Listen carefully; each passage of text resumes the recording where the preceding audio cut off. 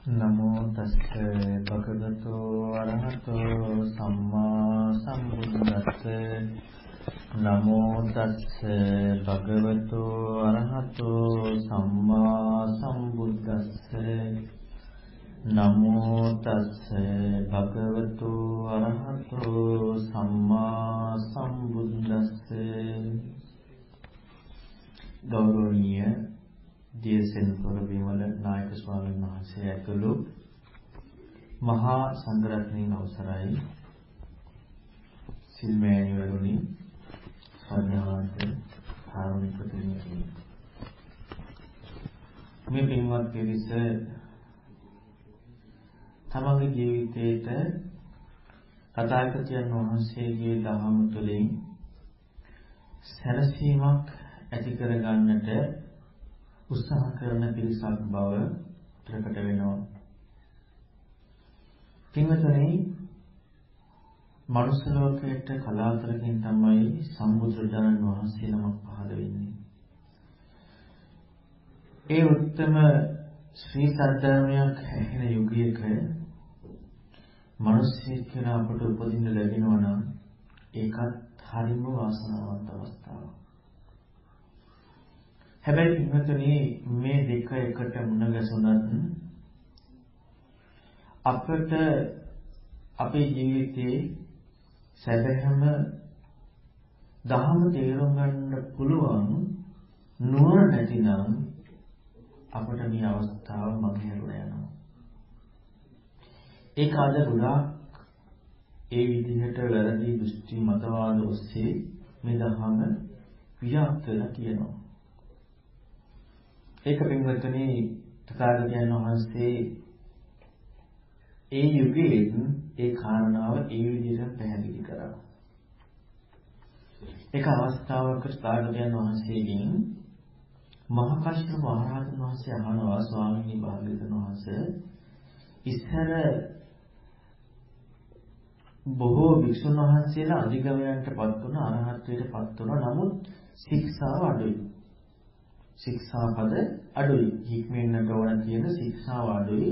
නමුත් බොහෝ පිරිසක් අධිගමයන්ටපත් වුණා, අරහත්ත්වයටපත් වුණා. නමුත් ස්වාමීනි, දැන් ශික්ෂාව වැඩි. නමුත් අධිගමයන්ටපත් වෙන අය අඩුයි. මේකට හේතුව මොකද්ද? මේකට ප්‍රත්‍ය මොකද්ද? එතකොට දැන් කල්පනා කරලා බලන්න, සාමාන්‍යයෙන් නම් සිදුවිය යුත්තේ හික්මේන ශික්ෂා වැඩි වුණාම අධිගමපත් වෙන අය වැඩි වීම බවනේ. නමුත් ශික්ෂා වැඩි වෙන්න අධිගමයන්ටපත් වෙන අය අඩුයි. මේකට හේතුව මොකද්ද? ප්‍රත්‍ය මොකද්ද කියලා බුදුරජාණන් වහන්සේගෙන් මහා කාශ්‍යප මහ රහතන් වහන්සේ අහුවා. ඔන්න හොඳට මතක තියාගන්න, මේක ඇහුවේ මේ යුගයේ නෙමෙයි, මීට වසර 2550කටත් පෙර මහා කාශ්‍යප මහ රහතන් වහන්සේ බුදුරජාණන් වහන්සේගෙන් අහුවේ. ඒ වෙලේ බුදුරජාණන් වහන්සේ පිළිතුරු දෙනවා, කාශ්‍යප, මේ මිනිස්සුන්ගේ ප්‍රඥාව පිරිහෙන යුගයක්. මොකද්ද බුදුරජාණන් වහන්සේ පැහැදිලි කරන්නේ? මිනිස්සුන්ගේ ප්‍රඥාව පිරිහෙන යුගයක්. ප්‍රඥාව පිරිහිලා තියෙන්නේ. ඒක නිසා තමයි ශික්ෂා වැඩි වෙලා තියෙද්දි මේ අධිගමයන්ටපත් වෙන අය අඩුයි. ශික්ෂා වැඩි කළ යුත්තේ මිනිස්සුන්ගේ පිරිහීම නිසා කුසල කුසල පිළිබඳව පවා හැඟීම දුර වෙලා යනවා. එතකොට මොකද කරන්නේ? අකුසල් කරනවා, කුසලයට කැමැත්ත නැහැ. මෙන්න මේක නිසා අකුසලයේ වළක්වන කුසලයේ ඇති කරගන්නට හික්මීමට වැටකඩලු වැඩිපුර බඳිනවා. ඒක තමයි ශික්ෂාව කියලා කියන්නේ. එහෙම ශික්ෂාවක් අවශ්‍ය වුණේ ප්‍රඥාව අඩු නිසා. ප්‍රඥාව වැඩි කෙනාට ඒක අවශ්‍ය නැහැ. මොකද එයා දන්නවා හොඳ නරක කියන්නේ මොකද්ද? වැරද්ද කරන්න හොඳ නැති බව. එතකොට ප්‍රඥාව අඩුවෙන් ඉඳී ශික්ෂාව පැනවුවට ප්‍රඥාවන්තයෝගේ ප්‍රඥාව වැඩි වෙලා නැහැ. නමුත් අර දුගතියට යන්න සිදුවන හේතු දුරු කරගන්න පුළුවන් ශික්ෂාවක හික්මීමත් එක්ක. නමුත් ප්‍රඥාව එහෙම වැඩි වෙන්නේ නැහැ. එතකොට මේ ප්‍රඥාවන්තයෝ මේ ලෝකේ උපදින්නේ පින්වතුනි ඉබේ පහළ වෙනවා නෙමෙයි. ප්‍රඥාවන්තයෙක් මේ මනුස්ස ලෝකෙට ඉබේ පහළ වෙන්නේ නැහැ. එයා සංසාරේ කරපු පුරුදු කිරීමක් එක්ක තමයි මේ ප්‍රඥාවන්ත වෙලා උපදින්නේ. ඒකට කුල කියලා සූත්‍රයක් තියෙනවා අංගුත්තර නිකායේ. සාමාන්‍ය කියන්නේ ලෝකෝත්තර මාර්ගයට යන්න කලින් ලෝකේතර ප්‍රඥාවක් අවශ්‍යයි. මෙන්න මේ ප්‍රඥාව හටගන්නේ කොහොමද කියලා අහුවාම බුදුරණවහන්සේ පැහැදිලි කරනවා කුසලය මොකක්ද අකුසලය මොකක්ද හොඳ මොකක්ද නරක මොකක්ද කියා විමස ශ්‍රවණ බ්‍රාහ්මණවරු එක්ක සාකච්ඡාවේ යෙදෙන කෙනාට තමයි මේ හිතන්න පුළුවන්කම ඇති වෙන්නේ. සාමාන්‍ය හිතන්න පුළුවන්කම බව. අනිච්චනාට නැහැ. එතකොට එහෙම අය පවා මේ ලෝකෙ පහළ වෙන්නේ ඊටම අඩුයි. ඒතර බුදුරණවහන්සේ ජීවමානව ඉන්න කාලෙත් ටික කාලයක් යනකොට මේ අය අඩු වුණා. අඩු වෙලා දැන් මේ වෙනකොට තියෙන්නේ සම්පූර්ණයෙන්ම ඒ විදිහට ප්‍රඥාව අඩුවයි කියුවා. බුදුරණවහන්සේ පැහැදිලි කරනවා මෙන්න මේ වගේ කාරණාවක්. ප්‍රඥාව අඩු නිසා මිනිස්සුන්ගේ මේ ධර්මය අසුදහම් වෙනවා කියලා. ඒකට උදාහරණයක් හිතේ පැහැදිලි කරනවා. හරියට රත්තරන් තිබෙන මේ යුගයක යම් කිසි දවසක් වෙනවා රත්තරන් වගේම දෙයක් මතුවෙනවා. දැන් මත කාලේ අපි ගත්ත ඉමිටේෂන් කියලා කියන්නේ රත්තරන් වගේම දෙයක් මතුවෙනවා. දැන් මේ රත්තරන් හරියට නොදකින්න කෙනා නොදන්නා කෙනාට රත්තරන් වගේ දෙයක් මතුනහම මොකද වෙන්නේ? එයාට පුළුවන් ද රත්තරන් හදලා ගන්න? එයා රත්තරන් හදලා ගන්න බෑ. රත්තරන් හදලා යනවා. නමුත් රත්තරන් දන්න කෙනාට පුළුවන් හදලා ගන්න. අන්න ඒ වගේ කියනවා කශ්‍යප මේ මිනිස්යන්ගේ තියෙන ප්‍රඥාව අඩුකමත් එක්ක දුෂ්ප්‍රඥකමත් එක්ක මෝඩකමත් එක්ක මේ ශාසනය තුලට මතුවෙනවා ධර්මයේ වගේම මතිමතාන්තර අදහස් දෘෂ්ටි සංකල්ප ධර්මයේ වගේම දේවල් මතුවෙනවා. එතකොට මොකද වෙන්නේ? මේක ධර්මයේ නෙවෙයි කියලා කෙනෙකුට කියන්න බෑ. එච්චරට ධර්මයේ වගේ. දැන් ධර්මයේ දන්නේ නැති කෙනාට මොකද වෙන්නේ? එයාට ධර්මයේ වගේ මතුවෙච්ච දෙයක් හඳුනා ගන්න බැරි වෙනවා. අන්න ධර්මයේ අතුරුදහන් වීම. ධර්මයේ වගේ අදහස් මතිමතාන්ත දුෂ්ප්‍රඥයෝ ඉදිරිපත් කරාම ධර්මයේ අතුරුදහන් වෙනවා. එතකොට එහෙනම් බලන්න පින්වතුනි මේ ධර්මය ප්‍රඥාව කියන කෙනෙකුට හැර වෙන කිසි කෙනෙකුට තේරුම් ගන්න බෑ. ප්‍රඥාව නැති අය මේ ධර්මයේ මහලා මේ ධර්මයේ කියලාම යමක් ඉදිරිපත් කරනවා. හැබැයි වැරදි දෘෂ්ටියක්. ඒක බුදුරණවහන්සේ පැහැදිලි කරනවා අංගුත්තර නිකායේ පංචක නිපාතේ තේර සූත්‍රය. බුදුරණවහන්සේ පැහැදිලි කරනවා අලුත් හෝ මධ්‍යම හෝ තේර හෝ භික්ෂුන් ඉන්නවා බුදුරණවහන්සේගේම ධර්මය අහනවා. ඒ කියන්නේ නුවණ මත දුෂ්ප්‍රඥ අලුත් මධ්‍යම තේර භික්ෂුන් ඉන්නවා. මෙයාලා බුදුරණවහන්සේගේ ධර්මයම අහනවා. අහලා තමන්ට මේක තේරෙන්නේ නැති නිසා මෙයා මොකද කරන්නේ? තමන්ට තේරෙන විදිහට අන්ත විග්‍රහයක් කරගන්නවා. තමන්ට තේරෙන විදිහට අර්ථ විග්‍රහයක් කරගන්න. හැබැයි ඒක තමන්ට ගැලපෙනවා. දැන් මම උදාහරණයක් හැටියට මෙන්න මේක ඔබ නිතරම කියන කාරණාවක්. අපි හිතමු ඔන්න ජලයේ ඉන්නවා ගෙම්බෙකුයි මාළුවෙකුයි. මේ ගෙම්බ ගොඩල්මට ගිහිල්ලා ඇවිල්ලා මාළුවට කියනවා යාළුවේ ගොඩල්ම තියෙනවා ලස්සන ගෙවල්, ලස්සන ගස්.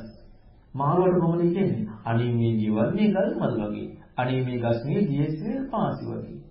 මාළුවගේ හාමුව එච්චරයිනේ. මාළුවට ඉතින් නෑ හිතන්න බෑ. තමන්ගේ තියෙන සංකල්පේ කොටු වෙච්චරම එච්චරයි. අන්නේ වගේ මේ ධර්මීය බුදුරජාණන් වහන්සේ ප්‍රඥාවට ගෝචර ප්‍රඥාවන්තයන් අධ්‍යක්ෂ යුතු ගැඹුරු ධර්ම දුෂ්ප්‍රඥයන්ට තේරෙන්නේ නැති නිසා වර්තමානයේ තමන්ගේ රාමුවක් තියෙනවනේ. තමන්ගේ චින්තනයක් තියෙනවනේ. තමන් හිතමටමක් තියෙනවනේ. මෙන්න මේකට අනුව මේ ධහම විග්‍රහ කරගන්නවා. එතකොට මොකද වෙන්නේ? ඒ ධහම බුදුරජාණන් වහන්සේ ධහම යනුවේ. නමුත් විග්‍රහය වැරදි. තමන්ට තේරෙන විදිහට තමයි විග්‍රහ කරගත්තේ තමන් දැන් ඉන්න රාමුවත් එක්ක. ඊට පස්සේ මේක අනිත් අයට කියනවා. අනිත් අයෙත් තියෙන්නේ දැන් වර්තමාන යුගයේ තියෙන ඒ චින්තනයමයි. ඒ කියන්නේ අද තියෙන භෞතික විද්‍යාව රසායනික විද්‍යාවත් එක්ක චින්තනයක් ලෝකේ. මේ චින්තනය කියනවා. දැන් මේ චින්තනයට හැබැයි ධර්ම ගැලපෙනවා. අර හිතපු ක්‍රමයට අනුව. දැන් ගන්න අනිත් පයත් ඒකට යොමු වෙනවා. එතකොට හිතෙනවා හරි දැන් ධර්ම තේරුණා අපි ඔක්කොම මගපලත් ලැබුවා කියලා හිතනවා. එහෙම වෙන්නේ ඇයි? දුෂ්ප්‍රඥකම නිසා, ප්‍රඥාව නැති නිසා, මෝඩකම නිසා, මේ ධර්ම වටහා ගන්න බැරිකම නිසා තමන්ට හිතන විදිහට ආත්ම විග්‍රහ කරනවා. එතකොට තමන්ගේ මේ වර්තමාන රාමුවලත් ඒක ගැලපිලා ගිහිල්ලා දැන් ධර්මය හරියි කියලා හිතා ගන්නවා. බුදුරණවහන්සේ සූත්‍රය පැහැදිලි කරනවා ඒ අය අන් අය වැරදි මඟ සමාදන් කරලා දෙපිරිසම දුකට යනවා කියලා. එතකොට නිම්මතුනි මේකට හේතු වුණේ මේ මිනිස්යාගේ දුෂ්ප්‍රඥකම. හිතන්න බැරිකම. බුදුරණවහන්සේ මේකට උදාහරණයක් කියනවා මේ ශාසනය අතුරුදහන් වෙනවා හරියට නැවකට බඩු වැඩි වුණාම නැව ගිලිලා යනවා වගේ මේ ශාසනයේ මතවාද වලින් ගිරුණාට පස්සේ දුක්ඛ වලින් ගිරුණාට පස්සේ මේ ශාසනය අතුරුදහන් වෙලා යනවා කියන්නේ. මේකට ප්‍රධාන හේතුව තමයි බුදුන් දහම් සංගම් කෙරේ ශ්‍රද්ධාව නැතිකම. ශික්ෂාව සමාධිය කෙරේ පැහැදිලිව නැතිකමයි මේකට හේතු වන්නේ. ඒ විදියට සිදුවන්නේම දුෂ්ප්‍රඥකම නිසා. ඒ නිසා සමහර අයට හිතෙන්න පුළුවන් අතීතේ කාලේ සොනිසෝපාක වගේ මේ අඩුකුලේ ඉපදිච්ච අය අඟුලිමාල වගේ මහා බොරු මේ ධර්මයෙන් දැක්කම මේක ඉච්චර අමාරු දෙයක් නෙවෙයි කියලා කෙනෙකුට හිතෙන්න පුළුවන්. හැබැයි පින්වතුනි එයා අඩුම තරමේ ලෞකික සම්මාදිට්ඨියවත් වටහාගන්නේ නැහැ. සුනිසෝපාක වගේ අය ඒ වගේ අඩුකුලේ ඉපදුනේ කලින් ජීවිතයේ කරපු අකුසලයක් නිසා.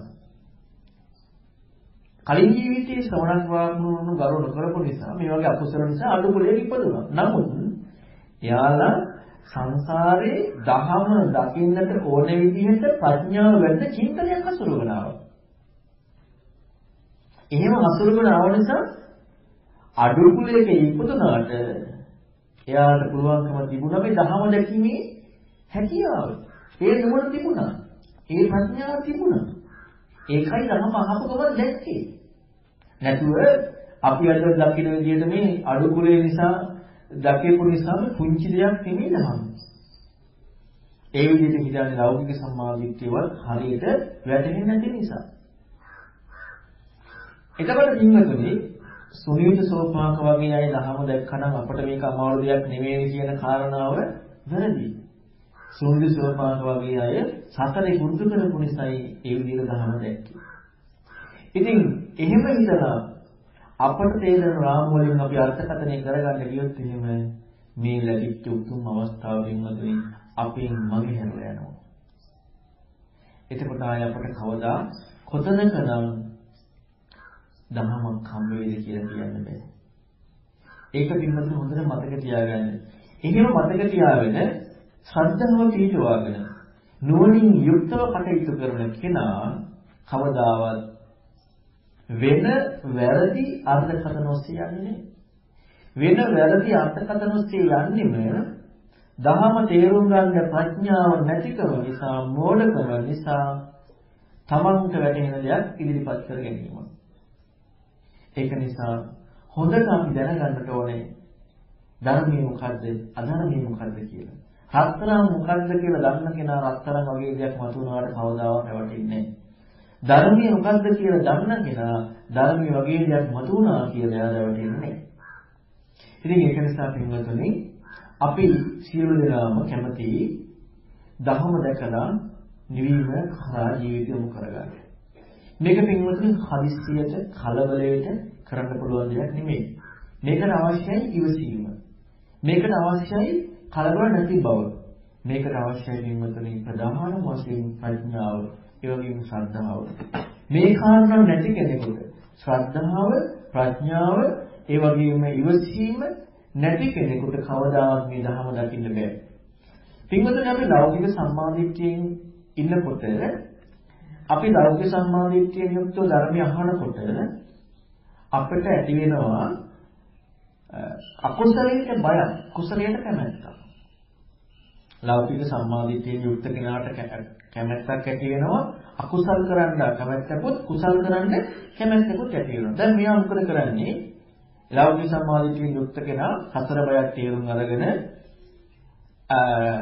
සතරේ නිදහස් වෙන්න පුළුවන් ශ්‍රමණ බ්‍රාහ්මණවරු ධර්ම දේශනා කරනවා කියලා තේරුම් අරගෙන ලෞකික සම්මාදිට්ඨියෙන් යුක්ත දෙන්නෙක් ඉන්නවා. එක්කෙනෙක් මෝඩ කෙනෙක්, එක්කෙනෙක් ප්‍රඥාවන්තයෙක්. ලෞකික සම්මාදිට්ඨියෙන් යුක්ත මෝඩ කෙනා, නුවණ නැති කෙනා මුලින්ම එනවා ඉක්මනට මට මේ ධර්ම දැකලා රහත් වෙන්නට ඕනේ, සෝතපන්නට වෙන්න ඕනේ කියලා එනවා. එහෙම ඇවිදilla නුවණ තියෙන කෙනා නම් කරන්නේ සෝතපන්න රහත් වෙන්න කියන කෙනා කියන සෝතපන්න වෙන ක්‍රමයේ, රහත් වෙන ක්‍රමයේ, හතර නිදහස් වෙන ක්‍රමයේ යමෙක් ඉදිරිපත් කරනවානේ. ඒ බුදුරජාණන් වහන්සේනේ. බුදුරජාණන් වහන්සේ කියන දේ අහන්න යොමු වෙන එක තමයි නුවණ තියෙන කෙනා කරන්නේ. නුවණ නැති කෙනා කරන්නේ කොහොම හරි ඉක්මනට සෝතාපන්න වෙන්න ඕන, රහත් වෙන්න ඕනේ කියලා අන්න ධර්මය අහනවා. නුවණ නැති කෙනා මේ ධර්මය අහන්නේ ඉවසීමක් නැතුව ඉක්මනින් සෝතාපන්න කරන්නේ. යම් කිසි කෙනෙක් වැරදි අර්ථකථන ඉදිරිපත් කරමින් අන්න මේක තේරෙනකොට සෝතාපන්නයි නැත්නම් රහත් කියලා දෙනකොට මෙයාලා එක රැවටෙනවා. රැවටිලා ලැබිච්ච අවස්ථාව අහිමි කරගන්නවා. ඔන්න නුවණ තියෙන කෙනා එහෙම නෙමෙයි. ලෞකික සම්මාදිට්ඨියෙන් යුක්ත නුවණ තියෙන කෙනා බුදුරණවහන්සේගේ ධර්මය අහන්න යොමු වෙනවා. මොකටද අහන්න යොමු වෙන්නේ? සෝතාපන්න වෙන්න, රහත් වෙන්න, සසරින් නිදහස් වෙන්න. බුදුරණවහන්සේගේ ධර්ම අහන්න එයාට යමක් ලැබෙනවා. ඒ තමයි හිතන්න දෙයක් හම්බ වෙනවා. බුදුරණවහන්සේ කියලා දෙන ධර්ම තුල කියනවා යෝනිසෝ මනසිකාරය කරන්න දෙයක්. නිකම්ම gediya pitimම අපට මේ කියපු ගාම තේරෙන්නේ නැහැ. එහෙම තේරෙනවා නම් එයාලා මහා ප්‍රඥයෝ, සාරිපුත්ත මහ රහතන් වහන්සේ, භාග්‍යදාරු කීරිය වගේ මහා ප්‍රඥයෝ. අපට හම්බ වෙනවා හිතන්නේ යමක්, නුවණින් විමසන්නේ යමක්.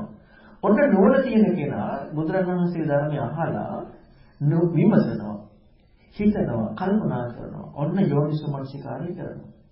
මෙහෙම කරනකොට ඔන්න එයාට අහු වෙනවා අවබෝධ කරගන්න තියෙනවා ආර්ය සත්‍ය හතරක් කියලා. එයාට අහු වෙනවා ත්‍රිලක්ෂණයක් දකින්න තියෙනවා කියලා. මේ කාණන වීම අහු වෙන්නේ ලෞකික සම්මාදිට්ඨියෙන් යුක්ත සෝතාපන්න වෙන රහත් වෙන හොයන නුවණ තියෙන කෙනාට.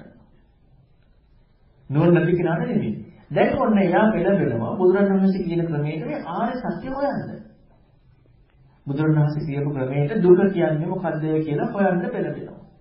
දුක හට ගන්නවා කියන්නේ මොකද්ද කියලා හොයන්න පෙළඹෙනවා. දුක නැති වෙනවා කියන්නේ මොකද්ද, නැති වෙන මඟ කියන්නේ මොකද්ද කියලා හොයන්න පෙළඹෙනවා.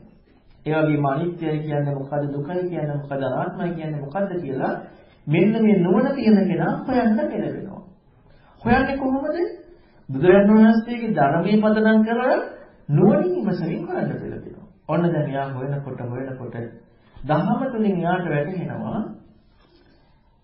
මේ ජීවිතය කියලා කියන්නේ අනිත්‍ය දෙයක්. අනිත්‍යයි කියලා කියන්නේ පින්වතුනි අද විවිධ අර්ථකථන දෙනවා.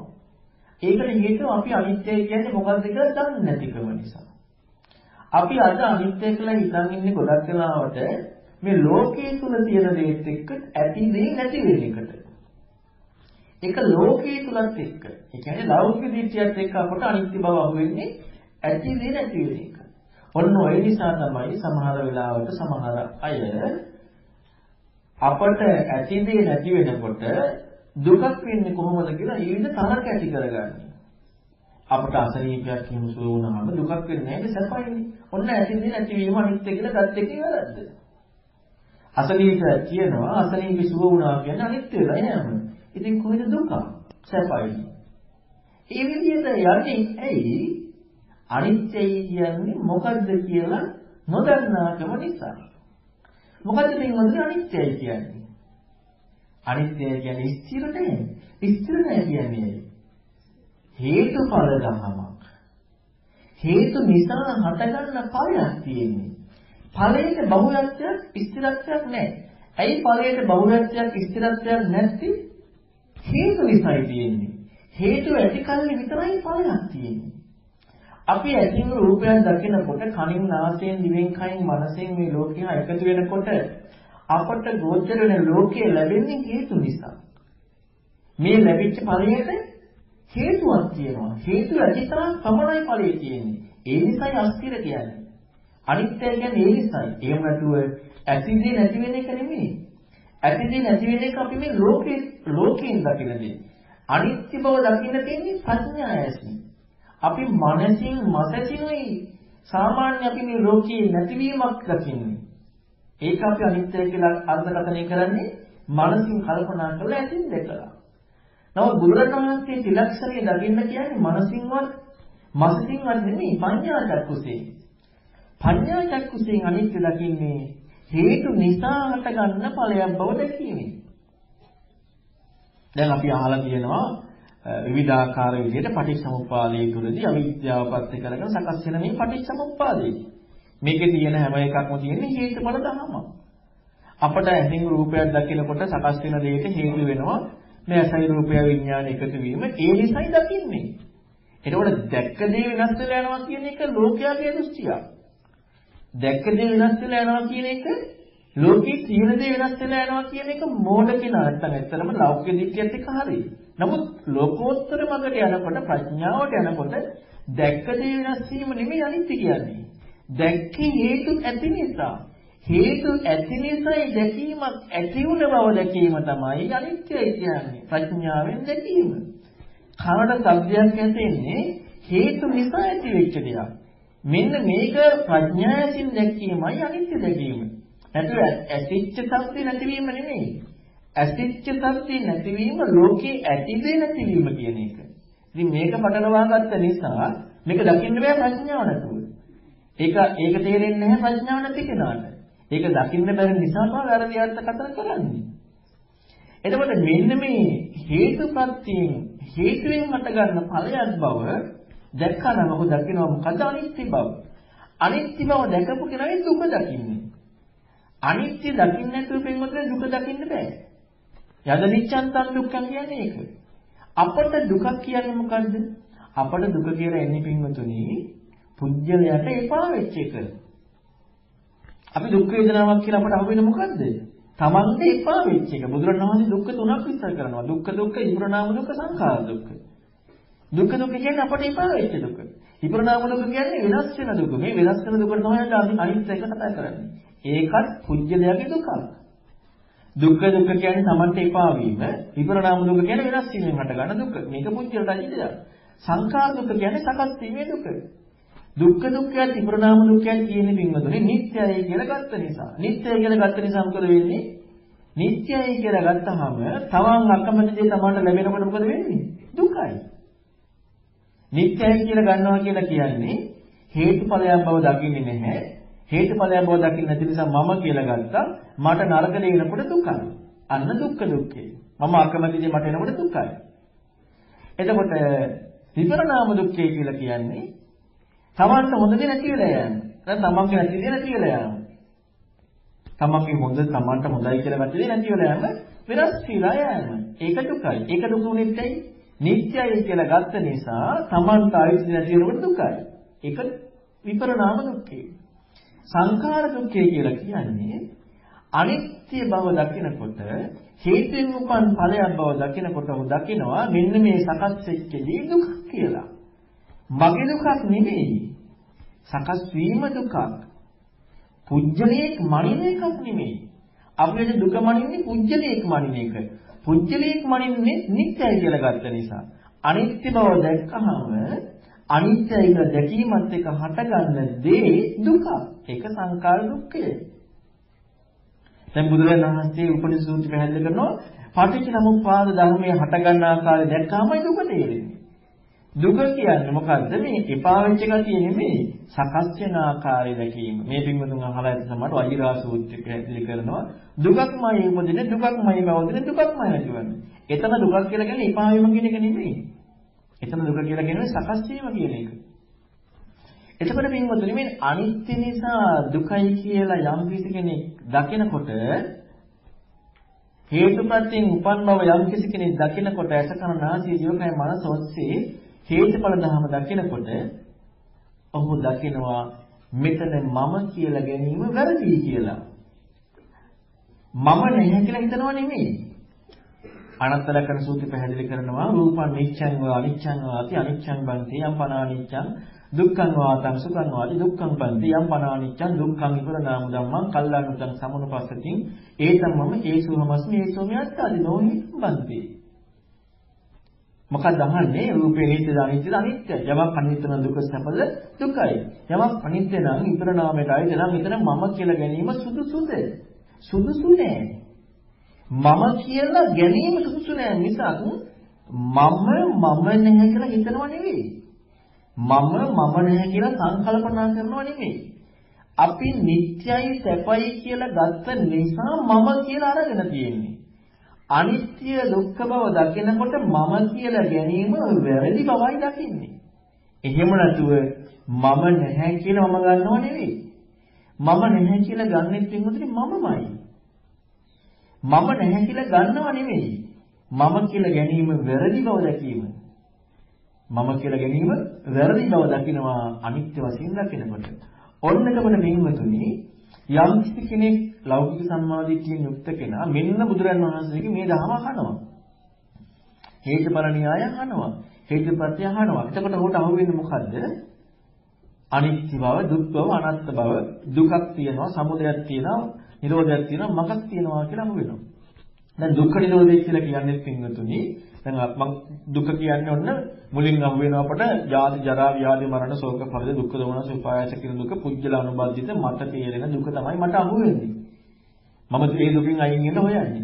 මේ දුක මුලින් අපි අයින් වෙන්න හොයනවා. පස්සේ බුදුරජාණන් වහන්සේගේ ධර්මය අහලා ප්‍රඥාව තියෙන කෙනා හොයනවා අයින් කරන්න නෙමෙයි දුක හැදුනේ කොහොමද කියලා හොයනවා. නුවණ තියෙන කෙනා හොයනවා දුක හැදුනේ කොහොමද කියලා. ඔන්න දුක්ඛ සමුදය හොයනවා. දුක්ඛ සමුදය හොයනකොට අහු වෙනවා මේ දුක කියන්නේ සකස් වෙච්ච දෙයක් බව. තමන්ට එපා වෙච්ච ගතියත් සකස් වීමක් බව දකිනකොට සාමාන්‍ය අර්ථ විග්‍රහ කරනකොට මුලින්ම කාම්බායි භවදී තණ්හා දුක්ඛ සමුදය ඉස්තර කරනවා. චිත්තායන සූත්‍රයේ පටිච්චසමුප්පාද න්‍යායයෙන් පැහැදිලි කරනවා. එතකොට මේ දුක හටගන්න හේතු වන ප්‍රධානම තැන තමයි දුක්ඛ අඥානං, සමුදය අඥානං, නිරෝධය මග්ග අඥානං කියන අවිද්‍යාව. මේක මුල් කරගෙන මේ දුක හටගන්න බව අහු වෙනවා. නුවණින් විමසන්න පටන් ගත්ත ප්‍රඥාවන්ත කෙනා දුක හැදෙන්නේ කොහොමද කියලා. මුලින් මෙන්නේ දුක අයින් කරන්න. බුදුරණවහන්සේගේ ධර්මය අහනකොට යා යමු වෙනවා දුක අයින් කරන්න නෙමෙයි දුක හැදෙන්නේ කොහොමද කියලා හොයන්න. දුක හැදෙන්නේ මොකද හැදිච්ච හැටි හොයන්න නම් අයින් කරන්න. හැදිච්ච හැටි හොයාගෙන යනකොට ඔහුට අහු වෙනවා මේ හේතු ප්‍රත්‍ය න්‍යාය නොදැකීම මතමයි මේ දුක සකස් වෙන්නේ කියලා. එහෙම අහුවනේ කොතනදද? දුක හැදෙන හැටි හොයනකොට. හැදෙන හැටි හොයනකොට හැදෙන හැටි නොදැකීමෙන් හැදෙන්නේ කියලා අහුවෙනවා. මම කියපු දේ තේරෙනවද? දුක හැදෙන හැටි හොයනකොට හැදෙන හැටි නොදැකීමෙනුයි දුක හැදෙන්නේ කියලා අහුවෙනවා. දුක සත්‍ය වශයෙන්, සමුදය සත්‍ය වශයෙන්, නිරෝධය මග සත්‍ය වශයෙන් නොදක්නාකම මුල් කරගෙනයි මේ දුක හැදෙන්නේ කියලා අහුවෙනවා. දුක්ඛ නිරෝධය කියන්නේ මොකක්ද එහෙනම්? මේ නුවණ හට ගන්නකොට මේ දුක සකස් වෙන්නේ නැති බව හොයන එක තමයි දුක්ඛ නිරෝධය. එතකොට මෙන්න මේ විදිහට නුවණ වැඩෙන්න පින්වතුනි ඔහු දකිනවා මෙතන මම කියලා ගැනීම වැරදි බව. අන්න නුවණ තියෙන කෙනා හදිස්සිය දුර වෙනවා. මට සෝතාපන්න වෙන්න දෙන්න යන හදිස්සිය දුර වෙනවා. මට රහත් වෙන්න ඕනේ කියන හදිස්සිය දුර වෙනවා. දැන් මොකද යාට තියෙන්නේ? සත්‍ය හොයන්න ඕනේ කියන දෙයයි යාට තියෙන්නේ. එයිද බුදුරණවහන්සේ සත්‍යයක් හොයන විදිහ පැහැදිලි කරනවා. දැන් යා හොයනවා සත්‍ය. සත්‍ය හොයන වෙලාව වෙනවා මම කියලා ගැනීම වැරදි කියලා. එහෙනම් මම සෝතාපන්න කරන්න ඕනේ කියන හැඟීම හොයින් දුර වෙලා යනවා. දැන් සත්‍ය හොය හොයා යනකොට ඔහු දකිනවා සත්‍ය අත්විඳිනකොට මේ මඟ පසක් වෙන බව. සත්‍ය අත්දකින්නකොට ඇතිවන දෙයක් තමයි සෝතාපන්න කියන්නේ. ඇතිවන දෙයක් තමයි අරහත්ත්වය කියන්නේ සත්‍ය පරිපූර්ණ වශයෙන් අත්දැකලා නිවුණට පස්සේ. ඉතින් සත්‍ය අවබෝධ කරා යන ප්‍රඥාව නැති කෙනා සත්‍ය හොයන්නේ නැතුව තමන්ට ටයිටල් එකක්, තමන්ට ලකුණක්, තමන් කොහොම හරි සෝතාපන්න කරගන්නයි හොයන්නේ. ඒ විදිහට හොයන්නේම සක්කාය දිට්ඨිය නිසාම තමන්ට රැකවරණයක් හොයනවා ප්‍රඥාව මදකම නිසා. ප්‍රඥාව වැඩි කෙනා ක්‍රමානුකූලව මේ ධර්මයේ විමසමින් නුවණින් කල්පනා කරමින් තමන් සත්‍ය කරාම යොමු වෙනවා. ඒකයි බුදුරණවහන්සේ පැහැදිලි කරන දහසිබ්බං සූත්‍රයේ සත්‍ය ආරක්ෂා කරලා තියෙන්නේ. සත්‍ය රකින්නවා. ඇයි සත්‍ය රකින්නේ? සත්‍ය කරා යන කෙනා සත්‍ය රකින්නවා. ඔව් සත්‍යමයි කියන්නේ වෙන දෙයක් නෙමෙයි. අන්න සත්‍ය අවබෝධ කර යනවා. ඉතින් මෙයාට පින්වතුනි වැඩපිළිවෙලක් පුරු කරනවා. බුදුරණවහන්සේගේ ධර්මය අහලා මේ නුවණ තියෙන කෙනා වැඩපිළිවෙලක් පුරු කරනවා. මොකද්ද පුරු කරන වැඩපිළිවෙල? පුරු කරන වැඩපිළිවෙල තමයි පින්වතුනි ධර්මය අහමින් ධර්මයේ තේරුම් ගැනීමෙන් තේරුම් ගත්ත ධර්මයට අනුව ධම්මානුධම්ම ප්‍රතිපදාව යෙදෙනවා. අද ගොඩක් වරදින්නේ තේරුම් ගත්ත ධර්මයට අනුව ධම්මානුධම්ම ප්‍රතිපදාව නොයෙදෙන එක. දැන් කල්යාණ මිත්‍ර ඇසුර සද්ධර්ම ශ්‍රවණය යෝනිසෝ මනසිකාරයේ ධම්මානුධම්ම ප්‍රතිපදාව. කල්යාණ මිත්‍ර ඇසුරෙන් ධර්මයේ ශ්‍රවණය කරලා යෝනිසෝ මනසිකාරය කරලා ප්‍රඥාව ඇති වෙනකොට තේරුම් ගත්ත ධර්මනේ ධම්මානුධම්ම ප්‍රතිපදාව දෙන්නට ඕන නැත්තේ. අන්න ඔහු ආර්ය සත්‍ය හොයනකොට ඇස කන නාසය දිවකය මනසෙහි අනිත්‍ය බව වෙන අනිත්‍ය බව කියලා කිව්වේ නැති වෙන බව නෙවෙයි. නැති වෙන බව ලෝකයා දකින මනසින් ඇසින් දකින කල්පනා කිරීම. අනිත්‍ය බව දකින්න ඕනේ ප්‍රඥා චක්කුසෙන් හේතුප්‍රත්‍ය දැකීමෙන්. හේතුඵල ධර්ම දැකීමෙන්. මෙන්න මේක දකිනකොට අනිත්‍ය බව දකිනකොට ඔහුට මොකද වෙන්නේ? අන්න ක්‍රමානුකූලව මේ මාර්ගය වැඩිලා යනවා. හේතුප්‍රත්‍ය ධර්ම දකිනකොට ක්‍රමානුකූලව මාර්ගය වැඩිලා යනවා. එතකොට ඔහු ඇස තමන්ගේ ජීවිතයේ ඇස හා රූප දකිනකොට කන හා ශබ්දය ඇහෙනකොට නාසය හා ගන්ධ එකතු වෙනකොට දිව හා රසය එකතු වෙනකොට කය හා පහස එකතු වෙනකොට මන හා ධම්ම එකතු වෙනකොට මොකද කරන්නේ? මෙන්න මේ තේරුම් ගත්ත මේ න්‍යාය ගලපලා බලනවා. ඇසින් රූපයක් දැක්කේ කොහොමද? කනින් ශබ්දයක් ඇසුනේ කොහොමද? නාසයෙන් ආග්‍රහණය කෙරුනේ කොහොමද? දිවෙන් රස ලැබුණේ කොහොමද? කයින් පහස ලැබුණේ කොහොමද? මනසින් අරමුණ ලැබුණේ කොහොමද කියලා තමන් තේරුම් ගත්ත දේ නුවණින් කල්පනා කර බලනවා. එතකොට අහු වෙනවා මොකද්ද? මේ සත්‍යම දැකීමත් එක්ක අවිද්‍යාව සහගත පදනමත් එක්ක මේ පැවැත්මකට යොමු වෙලා ඇස රූපය ඇසේ විඥාන එකතු වීම මුල් කරගෙනයි මේ දුක සකස් වෙන්නේ. කන ශබ්දයේ කනේ විඥාන එකතු වීම මුල් කරගෙනයි මේ දුක සකස් වෙන්නේ කියලා එයා ප්‍රායෝගිකව වර්තමානයේ තුල ධම්මානුධම්ම ප්‍රතිපදාවේ දෙනවා. මෙන්න මේක තමයි අපි පුරුදු කරන්න ඕනේ. මේ සඳහා අපට අවශ්‍යයි පින්වතුනි මේ ධර්ම තේරුම් ගත්ත කෙනාට හොඳට මතක තියාගන්නට ඕන මේ පුරුදු කිරන්න අවශ්‍ය කොහොමද? ලෞකික සම්මාදිට්ඨියෙන් යුක්ත නුවණ තියෙන කෙනා බුදුරණවහන්සේගේ ධර්මයට යොමු වෙලා ඒ ධර්මයට යොමු වෙච්ච කෙනා ධර්මය අහනකොට ඒ ධර්ම තුලින් තමන්ගේ ජීවිතයේ සත්‍ය අවබෝධය කරා යනකොට අන්න යාට පුරුදු කරන ප්‍රතිපදාව අහු වෙනවා. සමතයත් පුරුදු කරන්න ඕනේ, විදර්ශනාවත් පුරුදු කරන්න ඕනේ. ඒ වගේම මේ සමාධිය වඩන්න ඕනේ, කොයි විදිහටද මේක පුරුදු කරන්න ඕනේ කියන දේ අහු වෙනවා.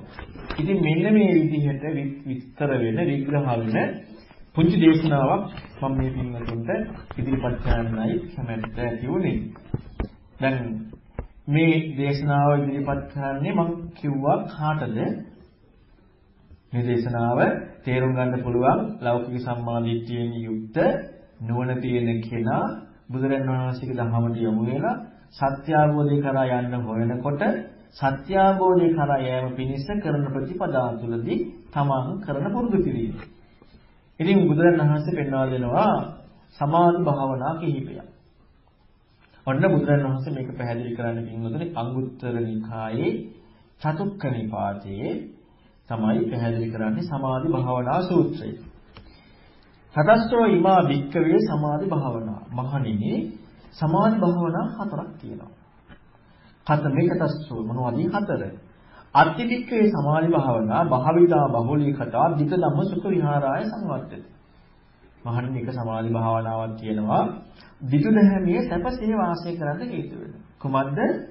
ධිතු දහමේ සැපසේ වාසය කරන්න. සැපසේ වාසය කරනවා කියලා කියන්නේ දැන් මම මේ ඉදිරිපත් කරන්නේ කාටද? ලෞකික සම්මාදිට්ඨියෙන් යුක්ත සතර දුකින් නිදහස් වෙන්නට අවශ්‍යතාවයේ තියෙන බුදුරණවහන්සේගේ ධර්මයට යොමු වෙලා ඒ සත්‍ය අවබෝධය කරා යන කෙනාට අවශ්‍ය ප්‍රතිපදාව. දැන් එයාට ඕනේ කාමයේ වින් වුණාම එයාගේ ජීවිතය සැපසේ තියාගන්න ඕනේ. අන්නේ සැපසේ තියාගන්න ප්‍රතිපදාව. සැපසේ වාසය කරන්න හේතු වෙන ප්‍රතිපදාව. එයාට සතුටින් ඉන්න. මොකද්ද? විස්තර වශයෙන් ඊළඟට පැහැදිලි කරනවා. ඊළඟට දෙවෙනි භාවනාවත් ඊට පස්සේ කියනවා. අත්තිවික්කේ සමාධි භාවනා භාවිතා බහුලීකත ඥාන දර්ශන පටිලාභය සංවර්ධති.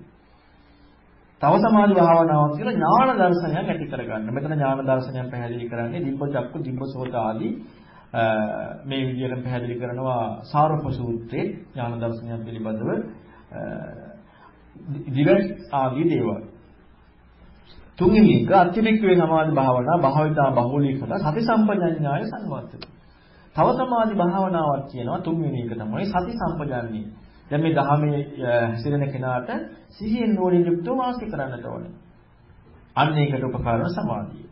හතරවෙනි සමාධිය තමයි අත්තිවික්කේ සමාධි භාවනා භාවිතා බහුලීකත ආසවක්ඛයාන සංවර්ධති. හතරවෙනි සමාධි භාවනාව තමයි කුමක් පිණිසද? ආසවක්ඛය පිණිස පවතින්නේ. රහත් වෙන්න නිවන් දකින්න පවතින්නේ. ඔන්න සමාධි භාවනා හතරක් බුදුරජාණන් වහන්සේ පැහැදිලි කරා. ඔන්න විස්තර කරනවා. කදමාජ වික්‍රේ සමාධි භාවනා භාවිතා බහුලීකත දිව්‍ය ධම්මසුඛ විහාරය සංවර්ධති. මොකද්ද මහණෙනි? දිව්‍ය ධර්මයේ සැපසී වාසය කරන්න උපකාර සමාධිය. ඒ කියන්නේ මේ දහමට යොමු වෙච්ච කෙනා, දහම ජීවිතය ගත කරන කෙනා කාමයන්ගෙන් වෙන් වුණාට පස්සේ සැපක් නැහැනේ. දැන් අපි සියලු දෙනාම ධර්මයට යොමු වුණොත් එහෙම කාමයන් ටික ටික අතහරිනවා. කාමයන් අතහරිනකොට මේ ලෝකයා පින්වත්නි සැපයටයි කැමති. සුඛකාමානි බුතානි. ලෝකයා කැමති සැපයට. එතකොට දැන් එක සැපයක් අත්හරින්න තව සැපයක් අල්ලගන්න යන සතුටින් වාසය කරන්නේ.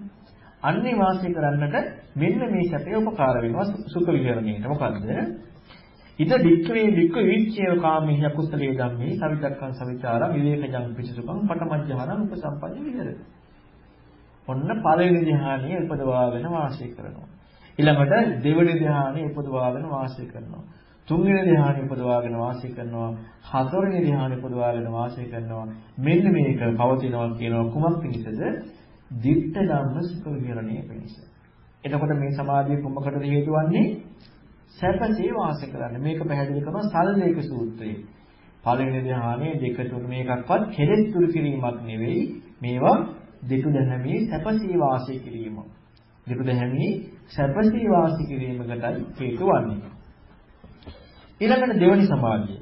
හතමාජ වික්‍රේ සමාධි භාවනා භාවිතා බහුලීකත ඥාන දර්ශන පටිලාභය සංවර්ධති. මහණෙනි මොකද්ද මේ ඥාන දර්ශනය ලබන්නට හේතුන සමාධිය? ඉද වික්‍රේ වික්කෝ ආලෝක සංඥං මානසිකරෝධ විවා සංඥං අදිඨාති යතහදිවා තතහරත්තිං යතහරත්තිං තතහදිවා ඉති ඉවටේන චේතසා අපරියෝණ දෙහෙන සප මහා සංචිත්තම් භාවයේදී අයම් වික්‍රේ සමාධි භාවනා භාවිතා බහුලීකත ඥාන දර්ශන පටිලාභය සංවර්ධති. ආලෝක සංඥාව මෙනෙහි කිරීම. දිවා සංඥාව මෙනෙහි කිරීම. මෙන්න මේක මෙනෙහි කිරීමෙන් හිත ප්‍රභාස්වත වෙනවා. හිත ආලෝකමත් වෙනවා. මෙන්න මේ ආලෝකය මුල් කරගෙන පුළුවන් කෙනෙකුට දිවැස්ස දිබ්බචක්ක ආදී ඥාන දර්ශනයන් ඈත තියෙන දේවල් දකින්න පුළුවන්. විවිධාකාර ඥාන දර්ශනයන් ඇති කරගන්න මෙන්න මේ සමාධිය හේතු වෙනවා කියලා බුදුරජාණන් වහන්සේ පැහැදිලි කරනවා. ඒක තමයි දෙවෙනි සමාධිය. ඔන්න දැන් සමාධි දෙකක් ඉදිරිපත් කරලා එකක් ධිත ධම්ම සුඛ විහරණියට අනිත් එක තමයි ඥාන දර්ශනය ඇති කරගන්න. ඔන්න තුන්වෙනි සමාධිය. හතමාජ වික්කවේ සමාධි භාවනා භාවිතා බහුලීකත සති සම්පජඤ්ඤාය සංවර්ධති. සිහි නුවණින් වාසය කරන්නට හේතු වන සමාධිය මොකක්ද? ඉද වික්කවේ වික්කුණෝ විජිතා වේදනා උප්පජ්ජಂತಿ විජිතා උපට්ඨහන්ති විජිතා අබ්බත්තං ගච්ඡanti විජිතා සංඥා විජිතා විතක්කා උප්පජ්ජಂತಿ විජිතා උපට්ඨහන්ති විජිතා අබ්බත්තං ගච්ඡanti අයම් වික්කවේ සමාධි භාවනා භාවිතා බහුලීකත සති සම්පජඤ්ඤාය සංවර්ධති. තමන්ට එන වේදනාව දැනගෙනමයි එන්නේ. දැනගෙනමයි පවතින්නේ. දැනගෙනම නැති වෙනවා. දැනගෙනම විතක් වෙනවා. දැනගෙනම පවතිනවා. දැනගෙනම නැති වෙනවා. මේක හේතු වන්නේ කොමකටද? සති සම්පජඤ්ඤයේ පිණිස. මෙතන පින්වත්නි ගොඩක් වෙලාවට වැරදිනවා විදර්ශනාව කියලා. නමුත් විදර්ශනාව නෙවෙයි. මෙතන සිහි නුවණක්. මෙතන ඇති වෙන්නේ පින්වත්නි දැනගෙන හටගන්නේ කවුද? මට. දැනගෙන පවතින්නේ කාගේද? මගේ. දැනගෙන නැතිවන්නේ මගේ. එතකොට නිත්‍යයි කියලා ගත්ත මගේ තමයි මට ලැබෙන වේදනාවල් සිහියෙන්මයි හටගන්නේ. මට ලැබෙන වේදනාවල් සිහියෙන්මයි පවතින්නේ. මට ලැබෙන වේදනාව සිහියෙන්ම නැතිවන්නේ. මට එන විතක්ක සිහියෙන්මයි එන්නේ. මට එන විතක්ක සිහියෙන්මයි පවතින්නේ. මට එන විතක්ක සිහියෙන්ම නැතිවන්නේ. එතකොට ලෝකී අනිත්‍යයක් දැක්කා. දැන් මම අර කිව්වේ මුලින්ම අපි අනිත්‍යයි කියලා හිතන්නේ භෞතික දේ විනාශ වෙනවා යන්නේ. ඒක ලෝකය දකින අනිත්‍යය. මේකත් ලෝකය දකින අනිත්‍යයක්. ප්‍රඥාවෙන් නෙවෙයි ලෝකයට පේන අනිත්‍යයක්. ඒ කියන්නේ මට ආවදේ පැවතුන නැතිලා ගියා. මට ආවේ නිට්ටයයි සැපයි ආත්මයි කියන පදනමත් එක්ක තමයි මම ඇති වුනේ. අනිත්‍ය දැක්කනම් දුක දැක්කනම් මම කොට නැගෙන්න බෑ. අනිත්‍ය දුක දැක්කනම් මම කියන පදනම බොරුවක් වෙනවා. නිට්ටය සැප ආත්ම නිසා මම කොට නැගුණා. කොට නැගිච්ච මට හට ගන්න වේදනාව දන්නවා මම. මට හටගත්ත වේදනාව පවතිනවම දන්නවා. මට හටගත්ත වේදනාව මම නැති වෙනවා දන්නවා. මට හටගත්ත විතක්කේ මම එනවා දන්නවා. පවතිනවා දන්නවා නැති වෙනවා දකිනවා. එතකොට මෙහිම වාසය කරන කෙනෙකුට මේ සිහිය හොඳට තියෙනවා. එයාගේ සිහිය හොඳට තියෙනවා ජීවිතේ. මෙන්න මේක තමයි සති සම්පජාඤ්ඤයේ පිණිස පවතින සමාධි භාවනාව. ඔන්න බුදුරජාණන් වහන්සේ පැහැදිලි කරනවා හතරවෙනියට කතමාදි වික්ඛවේ සමාධි භාවනා භාවිතා බහුලීකත ආසවාන කයාය සංවර්ධති. මහණෙනි මොකද්ද? රහත් වෙන්න හේතු වෙන සමාධිය. නිවන් දකින්න හේතු වෙන සමාධි භාවනාව. ඉද වික්ඛවේ වික්ඛු පංචපාදානස්කන්ධේසු උද්‍යම්භාවන පස්කී විහෙරති. ඉති රූපං ඉති රූපස සමුදය ඉති රූපස් අත්ංගමෝ ඉති වේදනා ඉති වේදනාය සමුදය ඉති වේදනාය අත්ංගමෝ ඉති සංඥා ඉති සංඥාය සමුදය ඉති සංඥාය අත්ංගමෝ ඉති සංඛාරා ඉති සංඛාරාණ සමුදය ඉති සංඛාරාණ අත්ංගමෝ ඉති විඥානං ඉති විඥාන සමුදය ඉති විඥාන සත්ංගමෝ අයම් වික්ඛවේ සමාධි භාවනා භාවිතා බහුලිප්පතා ආසවානං khයාය සංවත්තති. පංච උපාදානස්කන්ධී උදේවයි දැකීම තුළින් හටගන්න චිත්ත ඒකාග්‍රතාවය තමයි ආසවක්ඛය පිණිස හටගන්නේ. දැන් ඔන්න කෙනෙකුට හිතෙන්න පුළුවන් කල්ලොත් දැක්කේ වේදනාවනේ. දැන් මෙතනත් පංච උපාදානස්කන්ධී වේදනාවනේ තියෙන්නේ. ඔන්න නුවණින් හිතන්න ඕන කාරණා. මම නිතරම කියන කාරණාවක් තමයි පින්වතුනි බුද්ධ දේශනාවක් ගත්තාම බුද්ධ දේශනාවේ අපට එකපාරට බලපමණින් තේරෙන්නේ නැහැ. බුද්ධ දේශනාව තේරුම් ගන්න අපට ප්‍රඥාව තියෙන්න ඕනේ. ප්‍රඥාවන්ත සයන්ඩක් ඕනේ. ප්‍රඥාවන්තයෙන් හැම දකින්න. ප්‍රඥාව තියෙන කෙනා මේ බුද්ධ දේශනාව තුළ තියෙන කාරණා හොඳට පිළික්සලා බලනවා. නුවණින් පිළික්සලා බලලා තේරුම් ගන්න. ඒකයි විචක්ෂණීය අවශ්‍යයි. සුස්තුතේ ලබති පඤ්ඤා අපමත්ක විචක්කන. අහව ධර්මයේ අප්‍රමාදී විචක්ෂණය කරා නැත්නම් ප්‍රඥාව ලැබෙන්නේ. දැන් කලින් කියව සමාධිය තියෙන්නේ මොකද්ද? වේදනාව දැනගෙන හටගත්තා. දැනගෙන පැවතුණා දැනගෙන නැතුණා. මේ කතාවත් එක්ක යන්නේ මොකද්ද? එතන පුජ්‍යලේ කනබද්ධ කරලා තියෙන්නේ කතාවෙම. මෙතන මගේ රූපය, මගේ වේදනාව, මගේ සංඥාව කියලානේ ඉති රූපං. ඉති රූපස්ස සමුදය. ඉති රූපස්ස සත්ංගමෝ. පටිච්ච සමුප්පාදේ පැහැදිලි කරද්දී බුදුරජාණන් වහන්සේ මොළීපග්ගුණ සූත්‍රය පැහැදිලි කරනවා. කාගේද විඥානෙ? විඥානෙ කවුද අනුභව කරන්නේ? ප්‍රශ්නේ වැරදි. කවුද විඳින්නේ? ප්‍රශ්නේ වැරදි. කාගේද වේදනාව? ප්‍රශ්නේ වැරදි. කාගේද? කවුද තණ්හා කරන්නේ? ප්‍රශ්නේ වැරදි. කවුද උපාදාන කරන්නේ? ප්‍රශ්නේ වැරදි. කවුද භව කරන්නේ? ප්‍රශ්නේ වැරදි. කවුද උපදින්නේ? ප්‍රශ්නේ වැරදි. මොකද නිවැරදි ප්‍රශ්නේ? විඥානේ කුමකට ප්‍රත්‍යද? විඥානේ කුමක් ඇති කල්ලි හට ගන්නවද? වේදනාව කුමකට ප්‍රත්‍යද? වේදනාව කුමක් ඇති කල්ලි හට ගන්නවද? තණ්හාව කුමකට ප්‍රත්‍යද? තණ්හාව කුමක් ඇති කල්ලි හට ගන්නවද? උපාදානේ කුමකට ප්‍රත්‍යද? උපාදානේ කුමක් ඇති කල්ලි හට ගන්නවද? භවය කුමකට ප්‍රත්‍යද? භවය කුමක් ඇති කල්ලි හට ගන්නවද? ජාතිය කුමකට ප්‍රත්‍යද? ජාතිය කුමක් ඇති කල්ලි හට ගන්නවද? එතන මමත්වයක් නැහැ. මම ආරෝප කරලා නැහැ. මම ආරෝප කරන්නේ නිත්‍යයි කියලා ගත්තාම. නිත්‍යයි කියලා ගත්තාම පින්වත්නි හේතුඵල ධර්ම කතා කරන්න බෑ. හේතුඵල ධර්ම කතා කරා නම් අන්න අනිත්‍ය භාවය අහු වෙනවා. අනිත්‍ය භාවය අහු වෙන තැනදී ආත්ම භාවය අහු වෙන්නේ නැහැ. අනිත්‍ය භාවය කතා කරන දේද ආත්ම භාවය කතා කරනකොට තියෙන අර්ථ කියන එක ප්‍රශ්නේ වලදීනවා. එතකොට බුදුරජාණන් වහන්සේගේ ධර්මයේ තුල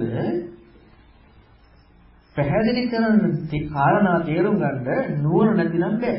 ඒකයි මම මෙතන පැහැදිලි කරේ පංචීපාදානස්කන්ධ උදේවයි දකින්නවා කියනකොට පැහැදිලි කරන්නේ ආත්මයයි කියන පදනම කතා කරන්නේ නැතුව හේතුඵල ධමයක් කියන එක ඉස්මතු කරන්නේ.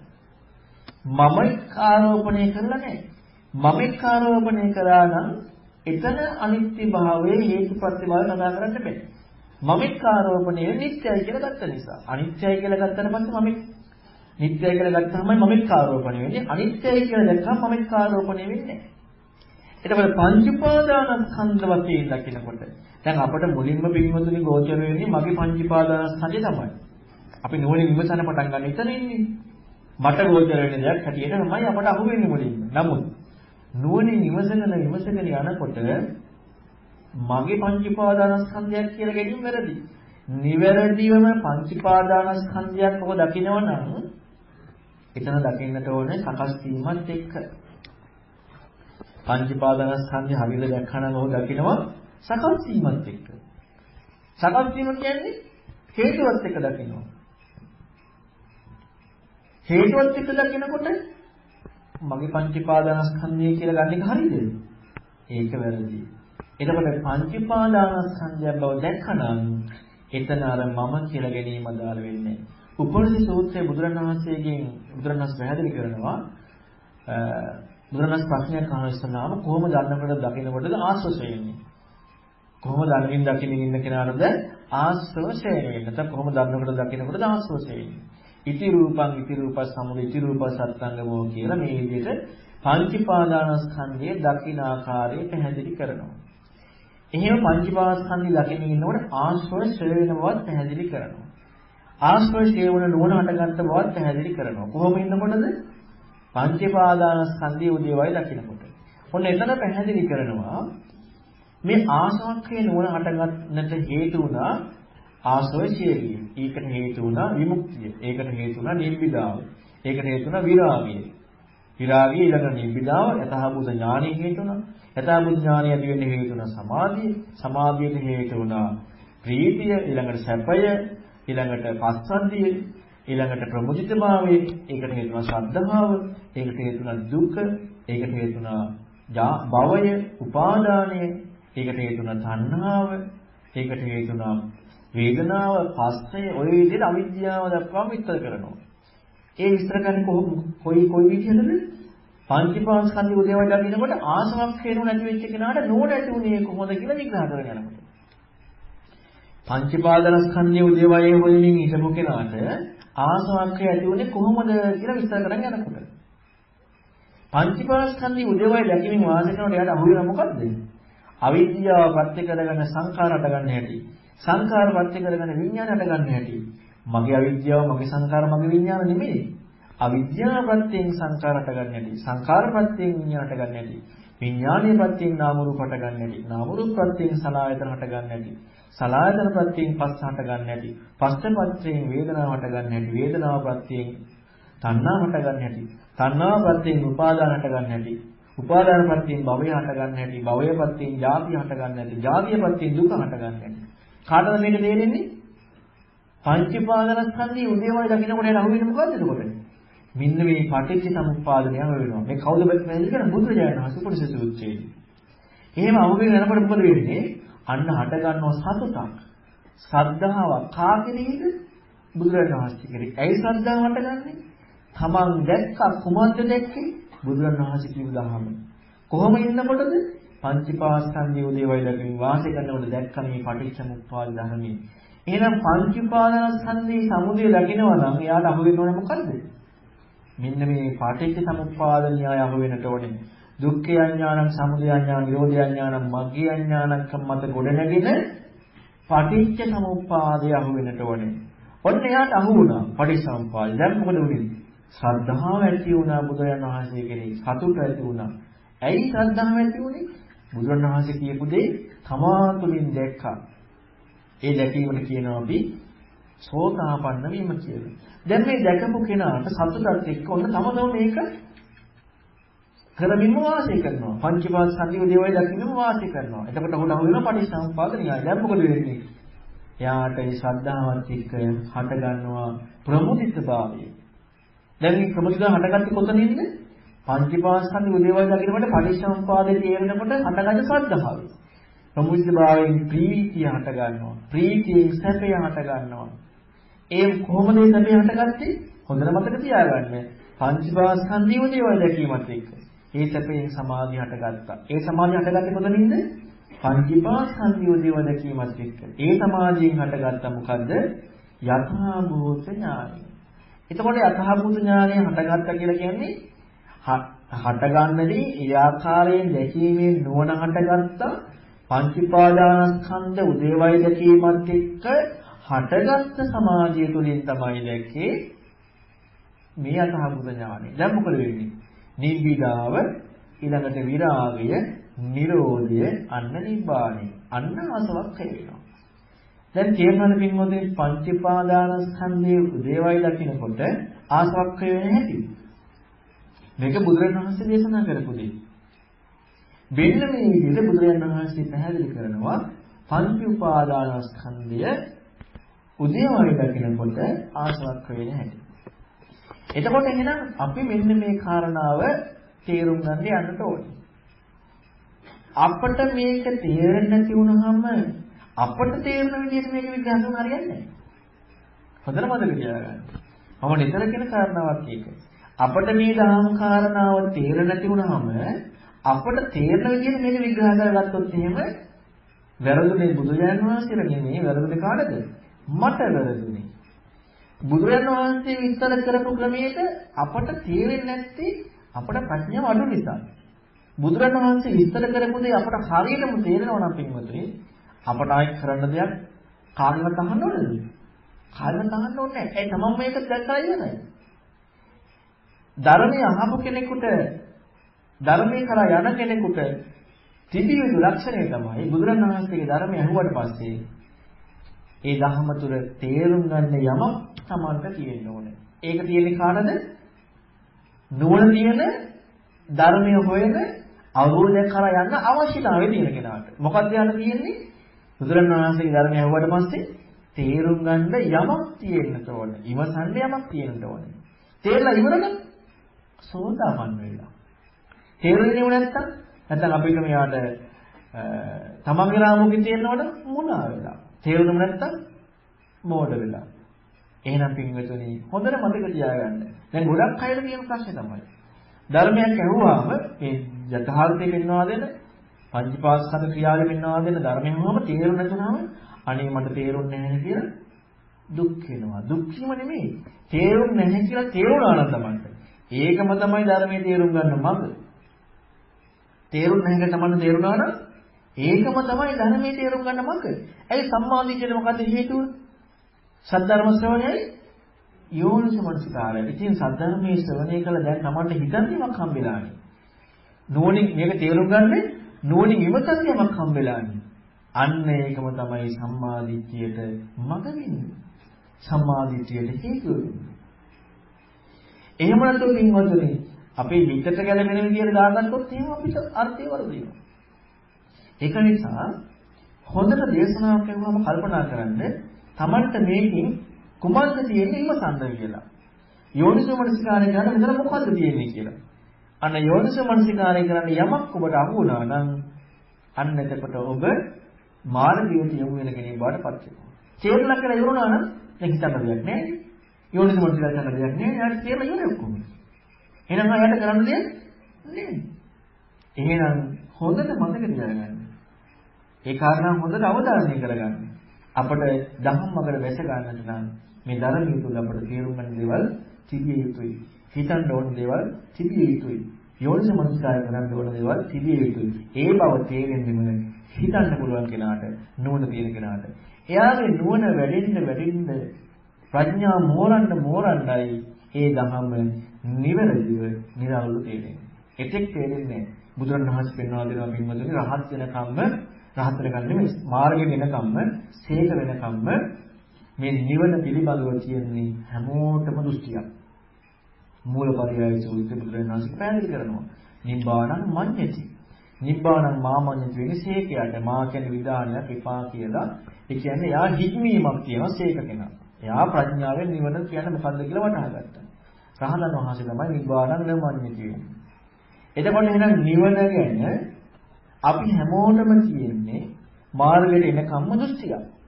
ඒ තමයි අතිචින්ද්‍ර සංසාරේ ගෙනිකාව බුදුරණවහන්සේ බණ කිව්වා. ඒ බණ අහලා රහත් වුණා ආයෙ පොදින්නේ නැහැ. අපි දන්නේ ඕක. ඕකට හැබැයි බුදුරණන් වහන්සේත් නම් එක අවස්ථාවක චෝදනාවක් කරන මාගන්ධි සූත්‍රයේ බුදුරණන් වහන්සේ උපත් විනාශ කරන්නේ කියලා. මොන නිසාම අපි මේ දකින න්‍යායයට හරියට බුදුරණන් වහන්සේ කියන්නේ උපත් විනාශ කරන්නේ කියනවා. ඒ සංසාරේ මිනිස්සෙක් ආවා එක දිගටම බුදුරණන් වහන්සේගෙන් බණ ඇහුවා උපදින්න නැතුව ගියා. නමුත් ඊට වඩා ලොකු ගැඹුරු දෙයක් බුදුරණන් වහන්සේගේ ධර්ම තුළ තියෙනවා. ඒකද බුදුරණන් වහන්සේ පැහැදිලි කරනවා පනවන දුක්ඛ නිරෝධය කියන්නේ. ඒ දුක්ඛ නිරෝධය කියන එක දකින්න පින්වත්නි ප්‍රඥාවන්ත කෙනා. ප්‍රඥාව නැති කෙනාට අහුවෙන්නේ නැහැ. ඒකයි යමක භික්ෂුව එහෙම අනුරාධ භික්ෂුව එහෙම විවිධ දෘෂ්ටි ගත්තේ. මොකක්ද දෘෂ්ටිය? රහතන් වහන්සේ මනින් උපදින්නේ නැහැ කියලා. ඒක උපදිනවද? දෘෂ්ටිය වුණා. ඒව අව්‍යාකත ප්‍රශ්න උත්තර නැති වුණා. ඒ ප්‍රශ්නේ එන්නේ කාටද? ධර්මයේ දකින්න නැති කෙනාට, නුවණ නැති කෙනාටයි රහතන් වහන්සේ මනින් උපදිනවද නැද්ද කියන ප්‍රශ්නේ. ඔන්න ප්‍රශ්නය ආවිලා යමක භික්ෂුව කියනවා රහතන් වහන්සේ මනින් උපදින්නේ නැහැ කියලා. ඒක ඇත්ත දෘෂ්ටියක්. එතන සාරිපුත්තු ස්වාමීන් වහන්සේ පංචපාදවස්කන්ධය ගැන අහලා හේතුපත්‍ය ගැන අහලා සාරිපුත්තු ස්වාමීන් වහන්සේ අහනවා දැන් හේතුඵල ධර්ම ගැන අහුවට පස්සේ යමක සත්‍යතෝ හේතතෝ දික්ඨේව ධම්මේ තථාගතෝ අනුපලබ්ධියමානෝ යමක සත්‍ය වශයෙන් ස්ථිර වශයෙන් විරුද්ධ හැමීම රාතන වහන්සේ ලබන කල්ලි මරණින් මත කතා කළ හැකිද? ප්‍රශ්නේ වැරදි. ඒ ප්‍රශ්නේ වැරදි බව අහුවෙන්නේ නිමුතුනේ ලෝකෝත්තර මඟට එන කෙනාට විතරයි. එතකම් මොකද වෙන්නේ? නිවන ගැන හැල හැප්පීම් ඇති කර ගන්නවා. රහතන් වහන්සේ ගැන විවිධ දෘෂ්ටි මතවාද ඇති කර ගන්නවා. කවුද? ප්‍රඥාව අඩු ලෝකෝත්තර මාර්ගයට එන්නේ නැති කෙනා. ලෝකෝත්තර මාර්ගයට යොමු නොවන කෙනාට කියන දේ තමයි රහත් වෙච්ච රහතන් වහන්සේ ගැන නිවන ගැන ප්‍රශ්නේ. කෙනෙක් කියනවා කර්ම විපාක විඳිනවා. කෙනෙක් කියනවා කර්ම විපාක විඳින්නේ නැහැ. තව කෙනෙක් කියනවා රහතන් වහන්සේ ජීවත් වෙනකොට රස විඳිනවා. තව කෙනෙක් නැහැ. තව කෙනෙක් කියනවා මෙහිම ජීවිතය ගත කරන්න කියලා. මේ හැම ප්‍රශ්නයක්ම එන්නේ කොතනදද? රහතන් වහන්සේ කියන්නේ කවුද කියලා වටහා නොගත්ත නිසා. රහතන් වහන්සේ කවුද කියලා වටහා ගත්තම ඔකට උත්තරයක් නෙමෙයි හම්බෙන්නේ. ප්‍රශ්නේ නේ. ප්‍රශ්නේ නැතුව උත්තරයක් අවශ්‍යයි. ප්‍රශ්නේ තුන උත්තරයක් අවශ්‍ය නැහැ. ප්‍රඥාවන්ත කෙනාට ඔය ප්‍රශ්නේ කියලා යනවා. එතකොට උත්තරය අවශ්‍ය නැහැ. එයා හොයන මොකද්ද? රහතන් වහන්සේ යන හොයන්න කලින් යාට වඩ තියෙන මොකද්ද? සත්‍යය. අන්න මේ පටිච්චසමුප්පාද ධර්මයේ පංචපාදානස්කන්ධ ධර්මයේ හේතුප්‍රත්‍ය ධම එයා නුවණින් කල්පනා කර හොයනවා. එහෙම හොයලා ඔහුට අහු වෙනවා මොකද්ද? දුක්ඛ සමුදය. දුක්ඛ සමුදය අහුනාම දුක්ඛ නිරෝධය වැටහෙනවා. එයාට බුදුරජාණන් වහන්සේ කියපු වචන වලින් හැර වෙන කිසිම විස්තරයක් කරන්න බෑ දුක්ඛ නිරෝධය ගැන. විස්තරයක් කරන්න ගියොත් යන දෘෂ්ටියකට. ඒක කරන්නේ කවුද? නුවණ තියෙන කෙනා.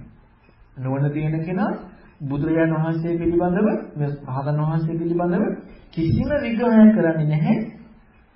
බුදුරජාණන් වහන්සේ වචන වලින් හැර.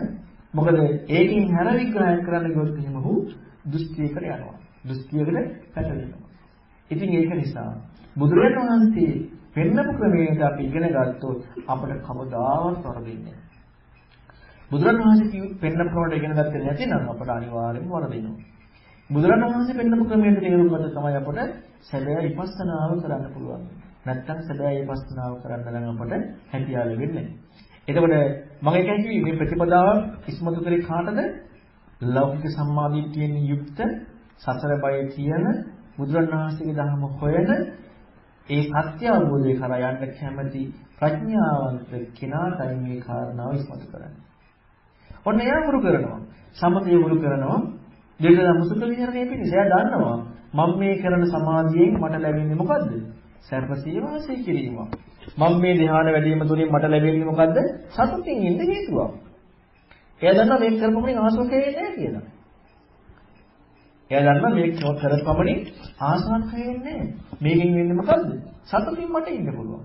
ඔන්න ආලෝක සංඥා, දිවා සංඥා වෙනේ කරනකොට ඔන්න යනට ගන්නවා ආලෝකය, ප්‍රභාස්වර භාවය. එයා දන්නවා මේකෙන් ආලෝකය වෙන්නේ නැහැ කියලා. එයා දන්නවා මොකද්ද?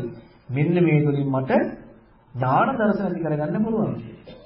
ඔන්න එයා වුරු කරනවා මේ සිහියෙන් හැම දෙයක්ම හට ගන්න බව, පවතින බව, නැති වෙන බව දකිමින් වාසය කරනවා. ඔහු දන්නවා මේකෙන් ආශ්‍රවක් වෙන්නේ නැහැ. මේක මට සිහිනුවන දිනු කරගන්න හිතෙනවා කියලා.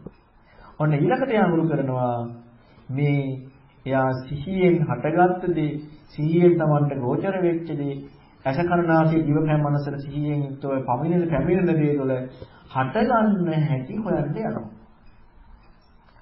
හටගන්න හැටි හොයන්න යන්නේ පටිච්ච සමුප්පාද න්‍යායට අනුව. හේතුප්‍රත්‍ය න්‍යායට අනුව. ඔන්නම පටිච්ච සමුප්පාද න්‍යාය හොයනවා. මම රූපයක් දැක්කා මට වේදනාවක් ආවා. වේදනාව ඇති වුණේ කොහොමද? අන්න වේදනාව ඇති වෙච්ච හොයන්න යනවා. කයට ආවනම් කයයි පහස විඥාන එකතු වෙලා. කයයි පහස විඥාන එකතු වෙයි. ඔන්න හොයාගෙන යනවා ආයතන වලට හේතු නාම රූප. නාම රූපේත විඥානී. විඥාන්ට හේතු සංකාරේ. සංකාරණ හේතුව දුක්ඛය අඥානං, සමුදය අඥානං, නිරෝධය අඥානං, මග්ගය අඥානං. එතකොට මට මේ වේදනාව හටගත්තේ කොහොමද නිසාද? දුක්ඛේ අඥානංකම, දුක්ඛ සමුදය අඥානංකම, දුක්ඛ නිරෝධය අඥානංකම, දුක්ඛ නිරෝධ ගාමී පටිපදාවේ අඥානංකම. දුක කියන්නේ මොකද්ද කියලා දන්නේ නැතිකම. දුක හටගන්නට දන්නේ නැතිකම.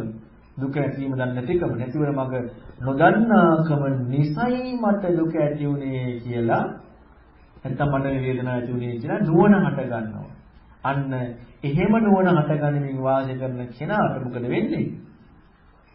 අන්න එවැනි කෙනා ආසවක්ඛය කරා යනවා. එයා තමයි සැබෑම විපස්සනාව හුරු කරන්නේ. එතකම් පින්වත්නි අපි කරන දේ තුළ සමතයක් වැඩෙනවා. අපි ඕන විදිහකට. ඇත්තටම අද සමතය ඕන දේවල් හුරු කරන්න පුළුවන්. ඒ කිසි ක්‍රමයක් සමතය කරවන්නක් නෙමෙයි. ඒ හුරු කරන ඕන සමතයක් අපට සමාධි භාවනාවක් චිත්ත ඒකාග්‍රතාවයක් ලැබෙනවා. ඊළඟ නුවණ තියෙන කෙනා තමයි දක්ෂ ඒ ලැබෙන චිත්ත ඒකාග්‍රතාවයේ එක විදර්ශනා කරන්නේ. පංචපාදස්කන්ධය තේරුම් ගන්න.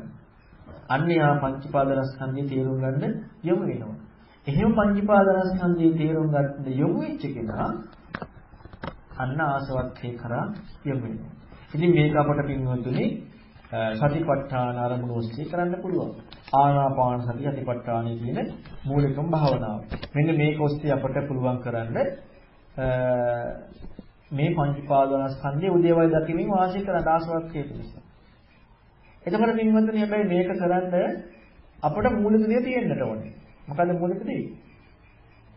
ශ්‍රද්ධාවත් ලෞකික සම්මාදිට්ඨියෙන් යුක්ත වෙච්ච කෙනා බුදුරණවහන්සේ ධර්මයට ඇවිදලා සත්‍ය වෙන හැඟීමත් එක්ක ශ්‍රද්ධාව ඇති කරගෙන ඉවසීමෙන් කලබල බව නැතිව හිතන්න පුළුවන්කමත් එක්ක මේ ධර්මයේ පිළිබඳව විචක්ෂණය කරලා දැන් යා දකින්න යන්නේ පටිච්චසමුපාදයෙන් දකින්න යන්නේ පංචපාදස්කන්ධයෙන් එහෙනම් පංචපාදස්කන්ධය ගැන විචක්ෂණය කරලා යෝනිසමනසිකාරය කරලා කියනට ඕනේ ධම්මානුධම් පටිපදාවේ යෙදෙන්නට යෝනිසමනසිකාරය කරලා තියෙන්නට ඕනේ පංචපාදස්කන්ධයේ උදේවය හොයලා තියෙන්නට ඕනේ පටිච්චසමුපාද න්‍යාය අහුවෙලා තියෙන්නට ඕනේ අන්නේ කෙනාද ධම්මානුධම් පටිපදාවේ යෙදෙනකොට ඔන්න යා හොයන්න යනවා ආනාපාන සති අරමුණත් එක්ක යාට ප්‍රකට වෙන කාරණාව කොහොම එකක් ප්‍රශ්නයක් නෑ. Tamanට ආනාපාන සතිය ප්‍රකට වෙන එකක් හොයනවා. හොයනකොට අපිට හිතමු දැන් ආනාපාන සතිය අපිට මොකක් කොහොමද ප්‍රකට වෙන හුස්ම රැල්ල එක්ක බඩේ ස්වභාවය එක්ක නාසයේ ස්වභාවය එක්ක එක හිතට නැත්නම් එක කයට පහසක් වෙන්නේ හිතට අරමුණක් ඇටියෙ. ඕන විදිහකට අපිට ඕන එක තේරුණා කියලා හිතමුකෝ. එතකොට ඒක තේරුනේ කුමක් නිසාද කියලා ඔන්න හොයන්න යනවා පටිච්ච සමුප්පාද න්‍යායත් එක්ක. හේතුප්‍රත්‍ය න්‍යායත් එක්ක මේක හොයන්න යනවා සමුදය මේක කොහොමද කියලා. මේක හටගත්තේ කොහොමද කියලා. ඒක තමයි කායන පස් සතිපට්ඨානේ කායන පස්සනා කොටසේ ආනාපාන සතිය මුලින්ම ආරම්භය. මේක හටගත්තේ කොහොමද? සමුදය හොයන්න යනවා. එතකොට සමුදය හොයනකොට මොකක්ද අහු වෙන්න ඕන නැති? Tamanට ප්‍රකට වෙච්ච හුස්ම රැල්ල හරි, බඩේ පහස හරි, නහයේ පහස හරි, නැත්නම් මනසේ අරමුණ හරි කුමක් ප්‍රත්‍යයෙන් හටගන්නවා කියලා අහු වෙන්න ඕන නැති? අවිද්‍යාව ප්‍රත්‍යයෙන් හටගත්තේ. එහෙම නැත්නම් එළියට ඇවිල්ලා අතුලට ගියා කියලා නෙමෙයි. ඒක භෞතික දෙයක්. ඒක භෞතික ලෝකයේ අනිත්‍යය. ඇති දෙය අනිත්‍යයි. ලෝකෝත්තර මාර්ගයට යනකොට ඇති දෙය අනිත්‍ය නෙමෙයි දැකිය යුත්තේ. හේතු ප්‍රත්‍ය. අහුවෙන්න ඕනේ මොකද්ද? හුස්ම රැල්ල හරි පහත හරි ඇති වෙන්නේ කොහොමද? දුක්ඛය ඥානං, සමුදය ඥානං, නිරෝධය ඥානං, මග්ගය ඥානංකම නිසයි හුස්ම රැල්ල ඇති උනේ. හුස්ම රැල්ල ඇති උනේ කුමන් නිසාද? අවිද්‍යාව නිසායි හුස්ම රැල්ල ඇති උනේ. මෙන්න මේකයි දකින්නේ පංච උපාදානස්කන්ධයක් එතන හොයාගෙන යනකොට. එතකොට මොකද වෙන්නේ?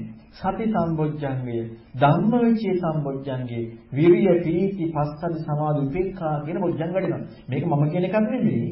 බුදුරජාණන් වහන්සේ මජ්ක්‍ධිම නිකායේ 3 ආනාපානසති සූත්‍රයට හැදිරි කරන්නේ. කොහොමද ඒක වඩන්නේ? Tamanට ප්‍රකට වෙන ඕන දෙයක් ප්‍රශ්නයක් නැහැ. දැන් එතන නම් දීග කොට වශයෙන් එහෙම තියෙනවා. නමුත් අපිට ඕන ප්‍රකට වෙන දෙයක් අපි හොයනවා ධම්මවිචේ. එතන පැහැදිලි කරනවා එතන ධර්මයන් පවිචිරති පවිචේති පරිමංසං ආපජ්ජති. ඔන්න නුවණින් ඉමසන්න පටන් ගන්නවා ධර්මයන්. අවිද්‍යාවපත්‍ය කරන හටගත්ත හැටි. හුස්ම රැල්ල අවිද්‍යාවපත්‍යෙන් හටගත්ත හැටි නුවණින් ඉමසන්න පටන් ගන්නවා. එතකොට හේතුව හොයනවා නම් හටගත්ත හැටි අහු වෙනවා නම් කුමක් හට ගැනීමෙන්ද හටගත්ත කියලා අහු වෙනවද? අවිද්‍යාවෙන් මිසක් බාහිර භෞතික දෙයක් එක්ක නෙමෙයි. අපට වැරදෙන තැන ඕක විදර්ශනාව කියලා අපට වැරදෙන තැන තමයි අපට අහුවෙන්නේ බුදුරජාණන් වහන්සේ කියපු ක්‍රමයට. බුදුරජාණන් වහන්සේ කිව්වේ මේ විදිහට. ඔන්න ඒක අහුවෙනකොට එයාට මොකද වෙන්නේ? අන්න පස්සම්බය කාය සංකාරම් වල කාය සංකාර සංසිඳෙනවා. හැබැයි සංසිඳෙන්නේ බොජ්ජංග ධර්ම වැඩිලා. ඊළඟට ඔහුට ප්‍රකට වෙනවා පීති පරිසංවේදී සුඛ පරිසංවේදී. දැන් අර කයේ ඕන දෙයක් ප්‍රකට වුණාට ප්‍රශ්නයක් නැහැ. ඊළඟට එයාට හැබැයි මේක ගොඩක් ඉදිරියට ගිහිල්ලා බොජ්ජංග ධර්ම වැඩිලා පංච උපාදානස්කන්ධ දැකලා පටිච්චසමුප්පාදණිය අහු වෙලා සියල්ලක්ම ලැබිලා. එතකොට එයාට අහු වෙනවා ප්‍රීතිය, සැපය, ඊළඟට චිත්ත සංකාරය මෙන්න මේ ටික අහු වෙනවා. එතකොට ප්‍රීතියත් එක්ක යන්න තියෙන්නේ. හැබැයි ප්‍රීතිය අහු වෙන්නේ සම්පූර්ණයෙන් කය කියලා ගත්ත දේ තුල පටිච්චසමුප්පාද න්‍යාය දැකලා හේතුප්‍රත්‍ය දැකලා ඒකෙන් අයින් වුණාට පස්සේ. හැබැයි මේක අපට සංකල්පයකින් නෙමෙයි වෙන්නේ. මේක අපේ මාර්ගය මෝරන්නට ඕන වෙන්නේ. මාර්ගය මෝරන්න නැතුව අපි කියොත් එහෙනම් අපි සංකල්ප ඔස්සේ යන්නේ. මමයි මේ කරගන්න හදන්නේ. මමයි මේ ආනාපානසති භාවනාව ඉවරයක් කරගන්න හදන්නේ. මමයි මේ කොහොමද මට සත්‍ය දක්වලා නිවන් දක්වන්න හදන්නේ. ඉතින් මම ඉන්නදී මම මේ කරන්න හදන්නේ. ඒ නිසා මට ඕන විදිහට කරන්න බෑ. මට ඕන විදිහට කරන්න පුළුවන් මූලික ටික. ධර්මය අහලා යෝනිසමනසිකාරය කරන එක. එතනින් පස්සේ මගට යන්න දෙන්න ඕනේ. මට යන්න බෑ. මගයි යන්නේ. දැන් ඔන්න අපි කුඹුරක් කොටනවා. අපිට අස්කන්නක් ඕන වෙලා කුඹුර කොටනවා. කුඹුර මම කොටන්න ඕනේ නැද්ද? කලබලයෙන් මම කොටන්න ඕනේ. වතුර එන කාලෙට කුඹුර හොඳට කොටනවා. හොඳට කානවා. හොඳට වීදි කපුරනවා. දැන් පින්වතුනි මට පුළුවන් ද වී ඇටේ ඇදලා ගන්න පළ ටික අස්කන්න වී ඇටේ ඉක්මනින් අද්දවලා අස්කන්න මට ගන්න පුළුවන්ද? ඒක මට කරන්න බෑ නේද? ඒක වී ඇටේට ඉඩ දෙන්න ඕනේ. වී ඇටේට ඕන විදිහට වැඩිලා අස්කන්න දෙන්න. ඒක මට කරන්න බෑ. දැන් මම කලියුත්තක් මට තියනවා කරන්න. ඒ වගේ තමයි මම කරන්න ඕන දෙයක් තියෙනවා. මොකද්ද? ධර්මය අහන්න ඕනේ. කලබලෙන්න යෝනිසමනසිකාරය කරන්න ඕනේ. තේරුම් ගන්න ඉමසන්නට ඕනේ. මෙන්න මේ ටික කරන්න සත්‍ය හොයන්නට ඕනේ. මේක මම කරන්න ඕනේ. හැබැයි මට සෝතාපන්න වෙන්න බෑ. මට රහත් වෙන්න බෑ. මගයි මේ දේ කරන්නේ. මගයි සෝතාපන්න වීම කරන්නේ. මගයි රහත් වීම දක්වා කරන්නේ. මම නෙවෙයි කරන්නේ. ඒ නිසා කලබල වෙන්නේ නැතුව ඔන්න නුවණ දින කෙනා මේ ආනාපාන සතිය මුල් කරගෙන Tamanට වැඩෙන විදිහට නුවණින් විමස මේ හේතුප්‍රත්‍ය හොයනවා. මාර්ගයේ ඕන විදිහට වැඩෙනවා ඊට පස්සේ. තමන් කල යුත්තේ කරනවා නුවණින් විමසන එක. තමන් කල යුත්තේ කරනවා මේක තේරුම් ගන්න හොයන එක. ඔන්න ඊළඟට යාර ප්‍රීතිය සැපය චිත්ත සංකාරය මේ ප්‍රකට වෙනකොට මේ තුනක් දකින්නවා මොකද්ද? සමුදය. අන්න ධම්මවිචය පටන් ගන්නවා. සමුදය හොයනවා. මේ ප්‍රීතිය කියන දේ හටගත්තේ කොහොමද? සැපය හටගත්තේ කොහොමද? දැන් අපිට භෞතිකව හම්බෙන්නේ නම් වෙන විදිහකට. නමුත් ප්‍රීතිය හටගත්තේ කොහොමද? අවිද්‍යාවපත්‍ය කරගන්නේ. දුක්ඛ අඥානං, සමුදය අඥානං, නිරෝධ අඥානං, මග්ග අඥානං කියන මෙන්න මේ අවිද්‍යාවපත්‍ය කරගෙනයි මේ ප්‍රීතිය හටගත්තේ කියලා ඔන්න විදර්ශනා නුවණින් ඔහු දකිනවා. එතකොට එහෙම දකිනකොට මොකද වෙන්නේ? චිත්ත සංකාර, පස්සම්බ චිත්ත සංකාර වෙනවා. චිත්ත සංකාරක වේදනාවන් පස්සන කොටස සංසිඳිලා යනවා. මේක සංසිඳෙන්නේ කොතනද? මාර්ගයේ හොඳටම වැඩිලා එතකොට. මේනකොට ගොඩාක් ඉදිරියට දියුණුවෙච්ච කෙනෙක්. හැබැයි මම බලෙන් කරන එකක් නෙමෙයි. මම කරන්නේ නුවණින් විමසන පටන් ගන්න එක. හේතුව හොයන්න පටන් ගන්න එක. හේතුව හම්බෙනකොට නුවණ වැඩනට පස්සේ ඔන්න තමන්ට වැටහෙනවා. ඊළඟට මොකද වෙන්නේ?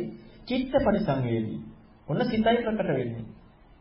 ඔන්න සිත ප්‍රකට වෙනකොට සිත හටගත්තේ කොහොමද කියලා හොයන්න යනවා. දැන් මේක චිත්ත පරිසංවේදී අභිප්‍රමෝදයන් චිත්තං සමාදාහං චිත්තං මෙන්න මේ තමයි ප්‍රකට වෙන්නේ. මෙන්න මේක හටගත්තේ කොහොමද කියලා හොයන්න යනවා. මේක හොයනකොට මොකද වෙන්නේ? සිත හටගත්තේ කොහොමද? ඒත් අහු වෙනට ඕනේ දුක්ඛය ඥානං, සමුදය ඥානං, විමුක්ති ඥානං, මග්ගය ඥානංකම කියන පංච උපාදානස්කන්ධයේ උදේවයි දකිනකොට මෙන්න මේ හේතු ටික චිත්ත පරිසංවේදී කියන කාරණාවයි අහු වෙනට ඕනේ. මෙහෙම අහු වෙනකොට මොකද වෙන්නේ? සත්‍ය දකිනකොට මග විසින් විමෝචයන් චිත්තම් බවට පත් වෙනවා. සිත කියන කාරණාවත් අන්න ඒකිනුත් නිදහස් වෙලා දැන් තියෙන්නේ මොකද්ද? ධම්මානුපස්සනා කොටස. අනිච්චානුපස්සී, විරාගානුපස්සී, නිරෝධානුපස්සී, පටිනිස්සග්ගානුපස්සී කියන්නේ ඔහොද මම විදර්ශනා කරමින් විතරයි ඉන්න බව ප්‍රකට වෙන්නේ. ඔහොද දැන් ප්‍රකට වෙන්නේ මම විදර්ශනා කරමින් ඉන්න බව. දැන් මුලින්ම මගේ කායानुපස්සනා කොටස අහු වුණා. මගේ වේදනානුපස්සන කොටස අහු වුණා. මගේ කායानुපස්සනා කොටස සත්‍ය දකිනකොට එකෙන් අයින් වෙලා ගියා මගේ වේදනානුපස්සනාව අහු වුණා. ඒක හැදලා දකිනකොට එකෙන් අයින් වෙලා ගියා මගේ හිතානුපස්සනාව අහු වුණා. දැන් මගේ ධම්මානුපස්සනාව මම විමසන හැටි අහු වෙනවා. දැන් මෙතනත් පින්වතුනි ධම්මවිචය පටන් ගන්න තියෙනවා. මේ බුදුරණවහන්සේ කියන ඉදියන් මගේ අදහසක් නෙමෙයි. මේක ආනාපාන සූත්‍රයේ තියෙන්නේ. ඔන්න දැන් මම අනිත්‍ය වශයෙන් දකින්න හැටි ඇති උනේ කොහොමද කියලා හොයන්න යනවා. මේක අවධානය අරහත්ත්වයටපත් වෙන්නේ ඒකත් එක්ක. මම අනිත්‍ය වශයෙන් දකින්න හැටි මම හේතු ප්‍රත්‍ය වශයෙන් දකින්න හැටි හොයන්නේ කොහොමද කියලා අන්න හේතු වශයෙන් ආයෙ හොයනකොට දකිනවා මොකද්ද? ඒ අවිද්‍යාවපත් කරගෙන හටගත්තේ කියලා අන්න එතකොට නිවන අරමුණු වෙනවා සියල්ලංගෙම නිදහස් වෙනවා. මොකද බොජ්ජංග ධර්ම, ඉන්ද්‍රිය ධර්ම මේ සියල්ලංගෙම අනිත්‍ය දකින්න ඕනේ. හේතු ප්‍රත්‍ය දකින්නට ඕනේ. බුදුරණවහන්සේ සංයුත්තනිකායේ පැහැදිලි කරනවා පංච ඉන්ද්‍රිය සද්ධා, විජය, සමාධි, ප්‍රඥා කියන මේ ඉන්ද්‍රිය ධර්මයේ සමුදය, අස්තංගමී, ආස්වාදයේ ආදීනවේ නිස්තරණේ මනා ප්‍රඥාවෙන් නොදක සෝතාපන්න වෙන්න බෑ. සෝතාපන්න කෙනත් ඒ ටික දකිනවා. රහත් කියන්නේ මේක දැකලා ප්‍රඥාවෙන් නිදහස් වෙච්ච කෙනා. කයින් ස්පර්ශ කරපු කෙනා. මේකෙන් නිදහස් වෙච්ච කෙනායි රහත් කියන්නේ. ඒකෝට මේ ඉන්ද්‍රිය ධර්ම අපි ඉස්සෙල්ලා මට ගොඩ නගාගන්නේ. මම ඉඳලා මගේ ශ්‍රද්ධාව, මගේ වීර්යය, මගේ සතිය, මගේ සමාධිය, මගේ ප්‍රඥාව. තව ප්‍රඥාව පෝරන්න මේවත් හට ගන්න හැටි දකිනවා. ශ්‍රද්ධාව, වීර්යය, සතිය, සමාධිය, ප්‍රඥාවේ හට ගැනීම දකිනවා. ඒකේ නැතිවීම දකිනවා. ඒකේ ආස්වාදය, ආදීනෝ නිස්සාරණ ඔක්කොම දකින ප්‍රඥාව. එතකොට මගේ ශ්‍රද්ධාවක්, වීර්යයක්, සතියක්, සමාධියක්, ප්‍රඥාවක් නෙවෙයි මාර්ගාංගයක් විතරයි. අන්න එතනදී සක්කාදිට්ඨිය ගැලෙන්නේ. එතකන් සක්කාදිට්ඨිය ගැලෙන්නේ. ශ්‍රද්ධා, විරිය, සති, සමාධි, ප්‍රඥා කියන ඉන්ද්‍රිය ධර්ම තුල සමුදය, අස්තංගමී, ආස්වාදයේ ආදීනවේ විස්තරණේ මනා ප්‍රඥාවෙන් දැකපු තැනයි සක්කාදිට්ඨිය ගැලෙන්නේ. ඒකෙන් දැකලා නිදහස් වෙච්ච කෙනයි රහතන් වහන්සේ කියලා කියන්නේ. එහෙනම් බලන්න පින්වතුනි බුදුරන් වහන්සේගේ දේශනාව හරියට අධ්‍යයනය කළොත් අපේ නුවණ වර්ධනය කරගන්න, විමුක්තිය කරා යන්න, සම්මාදිට්ඨිය ඇති කරගන්න කොච්චරනම් විග්‍රහයක් දේශනාව තුළ තියෙනවද? විස්තරයක් දේශනාව තුළ තියෙනවද? මෙන්න මේ විග්‍රහය, මෙන්න මේ විස්තරය අපි හරියට දැනගත්තොත් අපට පුළුවන්කමක් ලැබෙනවා බුදුරන් වහන්සේ වදාළ සැබෑම විදියට අපට මේ සමතේ කියන එකත් විපස්සනාව කියන එකත් පුරුදු කරන්න. ඒකෙත් අපට බෑ. හරියට අපිට මේක පුරුදු කරන්න ඒ බුදුරන් වහන්සේ වදාළ ධර්මය අපි ඉගෙන ගන්නට ඕනේ. ඒවා ඉගෙන ගත්තොත්, වටහා ගත්තොත් තමයි අපට මගේ යන්න තියෙන්නේ. දැන දැක යන ගමනක් මිසක් අන්ධෙක් වගේ යන ගමනක් නෙමෙයි. ජානති පස්සති, දනිමින් දකිමින් යන්න තියෙන්නේ. නොජානති නොපස්සති, නොදනිමින් නොදකිමින් නෙමෙයි. එහෙනම් අපි දනිමින් දකිමින් යන නම් අතාවිද දහම ඉගෙනගෙන අතාවිද දහමට අනුව අපි වැඩ පිළිවෙල හුරු කරමු. අපට පුළුවන්කමක් ලැබෙනවා පින්වතුනි මේ විමුක්තිය කරා යන මඟ අපේ ජීවිතය ඇති කරගන්න. මේක අපිට දවසකින්, දෙකකින්, මාසෙකින්, අවුරුද්දකින්, අවුරුදු 10කින්, ජීවිතයකින්, ජීවිත දෙක තුනකින් ඉවරයක් කරන්න පුළුවන් කියලා හිතන්න එපා. අපට මඟ වැඩෙන විදිහටයි වෙන්නේ. දැන් කුඹුරක කෙනෙක් කස්ටඩ් දුවාට පස්සේ කෙනෙකුගේ කුඹුරේ පස කාරවත් නැතිනම් හරියට වැඩෙනවද? නෑ. වතුර හරියට වැටෙන්නේ නැතිනම් හරියට බීජ වැඩෙනවද? නෑ. පොහොර ටික හරියට වැටෙන්නේ නැත්නම් වැටෙනවද බීජ? නෑ. බීජ වැඩෙන්නට අවශ්‍ය ඔක්කොම සැකසෙන්නට ඕනේ. ඒ වගේ තමයි පින්වතුනි. අපි සදකමට අපේ ඉවසිලිමත් නැතිකමට අපි හදිස්සි වුණා කියලා අපිට කවදාවත් ඒ තරම් ඉක්මනට ඉන්ද්‍රිය ධර්ම වැඩිලා, බොජ්ජංග ධර්ම වැඩිලා ආසවක්ඛේ කරා නම් යන්නේ නැහැ. ඒකට අවශ්‍ය විදිහට අපි අපේ ජීවිතේ වැඩෙන්නට ඕනේ. ඒ වැඩුණ දවසටයි අපට මේ ධහම දකින්න පුළුවන්කමක් ලැබෙන්නේ. ඉතින් ඒ නිසා පින්වතුනි මේ පින්වත් පිරිසට මේ උතුම් දහම් කාරණා විග්‍රහය මේ පැහැදිලි කරපු විග්‍රහය හේතු කරගෙන මුල් කරගෙන තමන්ගේ ජීවිතේ දහම අධ්‍යක්ෂලා සැබෑවටම විමුක්තිය කරා යන්නට මේ උතුම් දහම් පරියාය උපකාරයක් කරගන්නවා කියලා සාදු කියලා අදිස්ථානයක් ඇති කරගන්නවා. ස්වාමීන් වහන්සේ පළවෙනි ප්‍රශ්නය ගෞතම ස්වාමීන් වහන්සේ සිත සමාධිගත වීමෙන් පසු විදර්ශනාවට යොමු වීම පංච උපාදානස්කන්ධය අනිත්‍ය දුක්ඛ අනාත්ම වශයෙන් කිසියයින් මෙහි කරාන්දම විස්තර කර දෙනෙමින් කරුණාවෙන් ඉල්ලා සිටිමි. ජරවන් සරණයි. මේ පිළිබඳව බුදුරජාණන් වහන්සේගේ දේශනා කිහිපයක් තියෙනවා. සමාධියට ගිහිල්ලා විදර්ශනා කරන ආකාරය පිළිබඳව. එකක් තමයි මහා මාළුක්‍ය සූත්‍රය, අට්ඨක නාගර සූත්‍රය, ධ්‍යාන නිශ්චය සූත්‍රය. මේ දේශනා කීපය තුළම ධ්‍යාන විදර්ශනාව ගැන පැහැදිලි කරනවා. අපි එක සූත්‍රයක් අරගෙන බලමු. මේ සූත්‍ර තුනේම තියෙන්නේ එක සූත්‍රයක තියෙනවා ධ්‍යාන 4යි අරූපාවචර ධ්‍යාන 4යි. තව සූත්‍රයක තියෙනවා ධ්‍යාන 4යි අරූපාවචර ධ්‍යාන 4යි චේතෝවිමුක්ති 4යි. මේ ඔක්කොම පිළිබඳ විස්තරයක් තියෙනවා. මේ හැම සමාධියකදීම විදර්ශනා කරන පිළිවෙල තියෙන්නේ එකම විදිහට. නමුත් රූපාවචර අරූපාවචර සමාධි තුළදී යම් වෙනසක් තියෙනවා. මෙතනදී පින්වතුනි දේශනාවේ සඳහන් වෙන්නේ මෙන්න මේ විදිහට. පළවෙනි ධ්‍යානය කෙනෙක් උපදවාගෙන වාසය කරනවා. පළවෙනි ධ්‍යානය හෝ 2 3 4 මොන හෝ ධ්‍යානයක් කෙනෙක් උපදවාගෙන වාසය කරනවා. මම මේ කියන්න කලින් තව කාරණාවක් මතක් කරන්න ඕනේ. ඒ තමයි මම සාමාන්‍යයෙන් දේශනාවක් කරනකොට මම ගොඩක් කරාවට කියන දෙයක් තමයි බුදුරජාණන් වහන්සේ යම් කිසි විදියකින් දේශනා ඉදිරිපත් කළේ ඒ දේශනාව තේරුම් ගන්න කලින් අපි බලන්න ඕනේ දේශනාවේ පසුබිම. දේශනාවේ පසුබිම නැත්තම් කාටද දේශනා කළේ කියන කාරණා බලන්න වෙනවා. එහෙම නොවුනොත් එහෙම අපට මේ ධර්මයේ තේරුම් ගන්න බැරි වෙනවා. දැන් අනත්ත ලක්ෂණ සූත්‍රය කාටද කරන්නේ? අනත්ත ලක්ෂණ සූත්‍රය කාටද කරන්නේ? පස්වක මහණුන් කියන්නේ ඒ වෙලාවේ කවුද? සෝතපන්න අය නේද? එතකොට අනත්ත ලක්ෂණ සූත්‍රයේ පටන් ගන්නේ සෝතපන්න ශ්‍රාවකයාට. සෝතපන්න කෙනාට තමයි රූපම් පික්කේ අනත්තක පටන් ගන්නෙ. නැත්තම් කිසිම විදියකින් අනාත්මය මුලින් පටන් ගන්න බෑ. අනිත්‍ය තමයි මුලින් පටන් ගන්නෙ.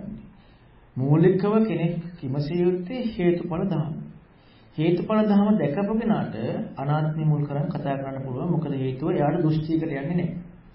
අනිත් කෙනාට අනාත්මය පටන් ගන්න කතා කරන්න ගියොත් එයාට එන්නේ මොකද්ද? දෘෂ්ටියකට. සංවිතනිකයි සූත්‍රයක් නම් අත්අත්ත කියලා. ඒකෙදී බුදුරජාණන් වහන්සේගෙන් ඇවිදilla අහනවා බ්‍රාහ්මණෙක් ස්වාමීනි ආත්මයක් තියෙද කියලා. උත්තර දෙන්නේ නැහැ බුදුරජාණන් වහන්සේ. ආත්මයක් නැද්ද අහනවා. ඒත් උත්තර දෙන්නේ. ආනන්ද ස්වාමීන් වහන්සේ පස්සේ අහනවා අය ගියාට පස්සේ ස්වාමීනි ඇයි උත්තරයක් නොදුන්නේ කියලා. ඒ අවස්ථාවේ බුදුරජාණන් වහන්සේ පැහැදිලි කරනවා ආනන්ද ආත්මයක් තියෙනවා කිව්වොත් එහෙම මගේ ධර්මයට ගැලපෙන්නේ නැහැ නේ. ඒක වැරදි. ආත්මයක් නැහැ කිව්වොත් එහෙම මම යනවා තියෙන දෙයක් නැති වෙනවා කියන දෘෂ්ටියට. ඒ නිසා තමයි මම ආත්මයක් නැහැ කියලා උත්තර නොදුන්නේ. කිසිම උත්තරයක් දුන්නේ නැහැ. එතකොට පින්වත්නි බුදුරජාණන් වහන්සේ දේශනා කරපු ධර්මය අපි ඒ පසුබිමත් එක්ක හැදෑරුවේ නැත්නම් අපි ගොඩාක් වරද්ද ගන්නවා. මේකේ සූත්‍රය පැහැදිලි කරනවා යමෙක් අනිත්‍ය සංඥාව පිළිනවද අනත්ත් සංඥාව පිළිනවද? අනිත්‍ය සංඥාව නොවඩ අනත්ත් සංඥාව වඩන්න බෑ. අනත්ත් සංඥාව වඩන්නේ අපි කොහොමද? මම මගේ නෑ කියලා හිතනවා. මමයි හිතන්නේ මගේ නෑ කියලා. මට අයිති නෑ කියලා. හැබැයි හිතන්නේ මම කියලා මට අහු වෙන්නේ නෑ. ඉතින් මේක හරි තේරුම් ගන්න අමාරුයි කෙනෙකුට හරියට මේ දේශනාව හැදෑරුවේ නැතිනම්. දැන් අපි ගොඩක් වෙලාවට කල්පනා කරන්න පින්වතුනි මගේ දෙයක් දැන් මම ඉන්නවා කියලා හිතන්න නැතුනට හැඟීම දෙනවා මගේ දෙයට අවසන් කරගෙන උත්සාහ කරන්න. මම කියලා දෙයක් නොලැබෙන කල්ලේ මගේ දෙයක් ගැන හිතන්න දෙයක් නැහැ. මේක අදිමුතු තේර කතාවේ ලස්සන තියෙනවා. මමත්සංසෝ අසංහින්දං නත්ති මේකන සෝචති. මම කියලා දෙයක් නොලැබෙන කල්ලි මගේ දෙයක් නැති වුණා කියලා ශෝක කරන දෙයක් නැහැ. මම කියලා දෙයක් නොලැබෙන කල්ලි මගේ දේ ගැන කතා කරන්න දිනවද? කතා කරන දෙයක් නැහැ. මම තමයි මූලිකව. ඊට පස්සේ මගේ දේ කතා කරන්න තියෙන්නේ. අද අපි මම ඉන්නේ නැතිනම් මගේ දේ අයින් කරන්න හොයන්නේ. මේක සියුම්ම අපිට හටගන්න දෘෂ්ටියක්. ඊළඟට දීඝණක බුදුරණවහන්සේට ඇදලා කියනවා ස්වාමීනි මම මේ ලෝකෙ කිසිම දෘෂ්ටියකට කැමති නැහැ. බුදුරණවහන්සේ අහනවා ඔබ කිසිම දෘෂ්ටියකට කැමති නැති දෘෂ්ටියකට කැමති නේද? ඔහුට තියෙනවා කැමති දෘෂ්ටිය මොකද්ද? කිසිවකට කැමති නැහැ කියන දෘෂ්ටියට කැමති. නමුත් ඒක ගැන අල්ලගන්න බෑ. එයා කියන හැම දෘෂ්ටියක්ම ප්‍රතික්ෂේප කරනවා. නමුත් තමාතුර තියෙනවා කිසිම දෘෂ්ටියකට කැමති නැති බව කියන දෘෂ්ටිය. ඒ වගේ පින්වතුනි අපි අද ගොඩක් වෙලාවට ආත්මයක් නැහැ මම කියලා දෙයක් නැහැ කියන මම ඉන්න බව අපට අල්ලගන්න බැරිලා තියෙනවා. ඒ සංකල්පෙට අපි ගොඩක් ගිහින් තියෙන්නේ මේ දේශනාව ඒ පිළිවෙලට අපි තේරුම් නොගන්න නිසා. සමහර දේශනා තියෙනවා ලෞකික සම්මාදිට්ඨියෙන් යුක්තව පැහැදිලි කරන ඒවා. සමහර දේශනා තියෙනවා සෝතාපන්න කෙනාට පැහැදිලි කරන ඒවා. සමහර දේශනා තියෙනවා සෝතාපන්නකම උපදවා ගන්නට හේතු වෙන විදිහට පැහැදිලි කරන දේවල්. දැන් බලන්න බුදුරජාණන් වහන්සේ ළඟටත් එකපාරටම දැන් බෞද්ධ කියලා කියන්නේ බුදුරජාණන් වහන්සේ සරණ ගියායනේ. ඒතකොට ඒ කාලේ බෞද්ධ හිටියේ නෑනේ කවුරුවත් බුදුරජාණන් වහන්සේ මේ 15 වෙනි යුගයේ. ඒතර බුදුරජාණන් වහන්සේ බණ කියලා ධර්මයේ තේරුම් ගත්තට පස්සේනේ බෞද්ධ වුනේ. එතකොට බුදුරජාණන් වහන්සේ ධර්ම දේශනා කරන්න කලින් බුදුරජාණන් වහන්සේගේ තියෙන අනුපිළිවෙල කතා කියලා එකක්. අනුපිළිවෙල කතාවෙන් මොකද්ද කරන්නේ? අනුපිළිවෙල කතාවෙන් කරන්නේ ලෞකික සම්මාදිට්ඨිය ඇති කරනවා. මිලව පරලොව ගැන මේ සියලු විස්තර කියලා දාන ආනිසංස මේවා කියලා ලෞකික සම්මාදිට්ඨිය ඇති කරනවා. ඊට පස්සේ සාමුක්ඛංශික දේශනාව පැහැදිලි කරනවා. චතුරාර්ය සත්‍ය ධර්මයේ නිශ්චිත වූ නුවණ මෝරණ සත්‍ය කරා යන මෙන්න මේ සාමුක්ඛංශික දේශනාව ඊට පස්සේ පැහැදිලි කරනවා. එතකොට මේ සාමුක්ඛංශික දේශනාව පැහැදිලි කරන්න කලින් අර මූලික කතාව කරනවා බුදුරජාණන් වහන්සේ සාමාන්‍යයෙන් ධර්මයක් නොසොයන කෙනෙකුට. ධර්මයක් සොයන කෙනාට ඒක අවශ්‍ය නැහැ. දැන් විමුක්තියම හොයාගෙන ආව කෙනෙක් කියනවා මට කෙටියෙන් දහමක් කියන්න කියලා.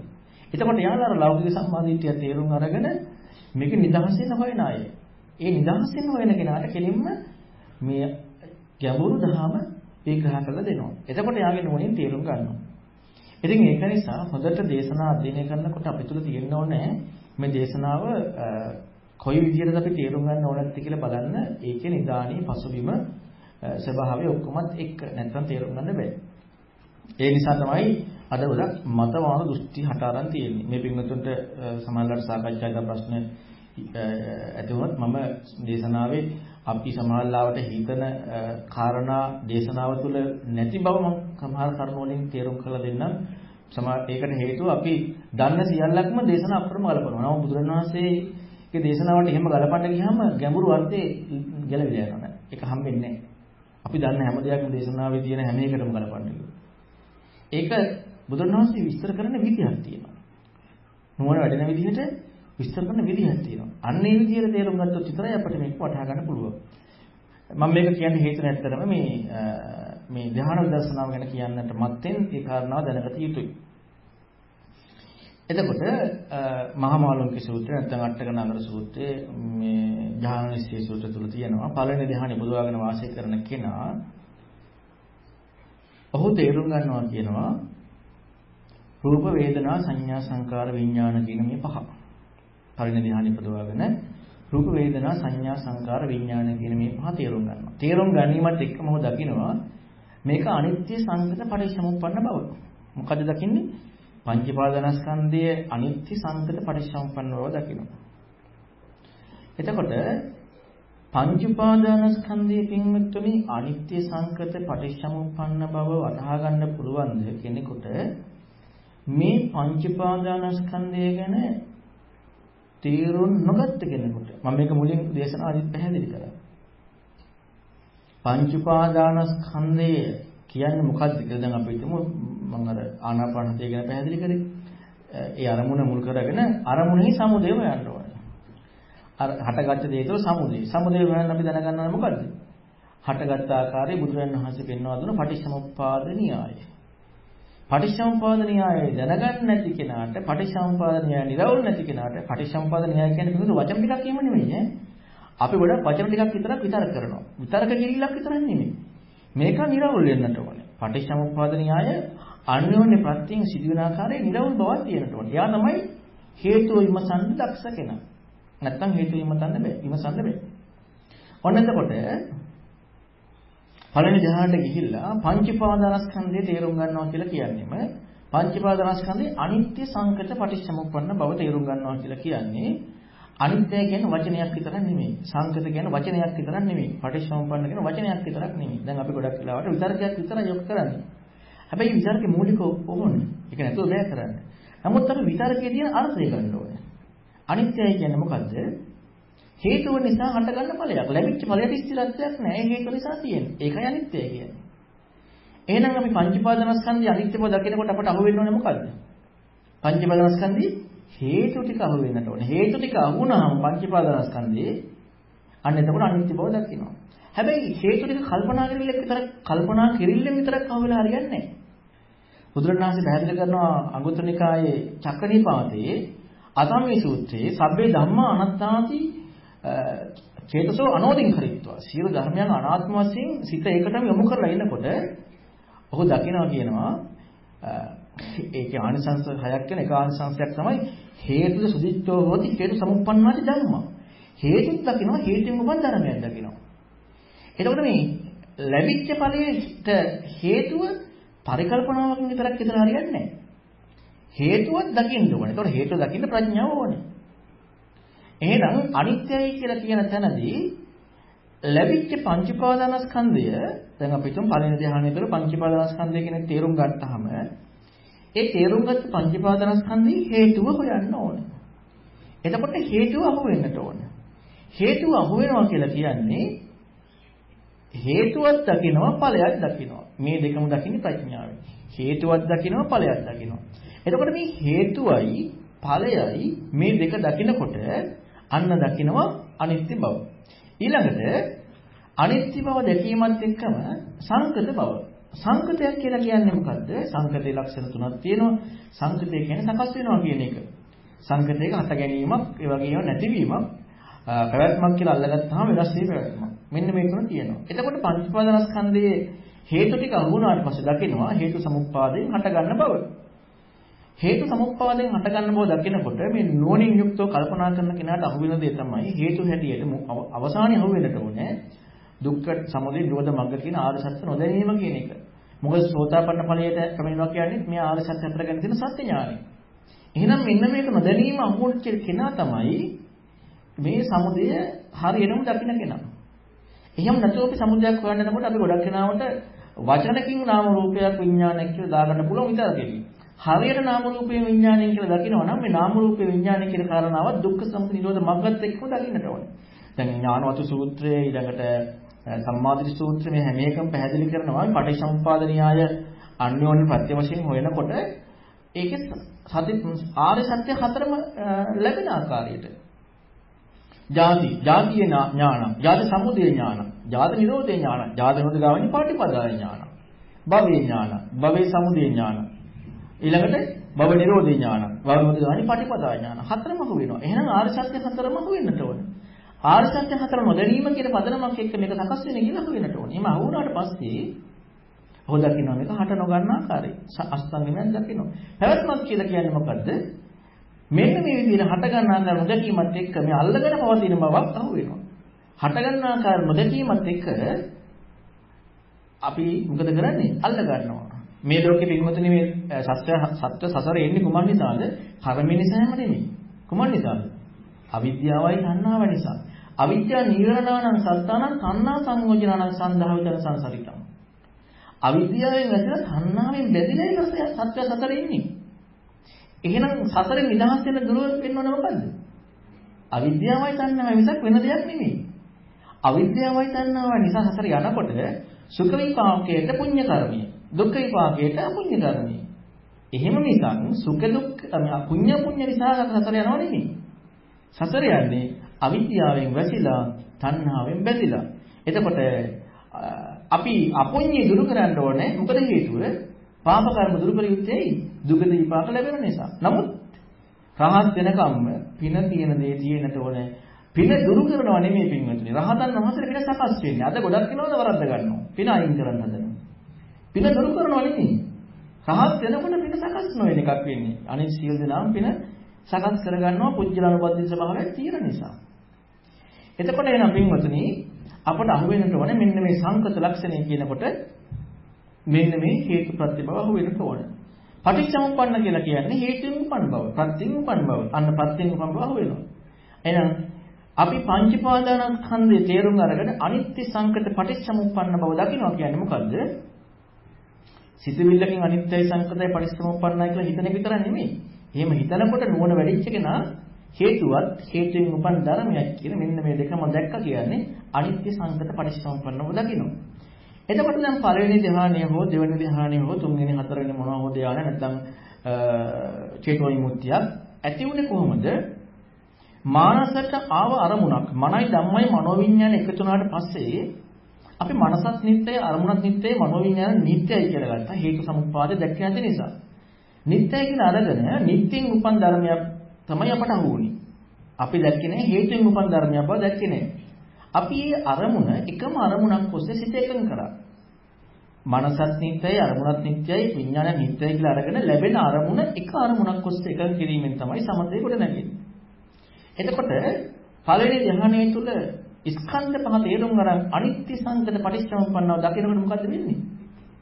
හේතුඵලය දකිනවා. හේතුවක් දකිනවා ඵලයක් දකිනවා.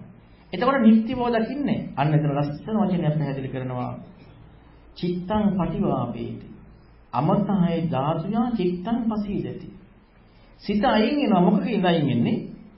නිත්‍යයි කියලා ගොඩනගිච්ච සමාධිය නැත්තම් අපි ගත්ත අරමුණ ඒකෙන් අයින් වෙලා අමතහය ධාතුයා චිත්තං පසීදති.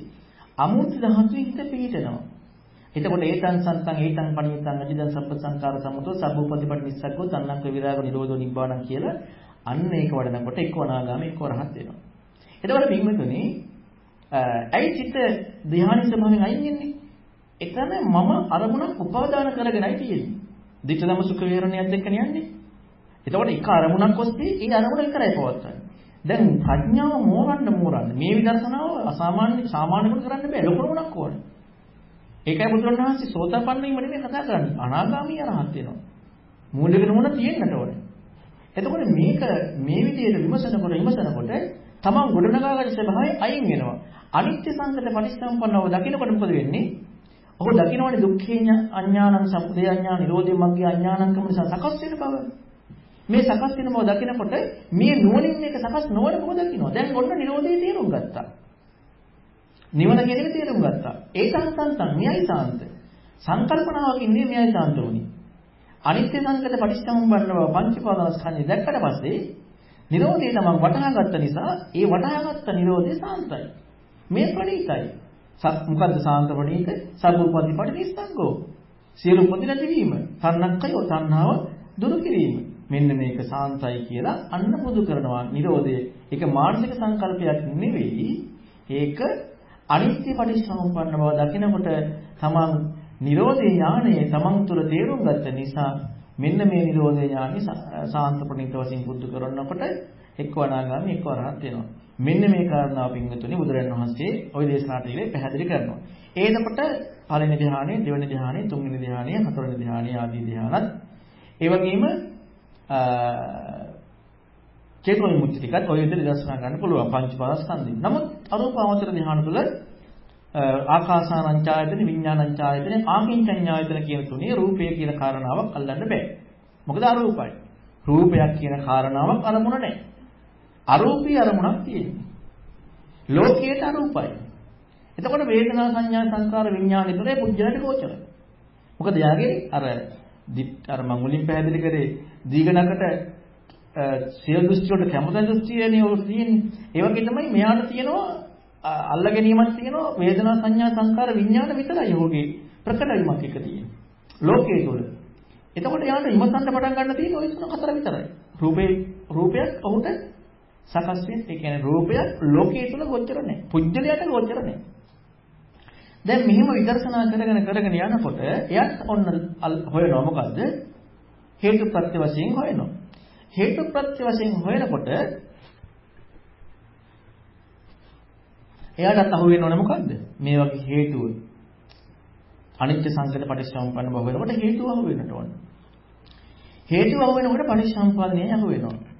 පටිච්චසමුප්පාද න්‍යාය කියන තැන පින්වතුනි මම මුලින්ම පැහැදිලි කරා මම කියන කාරණාව දාන්න බෑ. පුජ්‍යලයක් ආරෝපණය කරන්න බෑ. එතන තියෙන්නේ අනිත්‍ය කියන පදනමත් එක්ක අනාත්ම කියන පදනම. නිට්ටය කියන පදනමත් එක්කයි ආත්ම කියන පදනම එන්නේ. පුජ්‍යලයටයි අරූපයක් උනේ. හේතුඵල වශයෙන් දකිනකොට රූපාරූප කතන්දරේ නැහැ. පටිච්චසමුප්පාද න්‍යාය දකින්නේ. මගේ පටිච්චසමුප්පාදයක් නෙමෙයි පටිච්චසමුප්පාද න්‍යායයි. එතකොට අවිජ්ජා සංකාර විඥාන නාම රූප සලආයතන පස්ස වේදනා කියන මෙන්න මේ යන්න ඕන ප්‍රති තමයි ඔය තේරුම් ගන්න. එතකොට එතන අර රූපී අරමුණක්ද අරූපී අරමුණක්ද කියන අදාළ නැහැ. චිත්තම් පටිවාප හිතේකින් අයින් වෙනවා. අයින් වෙලා අමත 10 ධාතුව චිත්තම් පතිදති. දැන් අසඤ්ඤ කියනකොට මොකද්ද? සංඥාවක් නැති බව මං අල්ලගෙන. සංඥාවක් නැති බව මං අල්ලගෙන මිසක් ඒක මට මගේ ලෝකෙට සංඥාවක් නැහැ. මම අසඤ්ඤය කියන අරමුණක් අල්ලගෙන. මේක හේතුපත්‍ය වශයෙන් හොයනකොට මම අල්ලගත්ත අසඤ්ඤය කියන ස්වභාවය උට අහු වෙන්නේ. ඉතින් මෙන්න මේ විදිහට තමයි පංචපාස්කන්ධයේ තේරුම් අරගෙන විදර්ශනා කරන්න තියෙන්නේ. හැබැයි මේක පින්වතුනි අපිට ලේසියෙන් මූලික අදිතාලමක් නැති කෙනෙකුට එතෙන්ද ගිහිල්ලා විදර්ශනා කරන එක සංකල්පයක් විතරයි. සංකල්පයෙන් අනිත්‍ය සංකේත පටිච්චසමුප්පාද බව හිතාවි. නමුත් ප්‍රායෝගිකව ඒක වැඩින්නේ නැහැ. ප්‍රායෝගිකව වැඩින්න අපි මුලින් ඉඳලම මේ අනිත්‍ය සංකේත පටිච්චසමුප්පාද බව හොයන්නට ඕනේ.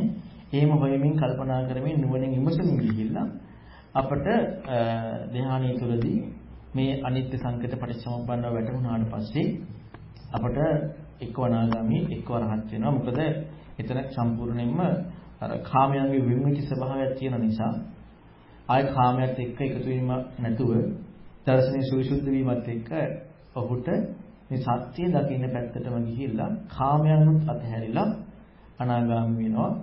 ධම්මරාගෙ තිබෙ නැත්තම් නිවෙනවා. ඉතින් මේ විදිහටයි බුදු දේශනාව තුළ බුදුරජාණන් වහන්සේ මේ සමාධියක් තුළ විදර්ශනා කිරීම ගැන පැහැදිලි කරන්නේ. ඉතින් මේකට අපි පංචපාදනස්කන්ධයේ කොහොමද කියන එක වටහා ගන්නට ඕනේ. ඒක වටහා ගන්න නැතුව අපිට කවදාවත් එතෙන්ද ගිහිල්ලා විදර්ශනා කරනවා නම් අපි හුදු සංකල්පයක් විතරයි. අපිට ඔය තියෙන ඔක්කොම සංකල්පයක් වශයෙන් හිතේ යන්න පුළුවන්. නමුත් ඒක සංකල්පයක් විතරයි. එහෙම නැතු ඒක සැබෑවටම ප්‍රායෝගිකව වෙන එකක් නෙමෙයි. ඒ සංකල්පනොත් අපට සමානලාවට හිතේ මම මේක අවබෝධ කරා කියලා. ඒක මම්ම දාගත් එක. මම ඒක අර මුලින් උදේ ගොඩාක් මේ පිටුන්ට පැහැදිලි කරේ අද ගොඩක් වෙලාවට අපි අපේ දෘෂ්ටියට අනුව අද ලෝකේ තියෙන චින්තනයට අනුව මේ ධර්ම විග්‍රහය කරනවා. අනිත්‍ය කියන එක විවිධ විදිහට අර්ථකථන කරනවා. හැබැයි ඒක බුද්ධ දේශනාවේ තියෙන විදිහ නෙමෙයි.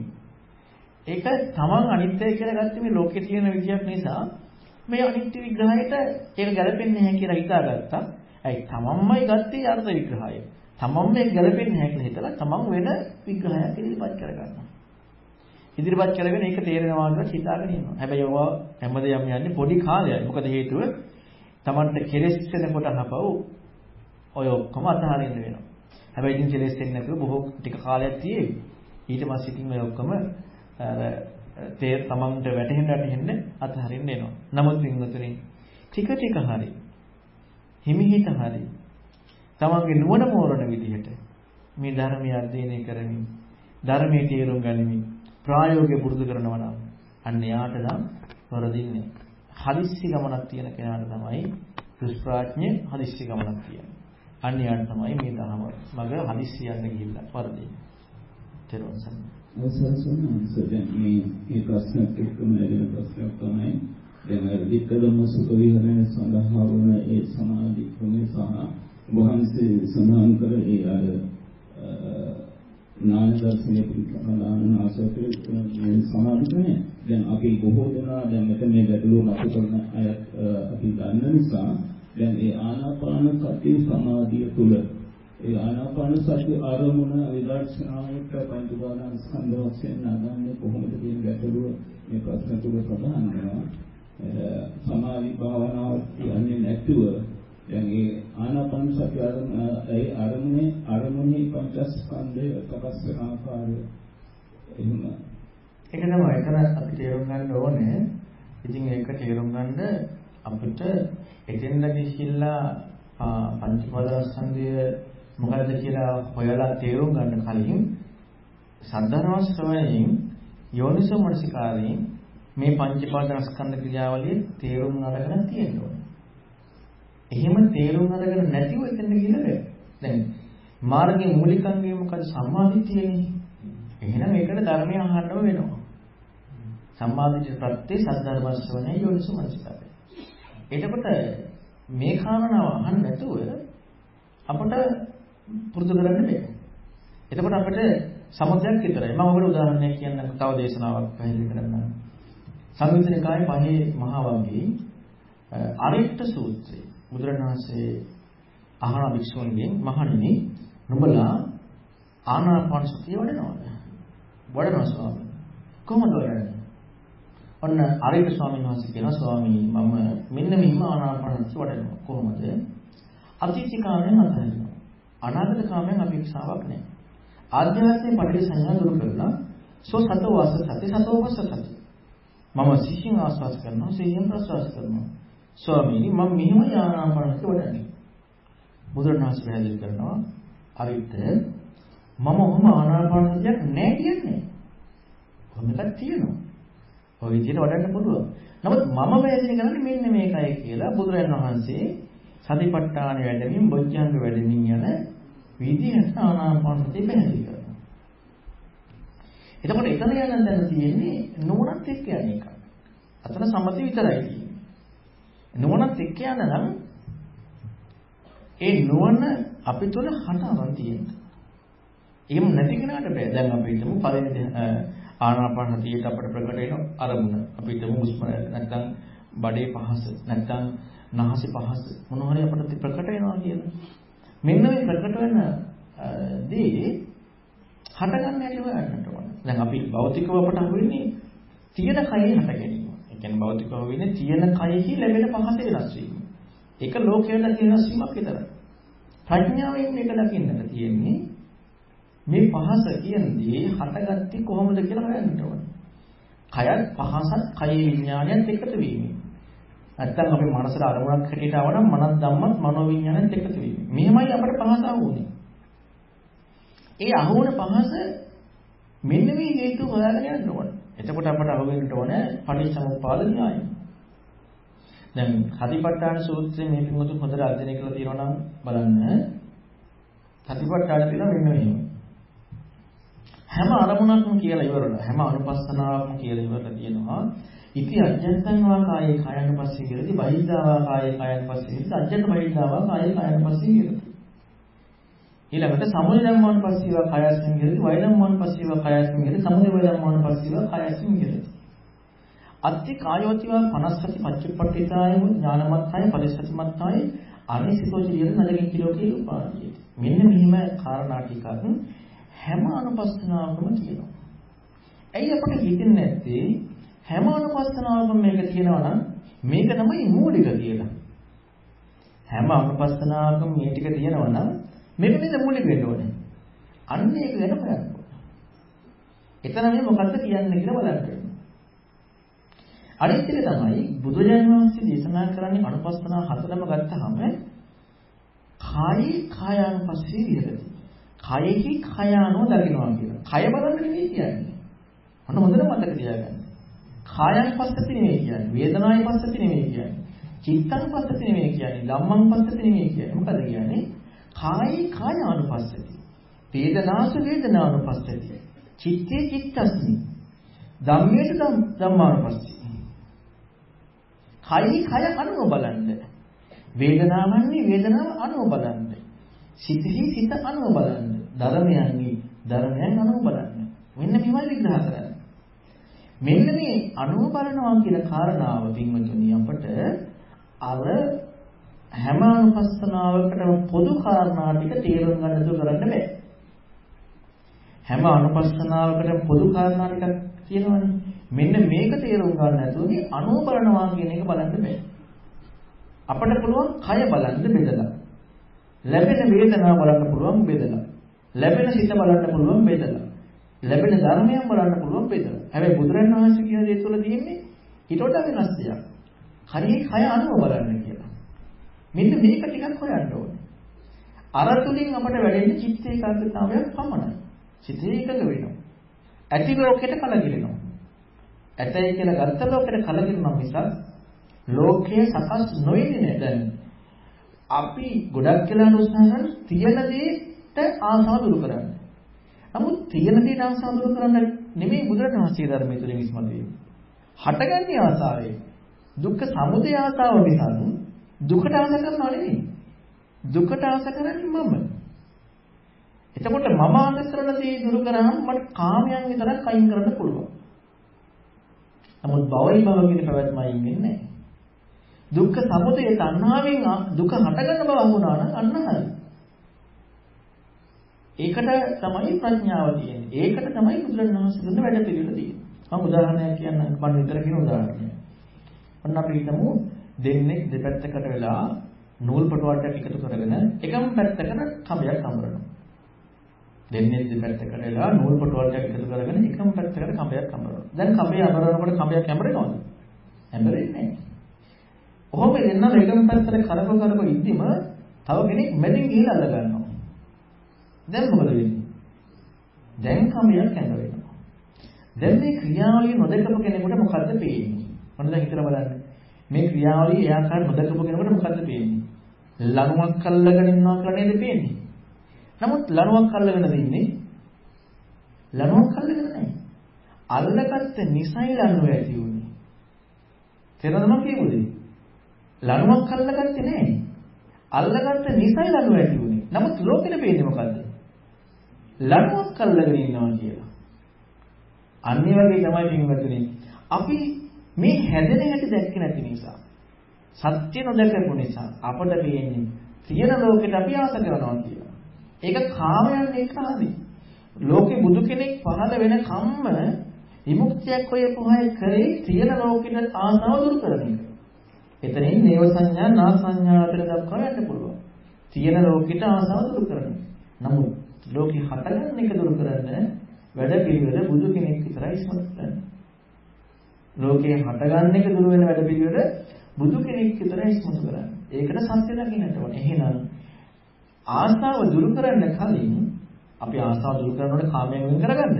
නමුත් සතරේ නිදහස් වෙන්නට නම් ආසාව දුරු වෙන්නේ සත්‍ය දකින්න තැනදී.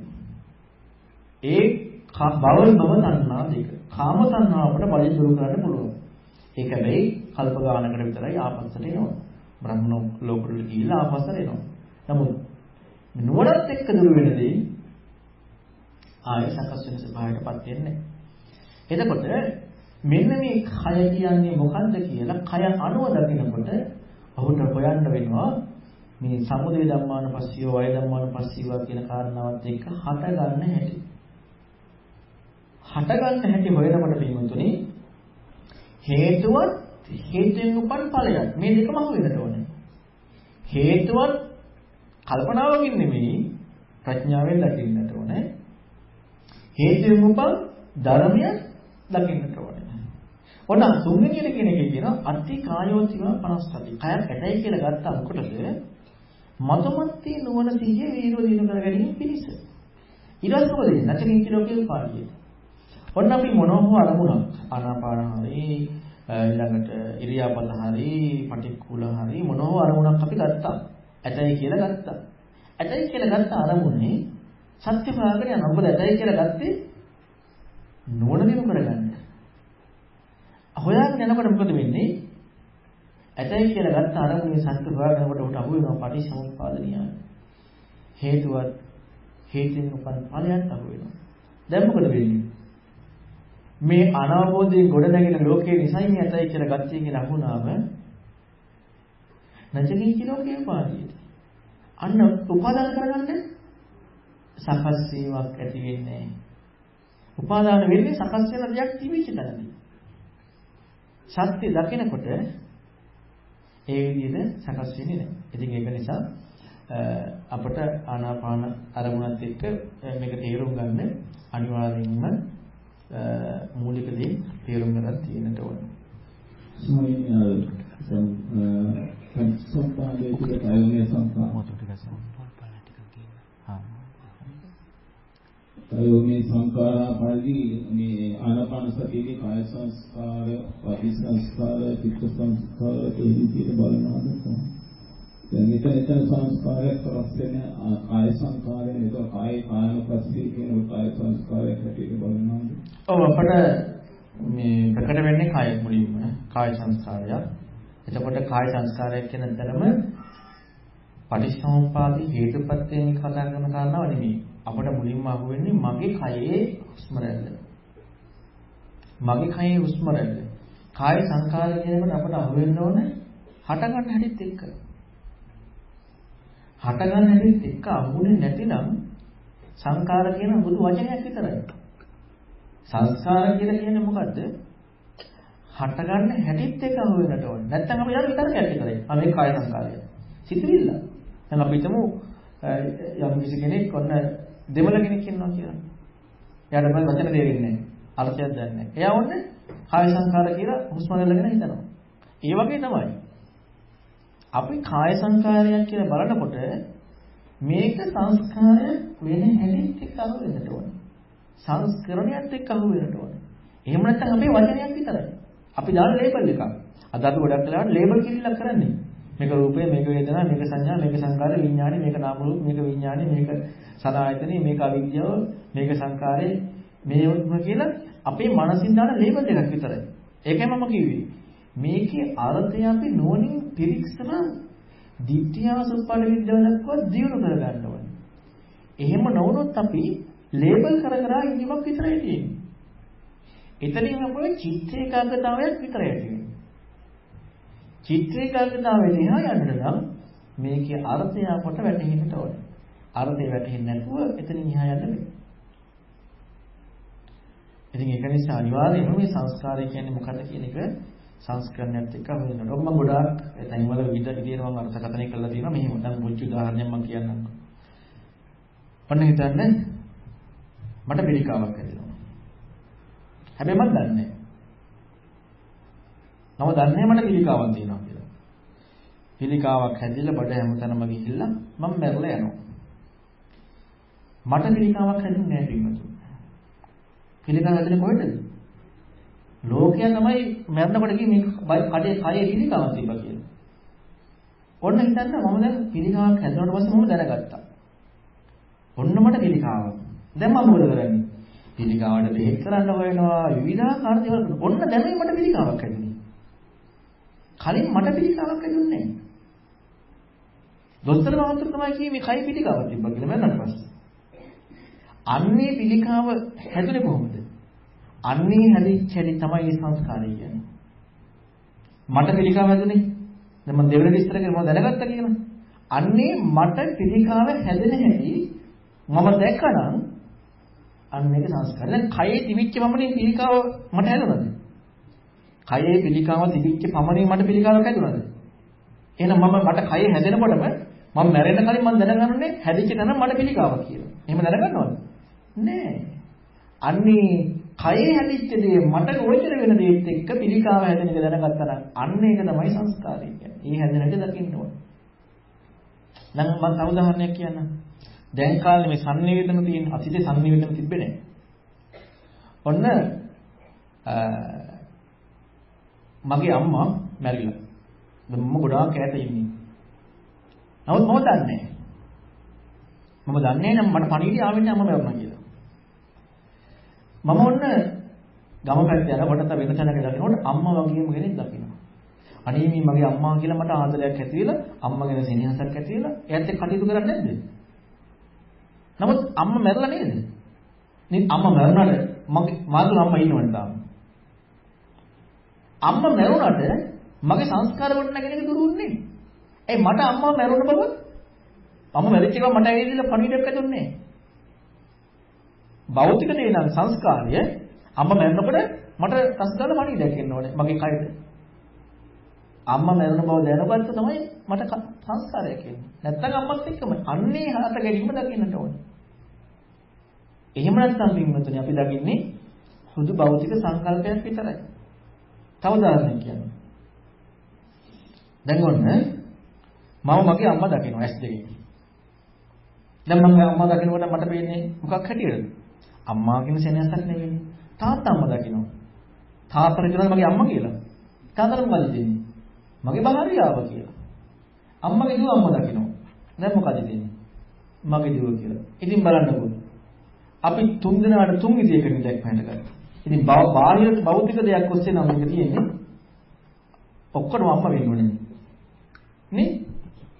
අන්න මේ තමන් තුළ මේ සකස් වෙන විදිය දකින්නට ඕනේ.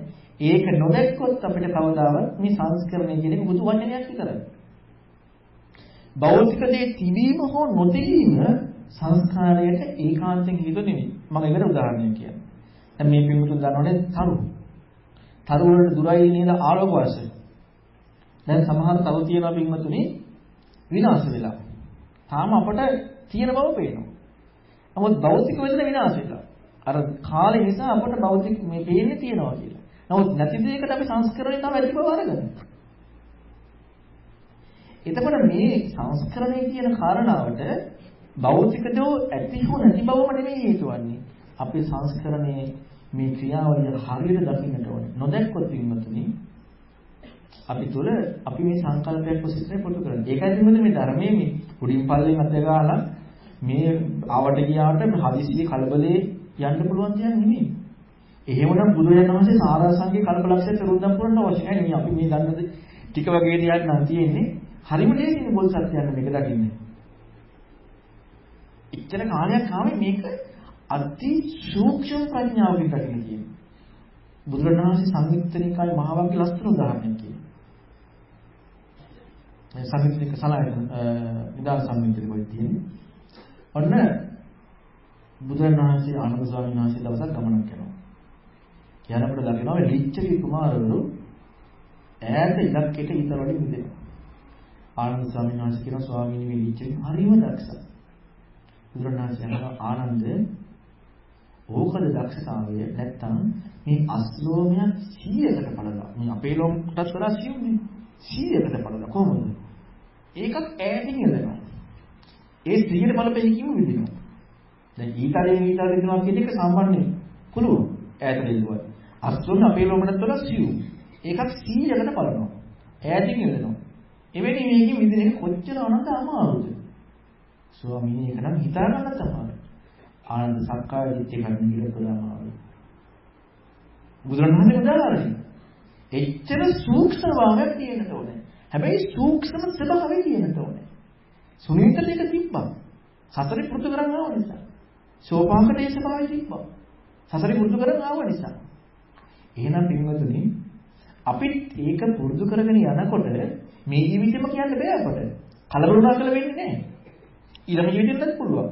ආත්මව 100න් ඉන්නත් පුළුවන්. මෛත්‍රී බුදුන් පාවලෙන්වත් පුළුවන්. දැන් පසේ වලින්වත් පුළුවන්. අපිට කියන්න බෑ කොහොමද කියලා. නමුත් අපි ඉලක්කය අපේ තියෙනවා නම් එයා අනිවාර්යයෙන්ම ඒ සඳහා යනවා. ඉලක්කය නැතිව අපි වෙන මත ආදර්ශ ප්‍රශ්නයන්ට ගියොත් නම් අපිට ඒක මාර්ගය. ස්වාමීන් වහන්සේ ඊළඟ ප්‍රශ්නයක් ඒ වගේමයි ගෞරවනීය ස්වාමීන් වහන්සේ මා ආනාපාන සති භාවනාව විතර පුරුදු කරන අතර යොමු භාවනා වඩීමේදී කය සැහැල්ලු වී ආශ්වාස ප්‍රශ්වාස හොඳින් දැනීමෙන් පසු සමාධියට පත්වන අවස්ථාවේදී ආලෝකයෙන් දිස්සන අවස්ථාවට හොඳින් භාවනා කරගෙන යමි. ඊපසු ඔබ වහන්සේගේ දේශනා කළ පරිදි පංච උපාදානස්කන්ධයේ උදය වාය කෙරෙහි කීම සිදු කළ යුතු ආකාරය පියවරෙන් පියවර පැහැදිලි කර දැමීම වහන්සේගෙන් දෙපණ හොඳින්ලා සිටින වහන්සේට නිකුත් නිරෝගී කෙරෙහිනේ වේවා. ඒක ක්‍රමානුකූලව කලින් පැහැදිලි කරා නේද? ඒ පංච උපාදානස්කන්ධය දර්ශනා කරනකොට පංච උපාදානස්කන්ධ නුවණ මුලින් ඇති කරගන්න ඕනේ. ඇති කරගන්න නැතුව අපිට මේක දර්ශනා කරන්න බෑ. එහෙනම් අපි මුලින් ඒ නුවණ ඇති කරගෙන ඒකට සද්ධර්ම ශ්‍රවණ යෝනිසමනසිකාරය යෝනේ ඒ දෙක කරලා ඒ නුවණ ඇති කරගෙන ඊට පස්සේ ආයේ එයාට ඉතින් ගිහිල්ලා ඒක තේරුම් ගන්න පුරුදු කරන්න පුළුවන්.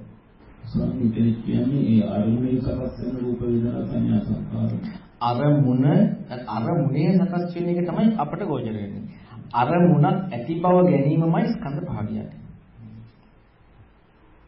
ඒකයි මම කිව්වේ පංච උපාදානස්කන්ධය කියනකොට මුලින්ම අපට අහු වෙන්නේ මම දාගන්න පැනව ගැනීමක්.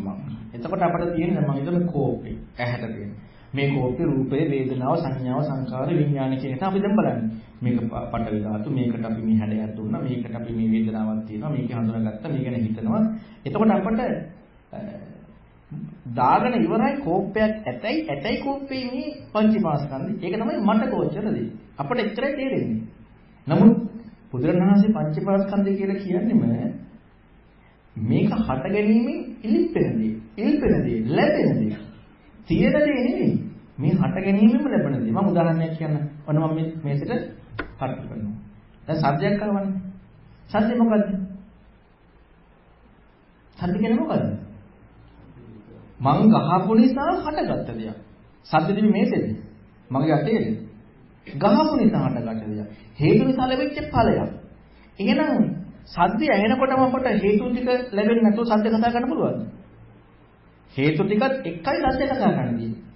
එතකොට එහෙනම් දැක්කේ සකස් වීමක් නේද? මම කියලා ගැනීමක් නැහැ. පංචීපාදානස්කන්ධය හරියට දැක්කම අහුවෙනවා මොකද්ද මේ සද්දේ වගේ. සද්දේ කියන කාරණාව හේතුන්ව කතා කරන්න පුළුවන්ද? දැන් අපිට සද්දේ ගැන කතා කරන්න බෑ. සද්දේ කතා කරන්න ගහන්න වෙනවා. හේතු ටික එන්න ඕනේ. හේතු ඇතිකල්ලි තමයි සද්දේ. මෙන්න මේකත් එක්ක දැකීම තමයි නිවැරදිව පංචීපාදානස්කන්ධය දැක්ක කියන්නේ. එතකන් අපට අහුවෙන්නේ මට ගෝචර විදියට පනවගත්ත දේ. ඒ නිසා තමයි අපි මේක නුවණින් විමසන්න ඕනේ.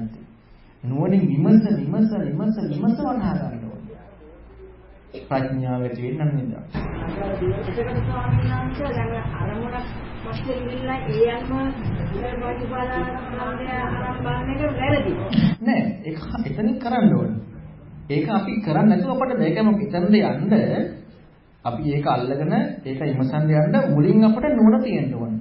ඊට පස්සේ අපි අරමුණ පස්සේ ගිහිල්ලා ඒ අරමුණේ හට ගන්න පංචීපාදනස්කන්ධේ හේතු හොයන්නට ඕනේ අර නුවණ පාදක කරගෙන. ඒ අනුව හේතු හොයන්න. හේතු හොයන්න ඕනේ. හේතු බලේ ඒ අනුව හොයන්නේ. ඔව් මුලින් නුවණ තියෙන්න ඕනේ. ඊට පස්සේ අරමුණ ඔස්සේ ගිහිල්ලා ඒ අරමුණේ හට ගන්න දේත් එක්ක හේතු හොයන්න.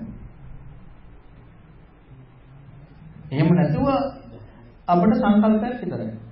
ස්වාමීන් ශ්‍රීලංක ප්‍රශ්නය ගෞරවනීය ස්වාමීන් වහන්සේ හුස්ම රැල්ල ඇතිවීම සහ නැතිවීම පුද්ගල කාමෝකින් කරව බලන ලෙස භාවනා වැඩසටහන් වලදී කියා දෙනවා. ඇතිවීමට සාපේක්ෂව නේද නැතිවීමක් ගැන කතා කළ හැකි වන්නේ. එවිට ඉබේම පුද්ගලයා නිර්මාණය වී තිබෙනවා නේද? ඇතිවීමම සකස් වීමක් බව දන්නේ නම් නැතිවීමක් ගැන කතා කළ හැකිද? ප්‍රමාණ පහදා දෙන්න. ඇතිවීමක් ගැන කතා කරන්න බෑ ඇතිවීම දකින්න නැතුව. නැතිවීමක් ගැන කතා කරන්නේම ඇති දෙයක. අපි මුලින් කතා කරොත් ඇතිවීම දැක්ක තැනයි නිරෝධයක් කතා කරන්න හැකියි. එහෙනම් අපි ඇතිවීම එක ඉස්සරලාම හොයන්නට ඕනේ. ඇතිවීම හේවණන්න නැති වෙන ආකාරය තේරුම් ගන්න පුළුවන්. ගරුතර ස්වාමීන් වහන්සේ ආනාපාන සති භාවනාවේදී හුස්ම ඇතුළට ගන්නා බව පිට කරන බව මට දැනෙනවා. එහි දිග කොට බවක් දැනෙනවා. නමුත් ස්වාමීන් වහන්සේ ඉන් එහාට විදර්ශනා කරන්නේ කෙසේද? හුස්ම ගැන බලා ඉන්න විට විශේෂ දැකීමක් වෙනවද? එසේ නැත්නම් අපි ඇති නැති යන බව මෙනෙහි කළ යුතුද? මේ කරුණාවට පාදා දෙමින් ඉල්ලාසිටිමි. ආයසරේ ප්‍රශ්නයක් මට. ආනාපාන සති භාවනාවේදී හුස්ම ඇතුළට ගන්නා බවත් පිට කරන බවත් මට දැනෙනවා. එහි දිග කොට බවක් දැනෙනවා. නමුත් ස්වාමීන් වහන්සේ ඉන් එහාට විදර්ශනා කරන්නේ කෙසේද? හුස්ම ගැන බලා ඉන්න විට විශේෂ දැකීමක් වෙනවාද? එසේ නැත්නම් අපි ඇති වී නැති වී යන බව මෙනෙහි කළ යුතුද? තේරුම් ගන්න. ඒ විදිහට තේරෙනවා නම් දැන් යාට කරන්න තියෙන්නේ මේ හුස්ම රැල්ල ඇතිවන කොහොමද කියලා හේතුපත් වශයෙන් ඉඳන් වෙනවා. දැන් මම කියවනේ තියෙන හුස්ම රැල්ල ඇති නැති වීම දකින්න එක තියෙන ලෝකෙට. මට හුස්ම රැල්ල ඇති උනේ මම දකින්නේ මගේ හුස්ම රැල්ල ඇති නැති වෙන එක. ඒක නිත්‍යයි තමයි ආත්මයි කියන පදනමත්. ඒකෙන් අපට තියෙන ලෝකෙට කලකිරෙනවා. ලෝකෙ සකස් වෙන එක දුර වෙන්නේ. දැන් හදිපට්ඨාන නමන ආනාපානසතිය කියලා අවසානට කියනවා අත්තිකායෝතිව කයක් ඇතයි කියලා ගත්තේ සිහිය මොන දිනු කරගන්න. එහෙනම් ඇතයි කියලා ගත්ත කයේ කය අනුව බලන්න තියෙන්නේ. ඇතයි කියලා ගත්ත කයේ හුස්ම රැල්ල දිග කොට වශයෙන් ප්‍රකට වෙනකොට මේ ඇතයි කියලා ගත්ත කය සමුදය ධම්මානුපස්සීව විහෙරති වෙන්නට ඕනේ. ඇතයි කියලා ගත්ත කයේ කොට වෙන්නත් පුළුවන්, දිග වෙන්නත් පුළුවන්, පටන් ගන්න තැන වෙන්නත් පුළුවන්, අවසන් වෙන තැන වෙන්නත් පුළුවන්, මැද තැන වෙන්නත් පුළුවන්. මේ ඇතයි කියලා ගත්ත කයේ හුස්ම රැල්ල ඇති උනේ කොහොමද කියලා සමුදය ධර්ම වශයෙන් දකින්නට ඕනේ. සමුදය ධර්ම වශයෙන් දකින්නට නම් ප්‍රත්‍ය දකින්නට ඕනේ. හේතුව දකින්නට ඕනේ. හේතු වශයෙන් දකිනකොට පටිච්චසමුප්පාද න්‍යාය දකින්නට ඕනේ. පටිච්චසමුප්පාද න්‍යාය ප්‍රත්‍ය කරගෙන මේ සකස් වෙන ආකාරය දකින්නට ඕනේ. ඒ සකස් වෙන ආකාරය දැකපු තැනින් තමයි සමුදය දැකීම වෙන්නේ. ඒ සකස් වෙන ආකාරය දැක්කට පස්සේ තමයි නිරෝධය දැකීම වෙන්නේ. සමුදය දැක්ක කෙනා තමයි නිරෝධය කියන කාරණාව තේරුම් ගන්න. මේක අපට මූලිකව සංකල්පයෙන් එකපාරට දකින්න බෑ. සංකල්පයෙන් අපට තියෙන විමසන්න, විචක්ෂණය. සුසුතේ ලබදේ පඤ්ඤා අප්‍රමත්තෝ විචක්කන. ආපු ධර්මයේ අප්‍රමාදීව විමසන්නයි මුලින් කරන්නේ. එහෙම විමසනකොට ඔන්න ඇතයි කියලා ගත්තේ හුස්ම රැල්ලේ ප්‍රත්‍ය බව විමසනකොට. ඒක ප්‍රත්‍ය බව අපට හොයන්න පුළුවන්. මොන දැන් ආර්ය සත්‍ය දුකනේ. දුක පිළිසින් දකින්න තියෙන්නේ. දුක කියනකොට දැන් ඔන්න මුලින්ම තේරුම් ගන්න මේක සංඛාර දුක්ඛයක් කියලා. දැන් දුක්ඛ තුනක් මම උදේ විස්තර කරේ. බුදුරණවහන්සේ දේශනාව කරපු දේශනාවට අනුව දුක්ඛ දුක්ඛ විපරිණාම දුක්ඛ සංඛාර දුක්ඛ. දැන් ඔන්න අපි ගත්තා. දැන් අපිට හුස්ම රැල්ල දුක්ඛ දුක්ඛයකුත් නෙමෙයි. විපරිණාම දුක්ඛයකුත් නෙමෙයි. ඔන්න අපි දැන් මේක සංඛාර දුක්ඛයක් කියලා තේරුම් ගත්තා. දැන් මේ සංඛාර දුක්ඛේ පිරිසිදු හොයන්න ඕනේ. එංගොදනේ බුදුරණවහන්සේ දේශනා කරන්නේ දුක ප්‍රහාණය කරන්න එහෙම නෙමෙයි.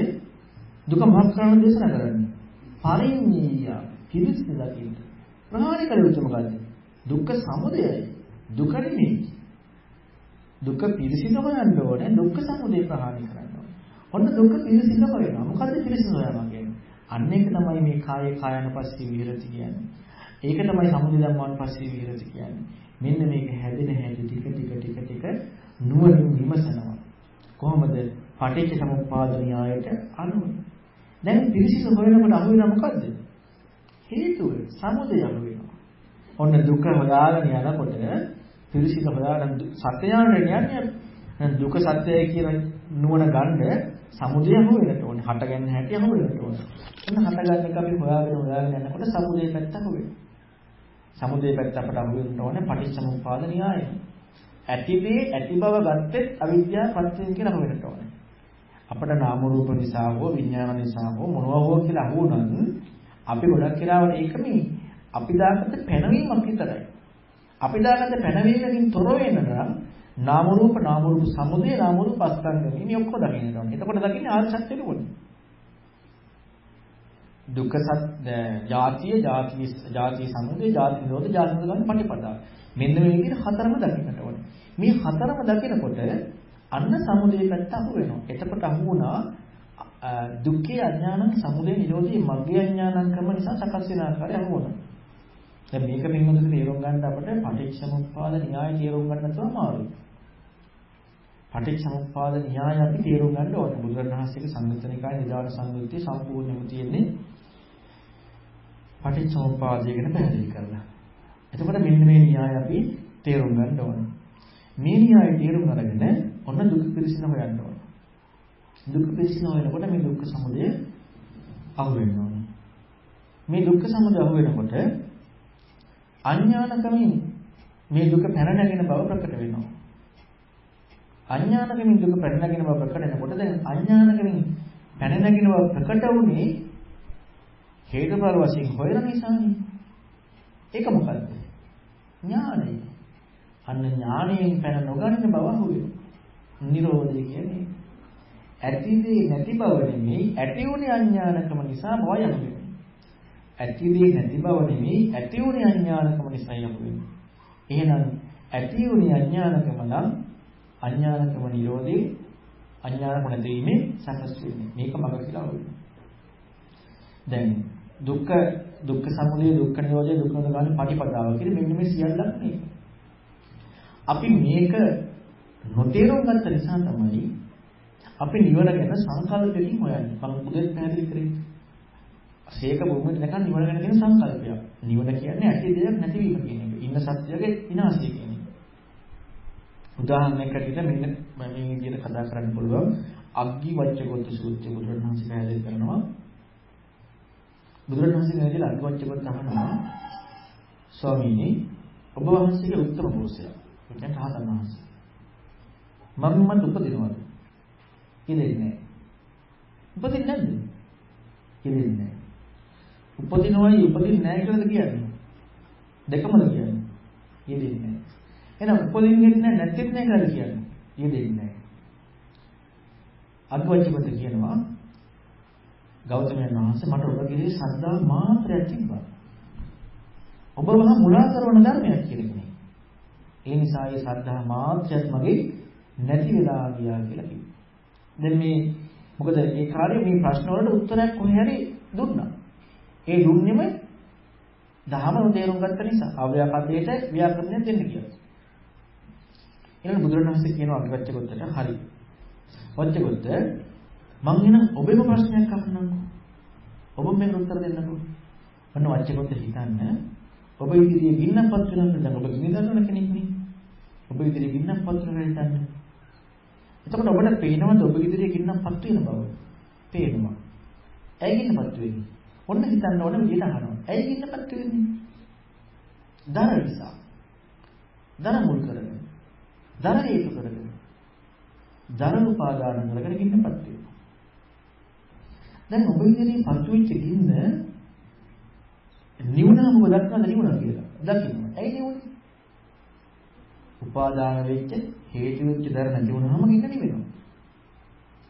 හරි දැන් වච්චකොට කියන්න බලන්න මේ නිවිච්ච ගින්න කොහෙද ගියේ? උතුරටද ගියේ? දකුණටද ගියේ? කොහෙටද ගියේ නිවිච්ච ගින්න? යෙදෙන්නේ නැහැ ස්වාමීන් වහන්සේ. දැන් බුදුරජාණන් වහන්සේගෙන් අභිවචකොට මොකක්ද වෙන්නේ? හාගන් වහන්සේ මම මත උපදිනවද? මොකද්ද කියේ බුදුරජාණන් වහන්සේ? යෙදෙන්නේ නැහැ. උපදින්නේ නැද්ද? යෙදෙන්නේ නැහැ. අහ ප්‍රශ්න උකට මොන්නේ? යෙදෙන්නේ නැහැ කියලා. දැන් වච්චකොටගෙන් බුදුරජාණන් වහන්සේ අහුවා මේ දර පත්තු වුණ ගින්න නිවුණට පස්සේ කොහෙද ගියේ කියලා. මොකද්ද කියේ? යෙදෙන්නේ නැහැ ස්වාමීන් වහන්සේ. අන්න හිතන්න ඕන දේ යමු වුණා. දැන් මෙයා මොකද ඉස්සල්ලාම කරේ? බුදුරජාණන් වහන්සේට චෝදනා කරා ඔබ කෙරේ පැහැදිලිම නැති වෙලා ගියා කියලා කිව්වේ. බලන්න හිතන විදිහට බුදුරජාණන් වහන්සේ ධර්මයේ දුන්නා. මෙයා සෝදාපන්න වුණා. ධර්ම දැකලා. එතකොට ගින්න ගැන කතා කරන්න පුළුවන් කොතනද? පත් වෙනකන් විතරයි නේද? ගින්න ගැන කතා කරන්න පුළුවන් පත් වෙනකන් විතරයි. දැන් අපි අහලා තියෙනවද ගිනි 11ක් වෙන්නේ? රාගක් ගිනා, දෝසක් ගිනා, මෝහක් ගිනා, ජාතිය, ජරාය, මරණ, ශෝක, පරිදේ, දුක්ඛ, දෝමන, සුපායස 11 ගින්න. මේ ගින්න පත් වෙනවා හේතු නිසා. ඔන්න ඔය ගින්න තමයි. ඔය ගිනි 11. පත් වෙනවා හේතු නිසා. මොනවද හේතු? අවිජ්ජා, සංකාර, විඥාන, නාම රූප, සලආයතන, පස්ස වේදනා, තණ්හා, උපාදාන, ජාති කියන මෙන්න මේ පත්‍ය නිසා මේ ගිනි ඇවිලෙනවා. ඔන්න ඇවිලෙනකොට නම් ගින්න ගැන කතා කරන්න පුළුවන්. එතකොට නුවණ තියෙන කෙනාට තමයි ගින්නත් අහු වෙනවා. ගින්න ඇවිලෙන හැටිත් අහු වෙනවා. හේතු නිසා මේ ගින්න පත් වෙනකන් අහු වෙනවා. ඊළඟට නිවිච්ච ගින්න ගැන කතා කරන්නේ කොහොමද? හේතු නිසා පත් වෙච්ච ගින්න නිවුණ විතරයි. දැන් නිවිච්ච ගින්නට කියන්න පුළුවන්ද? නිවිච්ච ගින්න සැර නැහැ. නිවිච්ච ගින්න සුදු පාටයි. අතු පාට නැහැ. එහෙම කියන්න පුළුවන්ද? නිවිච්ච ගින්න ගැන කතා කරන්න පුළුවන්ද? නෑ. ඒ කියන ඔක්කොම බොරු පලාපයක් නෙමෙයි. පනවන්න බැරි දෙයකට යොදන බොරු පැනවීමක් නෙමෙයි. ඒ නිවිච්ච ගින්න ගැන හිතන එක. පනවන්න බෑ. ගින්න පත් වෙච්ච විතරයි ගින්න ගැන කතා කරන්න පුළුවන්. නිවුණට පස්සේ සැර නැද්ද? නැත්තම් පාට නැද්ද? කොහෙටද ගියේ? ඒව කතා කරන්නේ. කතා කරන්න බෑ. අන්නේ වගේ තමයි කෙනෙක් දුක්ඛ සමුදය හොයන්නේ නැතුව පින්වතුනි. මේ ගිනියේ කොනා හටගන්න එක තේරුම් ගන්න නැතුව නිරෝධය ගැන කතා කරන්න කිව්වොත් රහතන් වහන්සේ ගැන කතා කරන්න කිව්වොත් අර ගින්න සැර නෑ ගින්නේ පාට මෙහෙමයි කියලා වගේ කරන කතාවක් විතරයි. ඒක සංකල්පයක්. මෙන්න මේ ප්‍රශ්නේ එන්නේ නැහැ. ගින්න කියන්නේ හරියටම මොකක්ද කියලා දැක්ක කෙනාට. ඒ වගේ තමයි පටිච්චසමුප්පාද න්‍යාය හරියටම සත්‍ය වශයෙන් දැකපු කෙනාට නිරෝධය ගැන තියෙන සංකල්පයට විවරණයකට එන්නේ නැහැ. ඉතින් ඒක නිසා අපිට සමාධියක් තුළදී ධ්‍යානයක් තුළදී මොනවා හෝ තැනකදී අපට අරමුණක් ආවම ඒකේ පංච උපාදානස්කන්ධය කියලා ගන්න පංච උපාදානස්කන්ධය කියන්නේ මොකද්ද කියලා අපි නිරවුල් කරගෙන තියෙන්නට ඕනේ. නිරවුල් කරගෙන නැතිනම් අපි තුළ සංකල්පයක් විතරයි.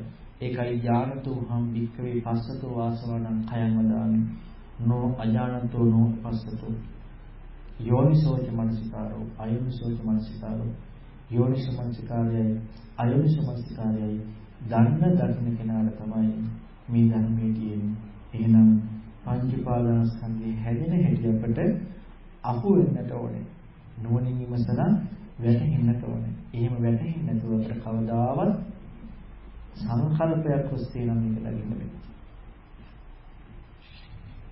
සම්මාස මට අනිත්‍ය ගැන තව ටිකක් දැනගැනීමට අවශ්‍යයි. කරුණාවෙන් පහදා දෙන්න. අනිත්‍ය ගැන තේරුම් ගන්න අනිත්‍ය කියන එක අපි ලෝකයේ තුල මම මුලින් කතා කරා අපට අහු වෙන්නේ වෙනස් වීම කියන එකයි අනිත්‍ය කියන්නේ. නැති වෙනවා කියන එක. ඕක නිසා නේද ප්‍රශ්න තියෙන්නේ. සමහර අය අනිත්‍ය කියන එක නෙලිච්ච අනිත්‍ය කියලා කඩනවා. ඒක අර්ථ තේරෙන්නේ නැති නිසා. අර්ථ වැටෙන්නේ නැති නිසා. බුදුන් වහන්සේ කියපු විදිහට පැහැදෙන්නේ ඒ කියපු කාරණාවට අනුව තේරුම් ගන්න නුවණ නැති නිසා. ඔන්න තමන් තේරුම් ගත්තේ මොකද්ද? අනිත්‍ය කියලා. තියෙන දෙයක් නැති වෙනවා කියන එක තමයි ඔන්න තේරුම් ගන්න අනිත්‍යයි කියලා. එතකොට යාලා ඔන්න තරක කරනවා තියෙන දේ නැති වෙනවා කියන එක තේරුම් ගන්න කියන නිසා අපට අසනීපයක් වුණාම අසනීප නැති වෙලා ගියාම කොහෙද දුක? අසනීප නැති වුණාම ඉස්සක්ක් නේ. ඉතින් කොහෙද දුක? එතකොට ඒ විදිහට තරකයට එන්න පදනමුනේ මොකද්ද? අනිත්‍ය කියලා කියන්නේ මොකද්ද කියලා නිවැරදිව තෝරගත්තේ නැති නිසා. අනිත්‍ය කියලා හිතේ මොකද්ද? මේ අපට තියෙන දෙයක් නැති වෙනවා කියන එකටයි අනිත්‍ය කියන්නේ. දැන් අපි තාවන කටවචන කියන්නේ විදුක බිලවල පස්සේ ඕවා අනිත්‍යල යනවානේ. කටවචනට අපි කියන්නේ මේ ඔක්කොම අර මොකද්ද? තියෙන දේ නැති වෙලා යන එක. මේ ගොඩ නැගලා අනිත්‍යල යනවා. අපි කියන්නේ මොකද්ද? තියෙන දෙයක් නැති වෙනවා කියන දේත් එක්කයි කියන්නේ. ඒකට ගැළපෙන්නේ නැති නිසා මේ කියන කාරණාව අන්න වෙන අර්ථයක් දෙන්න යනවා. ඇයි තමන්ම දාගත්ත දෙයට හරියට මේ වගේ දෙයක් මම උදාහරණයක් කියන්නම්. හිර කූඩුවක් තමන්ම හදාගෙන හිර කූඩුව ඇතුළට තමන්ම ගිහිල්ලා හිර කූඩුව තමන්ම ලොක් කරලා යතුරක් තමන්ම හංගලා යතුරු හොයනවා එළියට එන්න. ඒ වගේ වැඩක් තමයි. ඊට පස්සේ මොකද කරන්නේ? යතුරු හොයාගන්න බෑනේ. කඩලා හරි මොනවා හරි කරනවා එළියට එන්නේ. ඒ වගේ තමයි අපිම මේකට අර්ථකථනයක් දාගෙන මේ අනිත්‍යයි කියලා කියන්නේ අපි දන්නේ මේ ලෝකේ තියෙන දේ විනාශ වෙලා යනවා. ඒක වැරදි කියලා අපිම කියලා එහෙනම් බුදුරණවහන්සේ අනිත්‍ය නිසා දුකයි කියන කාරණාව එහෙම වෙන්න බැහැ කියලා අන්න නතිච්ච අනිත්‍ය කියලා මේක අර්ථකථනයක් දෙන්න යනවා. එයි අපිම දාගත්ත එක අපටම වැරදි කියලා හිතලා අපි බුදුරණවහන්සේගේ දේශනාව වෙනස් කරන්න යනවා. හරිද එතකොට? වැරදි. අනිත්‍යයි කියලා කියන්නේ ස්ථිර නැහැ කියලා කියන්නේ සිංගන දේ නැති වෙනවා කියන දේ නෙමෙයි. තියෙද්දිම අනිත්‍ය බව දකින්නේ. ඒක ඇහින් නෙමෙයි දකින්නේ. මනසෙන් නෙමෙයි දකින්නේ. හේතුප්‍රත්‍යය. ප්‍රඥාවෙන් දකින්නේ හේතුප්‍රත්‍යයෙන් උපදින බව. මම උදාහරණයක් කියන්නම්. දැන් අපි අනිත්‍ය දකිනවා මේ ගොඩ නැගිල්ල. කොහොමද දකින්නේ? මේක කැඩලා බිඳ යන හැටි. අපි දකින්නේ ඕකනේ. ඔන්න අපි මනසින් කල්පනා කරනවා අනිත්‍ය බව. මේකේ සීට් ටික අයින් කරා. ගොඩ නැගිලි ටික අයින් කරා. ගඩොල් ටික අයින් කරා. ලී ටික අයින් කරා. ඇපට ටික අයින් කරා. අපි කියනවා මේ ගොඩ නැගිල්ල අනිත්‍ය දෙයක්.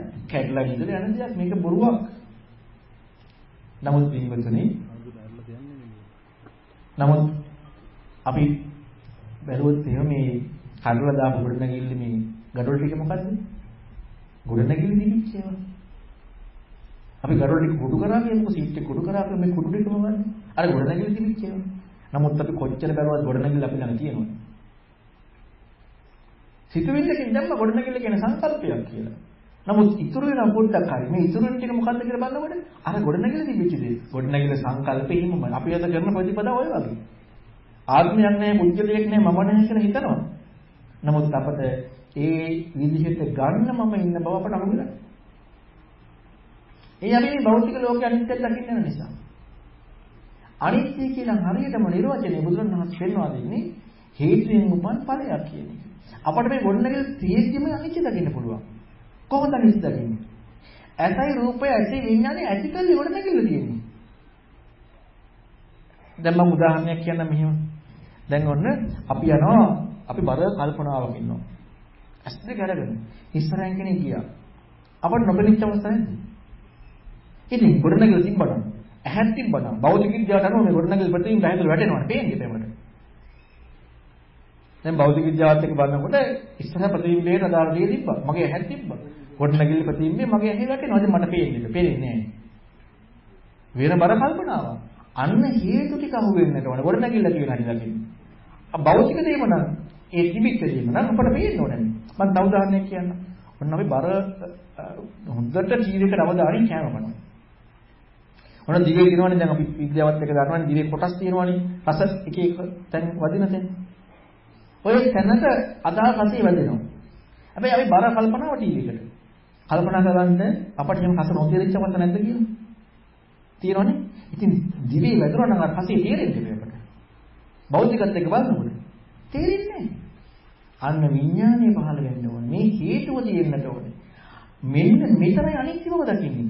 අපි හිතන්නේ අර කෑම නැති වෙලා යන්නේ අනිත්‍යයි කියලා. මේ ගොඩනැගිල්ල විනාශ වෙන අනිත්‍යයි කියලා. මෙන්න මේ හේතුප්‍රත්‍යයෙන් බබව වෙන්නේ. මම තව උදාහරණයක් කියන්නම්. ඒ නිසා තමයි මේ ප්‍රඥාව මදකම නිසා මේක තේරුම් ගන්න බෑනේ. ඒ නිසා විවිධ අර්ථ කතර දෙනවා. ඔන්න ඒ දන්න කුලින් බල්ලෙක් යනවා. ඒ දන්න කුලින් බල්ලෙක් යනකොට උට මොකද්ද පේන්නේ වතුර දිහා බලනකොට? බල්ලෙක් නෙමෙයි. ඌ නම්බුල බලනවා. එතකොට ඌ ඒ දන්නේ එළියට එන්න මොකද හිතන්නේ? වතුරේ බල්ලෙක් හිටියා කියන්නේ. වතුරේ බල්ලෙක් හිටියද? එහෙනම් ඇයි ප්‍රතිචාර දැක්වේ? ඇයි ප්‍රතිචාර දැක්වේ කියන්නේ? මොකද්ද උනේ? බල්ලෙක් හටගත්තා. හේතු නිසා බල්ලෙක් බව නිර්මාණයක් වුණා. ප්‍රතිබිම්බයක් නිර්මාණය වුණා. එතකොට බල්ලගේ ඒ දන්නේ දකින්නකොට වතුරේ ඒ දන්නේ ඉඳලා බලනකොට බල්ලේ දකින්නකොට නුවණ තියෙනවා නම් ඒ කියන්නේ උදාහරණයක් අනුව උඩ දකින්න පුළුවන් නේද මේ මම බලපු නිසා මේ හේතු නිසා ඇතිවෙන්නේ කියලා. එතකොට උඩ ගන්නවද බල්ලෙක් ඉන්නවා කියලා. හැබැයි නෑ කියන එක හරිද? නෑ කියන එක හරිද? නෑ කියන එක වැරදි. ඇති වුණානේ. අන්නේ ඇතිවීම දකින්නට ඕනේ. අපි ඇහෙන් දකිනකොට මේ ගොඩනැගිලි දිහා බලනවා. අපිට තියෙන්නේ මොකද්ද? අර බල්ලා දැක්කා වගේ ඊළඟට වතුරේ ඉන්න බල්ලා දැක්කා වගේ අපිත් දකින්නවම ගම. මේ තිබිච්ච ගොඩනැගිලි දැක්කේ. පස්සේ කියලා කල්පනා කරනවා මෙතන ගොඩනැගිල්ලක් තිබ්බා. අර බල්ලා වතුර දිහා දැක්කා වගේ. හොඳට හිතලා බලන්න පින්වත්නි සමහර වෙලාවට අපි තැනකට ගියාම සමහර මේ ඉස්සරහම තියෙන දේක් අපි නොදැක්ක අවස්ථා ඇති වුණා. පස්සේ කල්පනාව හොඳටම අවධානය යොමු කරාම තමයි තේරෙන්නේ. මම මේ ළඟදී අපේ මගේ ආරණ්‍ය දානශාලාව ඉස්සරහ කැඳ ගහක් තිබ්බ මම දැක්කේ දැන් සතියකට කලින්. කැඳ ගහ. මේ දානශාලාව ඉස්සරහම තිබ්බේ. එතකොට ඇයි නුනේ?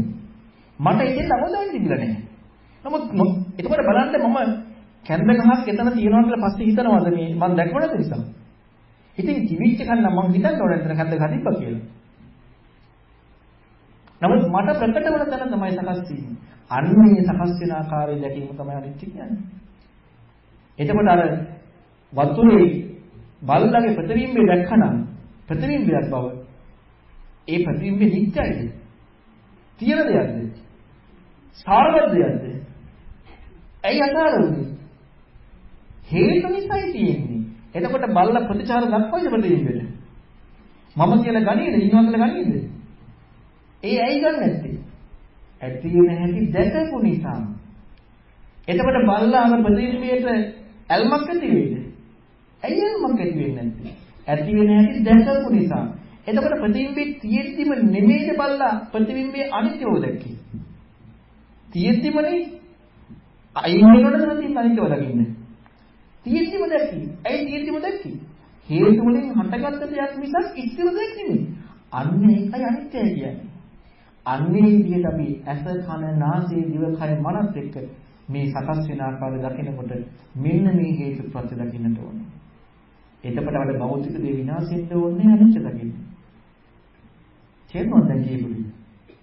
එතකොට මේක දකින්න බෑ කිව්වොත් සිතිවිල්ලකින්. මේක ඇහෙන් දකින්න බෑ. සංකල්පනාවෙන් දකින්න බෑ. මේකට අවශ්‍යයි මොකද්ද? ප්‍රඥාව අවශ්‍යයි. ප්‍රඥාව නැතුව මේ දර්ශනය ඇති කරගන්න බෑ. මෙන්න මේ ප්‍රඥාව ඇති වෙන මගේ ගන්න ඕනේ. එහෙම වුණොත් නම් අපිට සත්‍ය දකින්න පුළුවන්. මේ ත්‍රිලක්ෂණය දකින්නේ මෝඩය නෙමෙයි. කවුද දකින්නේ? ප්‍රඥාවන්තය. ඉතින් මෝඩයට වැටෙන විදිහට අර්ථ විග්‍රහ කරාට මොනව කරන්නද? මෝඩය මේකට රැවටෙනවා. බුදුරණවහන්සේගේ ධර්මයත් එක්ක ප්‍රඥාව අවදි කරගත්තොත් එයාලා එකට රැවටෙන්නේ නැහැ. ස්වාමීන් යදනිච්ඡං කං දුක්ඛං කියලා අපි භගවතුන් වහන්සේ දේශනා කරනවා. එතකොට අනිත්‍යයේ අනිත්‍ය වශයෙන් දකින්නේ නැති නිසා නේද දුක ඇතිවෙන්නේ. මෙහෙමයි. එතකොට මේ දුක කතා කරන්නේ පුජ්‍යලයට එක්ක. පුජ්‍යලයටනේ දුක. මෙතන පුජ්‍යල දුක නෙමෙයි. අනිත්‍යදී අනිත්‍ය වශයෙන් දකිනකොට එතන කතා කරනකොට මගේදී මම ඉන්නේ නොදකින නිසා මම කරගන්නේ නැතුව හිතුවත් දුක නැහැ කියලා කතා කරන දේ තුළ තියෙනවා.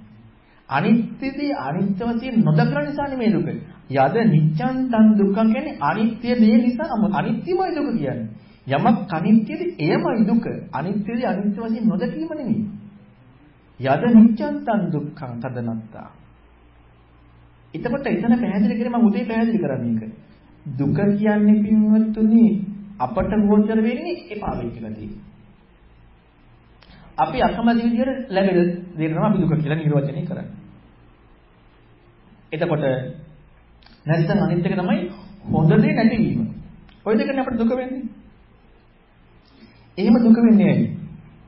දැන් ඔන්න මම අකමැති දෙයක් ලැබෙනවා කියන්නේ කොහොමද? එක්ක මගේ ඇහැට කනට නාසයට දිවට කයට මනට. මේ හයට එන රූප ශබ්ද ගන්ධ රස පහස අරමුණු කියන ඒවා හොඳ නැති වෙනකොට මට මොකක්ද අටගන්නේ? දුකක් නේ. එතකොට හොඳ දේවල් මට ඔන්න එනවා. මගේ ඇහැට කනට නාසයට දිවට කයට මනට හොඳ දේවල් එනවා. දැන් මේක නැති වෙනවා. දැන් මට මොකද අටගන්නේ? ඒ දුකයි නේ. එතකොට ওই දුක් දෙකම තිබ්බේ මගේ ඇහැට රූපයක් තිබ්බ නිසානේ. මගේ කනට ශබ්දයක් තිබ්බ නිසානේ. මගේ නාසයට ගන්ධයක්, මගේ දිවට රසයක්, මගේ කයට පහසක්, මගේ මනස අරමුණක් තිබිච්ච නිසායි ওই දුක හටගත්තේ. එතකොට කාටද දුක හටගත්තේ? මට.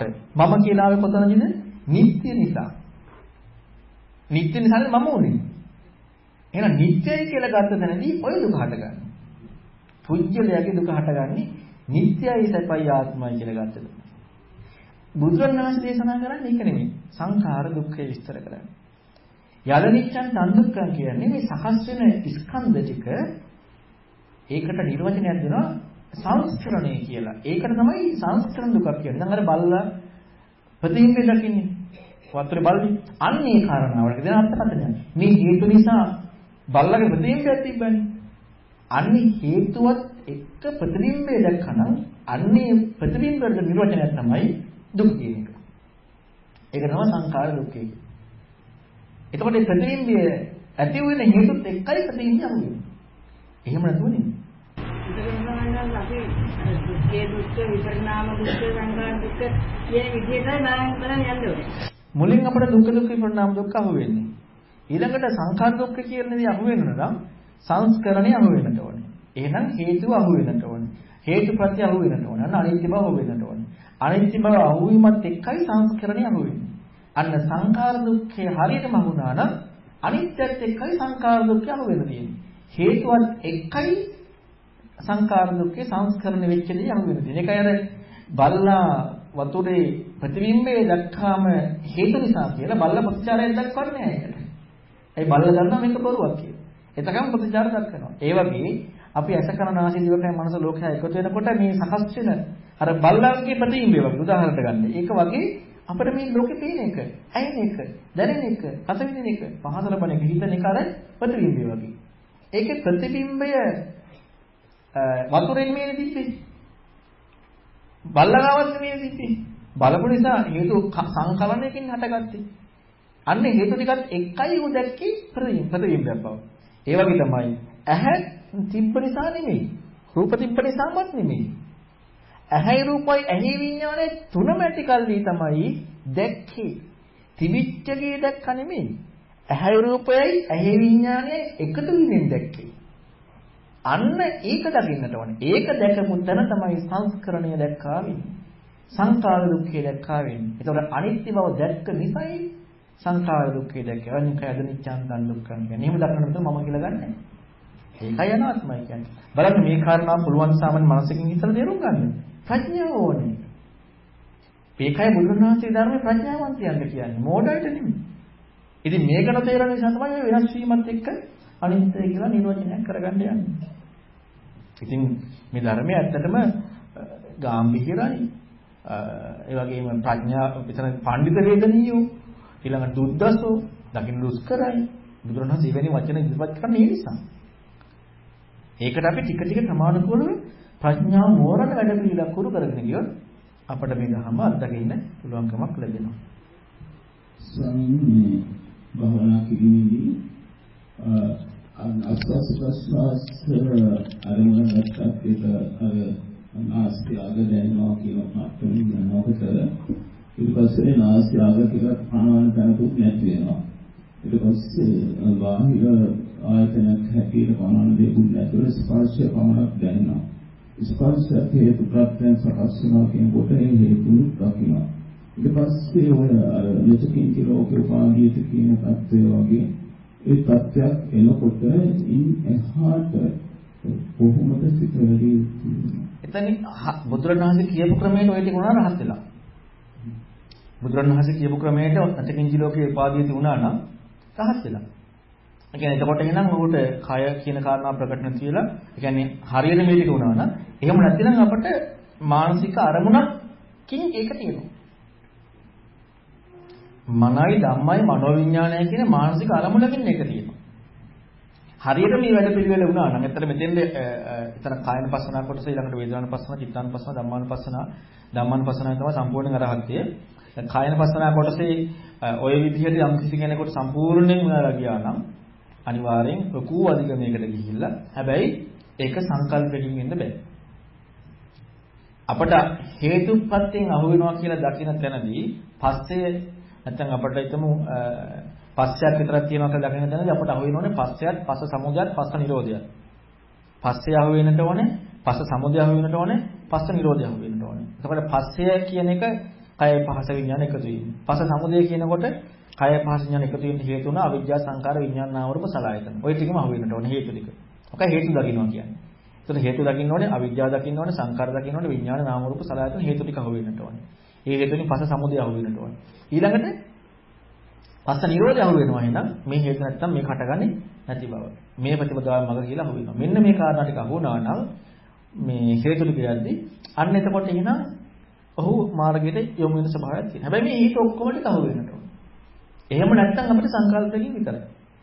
ඊළඟට තමයි සංකල්පයකින් අපට යමක් ඇති වුණාට පස්සේ අපි ඊට අහු වුණා නම් මට මෙහෙම දෙයක් ඇති වුණා කියලා එතනත් අවබෝධයක් කරා ගිහිල්ලා නේ මටයි එහෙම දෙයක් ඇති වුණේ. මට එහෙම දෙයක් ඇති වෙච්ච ඕවා තියෙනවා. මගේ මනට අරමුණක් ඇවිල්ලා මට මම සෝතාපන්න වුණා කියලා කියනවා. මමයි සෝතාපන්න වුණේ. මම සෝතාපන්න වුණා කියලා දෙයක් නෑ. සක්කායදිට නැතිවීමට සෝතාපන්න වීමට නිරෝධනයක් දෙනවා. සක්කායදිට නැතිවීමට සෝතාපන්න කියලා නිරෝධනයක් දෙනවා. මම සෝතාපන්න වෙනකොට මම ඉඳලා සෝතාපන්න කරන්න යන්නේ. මම කියලා දෙයක් ගැනීම බොරු බව දැකීම සෝතාපන්නයි කියන්නේ. මගේ ටයිටල් එකක් නෙමෙයි. මම කියලා ගැනීම බොරු බව දැකීම. එතකොට නම් මම සෝතාපන්න ගන්න අවශ්‍ය නැහැ නේද? මම සෝතාපන්න ගන්න හදනකොටම තියෙන සක්කායදිට. සමහරවිට ස්පර්ශය කියන එකත් දැනෙන්න වේදීමක් එක්ක. ඒක ස්පර්ශය කියන පණවන්නේ දැන් අපි ස්පර්ශය කියන එක දැනගන්නේ වේදීමක් හැටියට. ඒක සුඛ වේදනාවක්, දුක් වේදනාවක්, අදුක්ම සුඛ වේදනාවක් හැටියට නැත්නම් සංඥාවක් හැටියට. දැන් එතන සකස් වෙනවා. එතකොට ස්පර්ශය අපි කය පහස විඥාන එකතු වීම බලන්න ඕනේ. ඊළඟට කය පහස විඥාන එකතු වෙන කොහොමද කියලා ආපස්සට හොයන්න යන්න ඕනේ. ඒකට හේතුනේ කයක් ඇතයි කියලා ගත්ත එක. ඒකට ඇතුළේ මේ නාම රූප විඥාන ක්‍රියාකාරීත්වය. ඒකට ඇතුළේ මේ සංස්කාරයන් ඇතයි කියලා ගත්ත නිසා ඒකට ඇතුළේ මේ දුක්ඛ අඥාන, සමුදය නිරෝධය, මග්ග අඥානකම කියලා මෙන්න මේ හේතුව සම්පූර්ණයෙන් අහු වෙන්නට ඕනේ. ඒක සම්පූර්ණයෙන් අහු වුණාට පස්සේ තමයි අන්න හරියටම ඇති වේදනාවක මගේ වේදනාව ස්පර්ශයෙන් හටගත්ත නෙමෙයි අහු වෙන්නේ. ඒකට මේ හටගත්ත වේදනාව මගේ කියලා ගන්නදී නැති වෙලා යනවා හරියට හිත දැක්කට පස්සේ. මම ප්‍රීතියක් වින්දා නෙමෙයි. මම ප්‍රීතියක් වින්දා කියලා අහු වුණා නම් එතන තියෙන්නේ මම ලබාගත්ත දේ.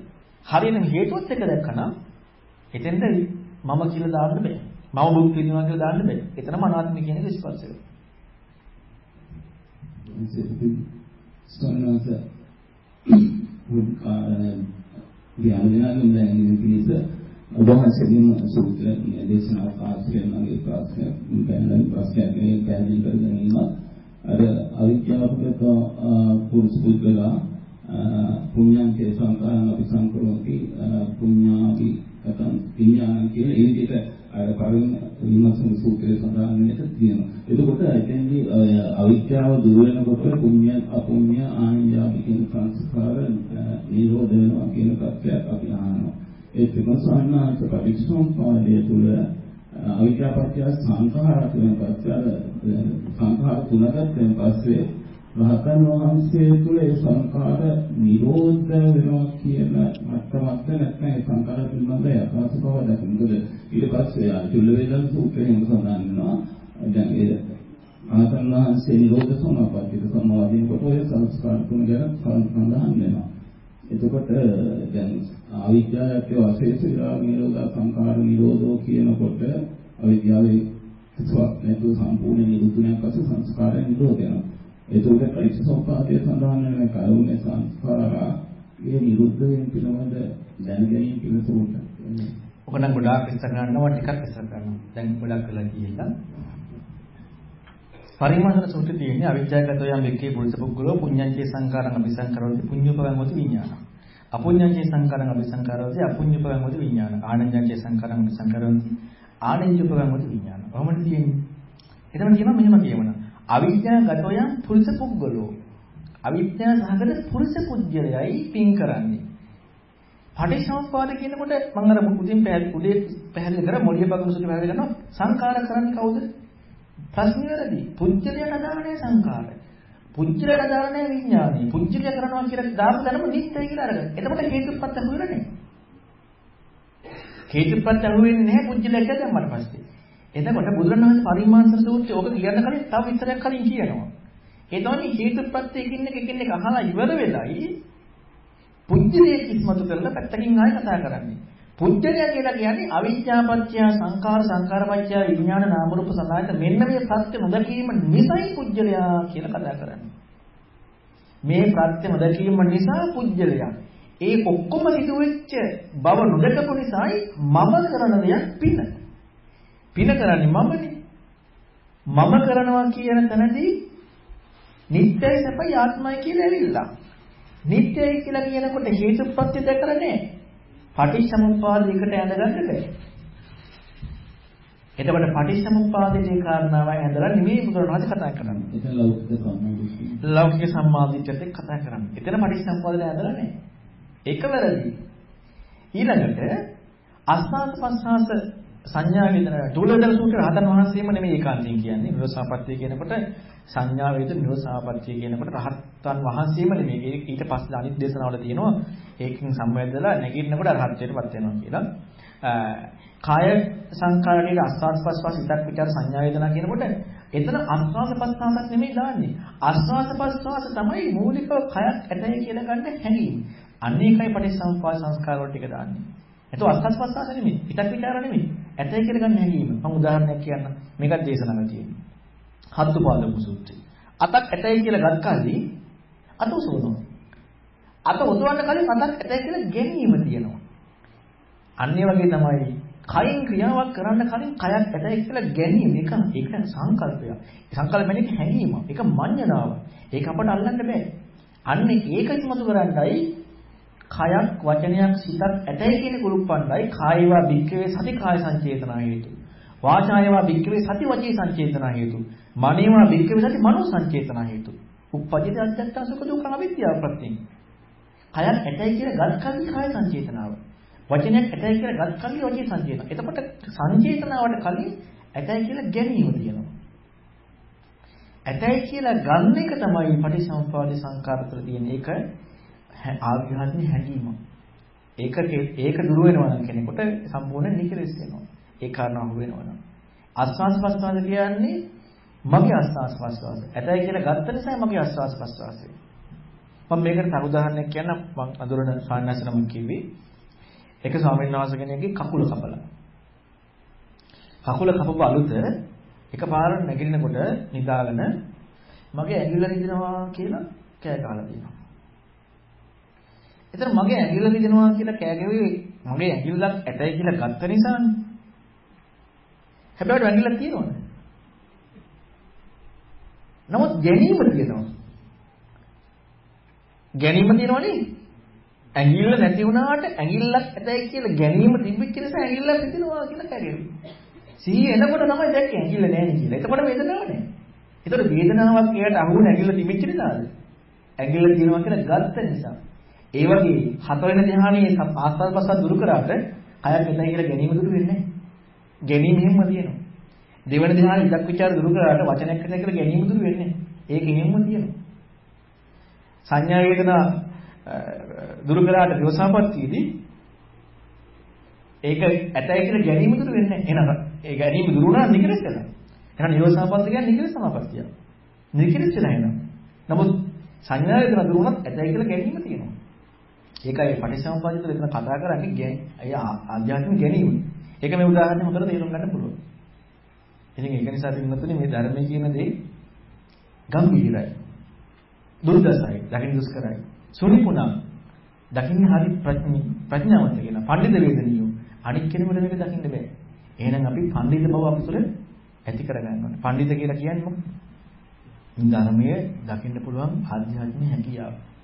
ඒක ඇති කරගත්තොත් විතරයි පින්වතුනි අපිට මේ ධර්මයෙන් සැබෑ සැනසීම ඇති කරගන්න පුළුවන්. එහෙම නැත්නම් අපි මොකද වෙන්නේ? මුලාවටපත් වෙනවා. හැබැයි ඒක ලෝකයා කරන වැරද්දට සාපේක්ෂව හොඳයි. ඒ බ්‍රහ්ම ලෝකේ නෝනේ. බ්‍රහ්ම ලෝකෙ ගිහිල්ලා අපි කල්ප කාලාන්තරයක් ඉන්නවා. හසර යාල දුක්ඛිත නිරයනට වඩා හොඳයි. නමුත් බුදු කෙනෙක් ලැබිලා බුදු කෙනෙකුගේ ධර්මයක් ඇහිලා ඒ ධර්මයේ තුලින් අපට ලැබෙන ප්‍රයෝජනෙ ගන්න බැරි වෙන එකට සාපේක්ෂව නම් අසාධාරණයි අපරාධයක් වෙනවා. ලෝකයට සාපේක්ෂව නම් 1000කින් සම්පත. ඒක නිසා විතරාගී විචදෝෂී කියන එක. එතන විතරාගී විචදෝෂී කියලා බුදුරණවහන්සේගේ ශාසනයෙන් පිට කතා කරන්න පුළුවන්. තමන්ට ඇති වෙන දේ දුරු කිරීමත් එක්ක රාග දේශ. නමුත් මේ විත මොහි කියන කාරණාවත් හේතුප්‍රත්‍ය දැක්ලා නිවීම කියන කාරණාවත් ශාසනයෙන් පිට කතා කරන්න බෑ. බුහන්සේට දුරා පිළිසානන්ත අපි ධර්මයේ සමාජ නොදුතු පාස්කත් බුදුන්වහන්සේ දේශනා කොට බලයේ උදාර ගම්භීරතාවයෙන් යම් පමණකින් ස්පර්ශ කරනවා. බුදුන්වහන්සේ ශ්‍රාවකයන් වහන්සේ කිතුන් අපුදුත් අලම්බුතුන් දෙමයි ඉන්සෝවන්සේක නහතු සරකතුමා කියලා වහන්සේ ප්‍රාර්ථනා බෝධි කිතුන් නිවයින් ස්කන්සේවා කියලා ප්‍රාර්ථනා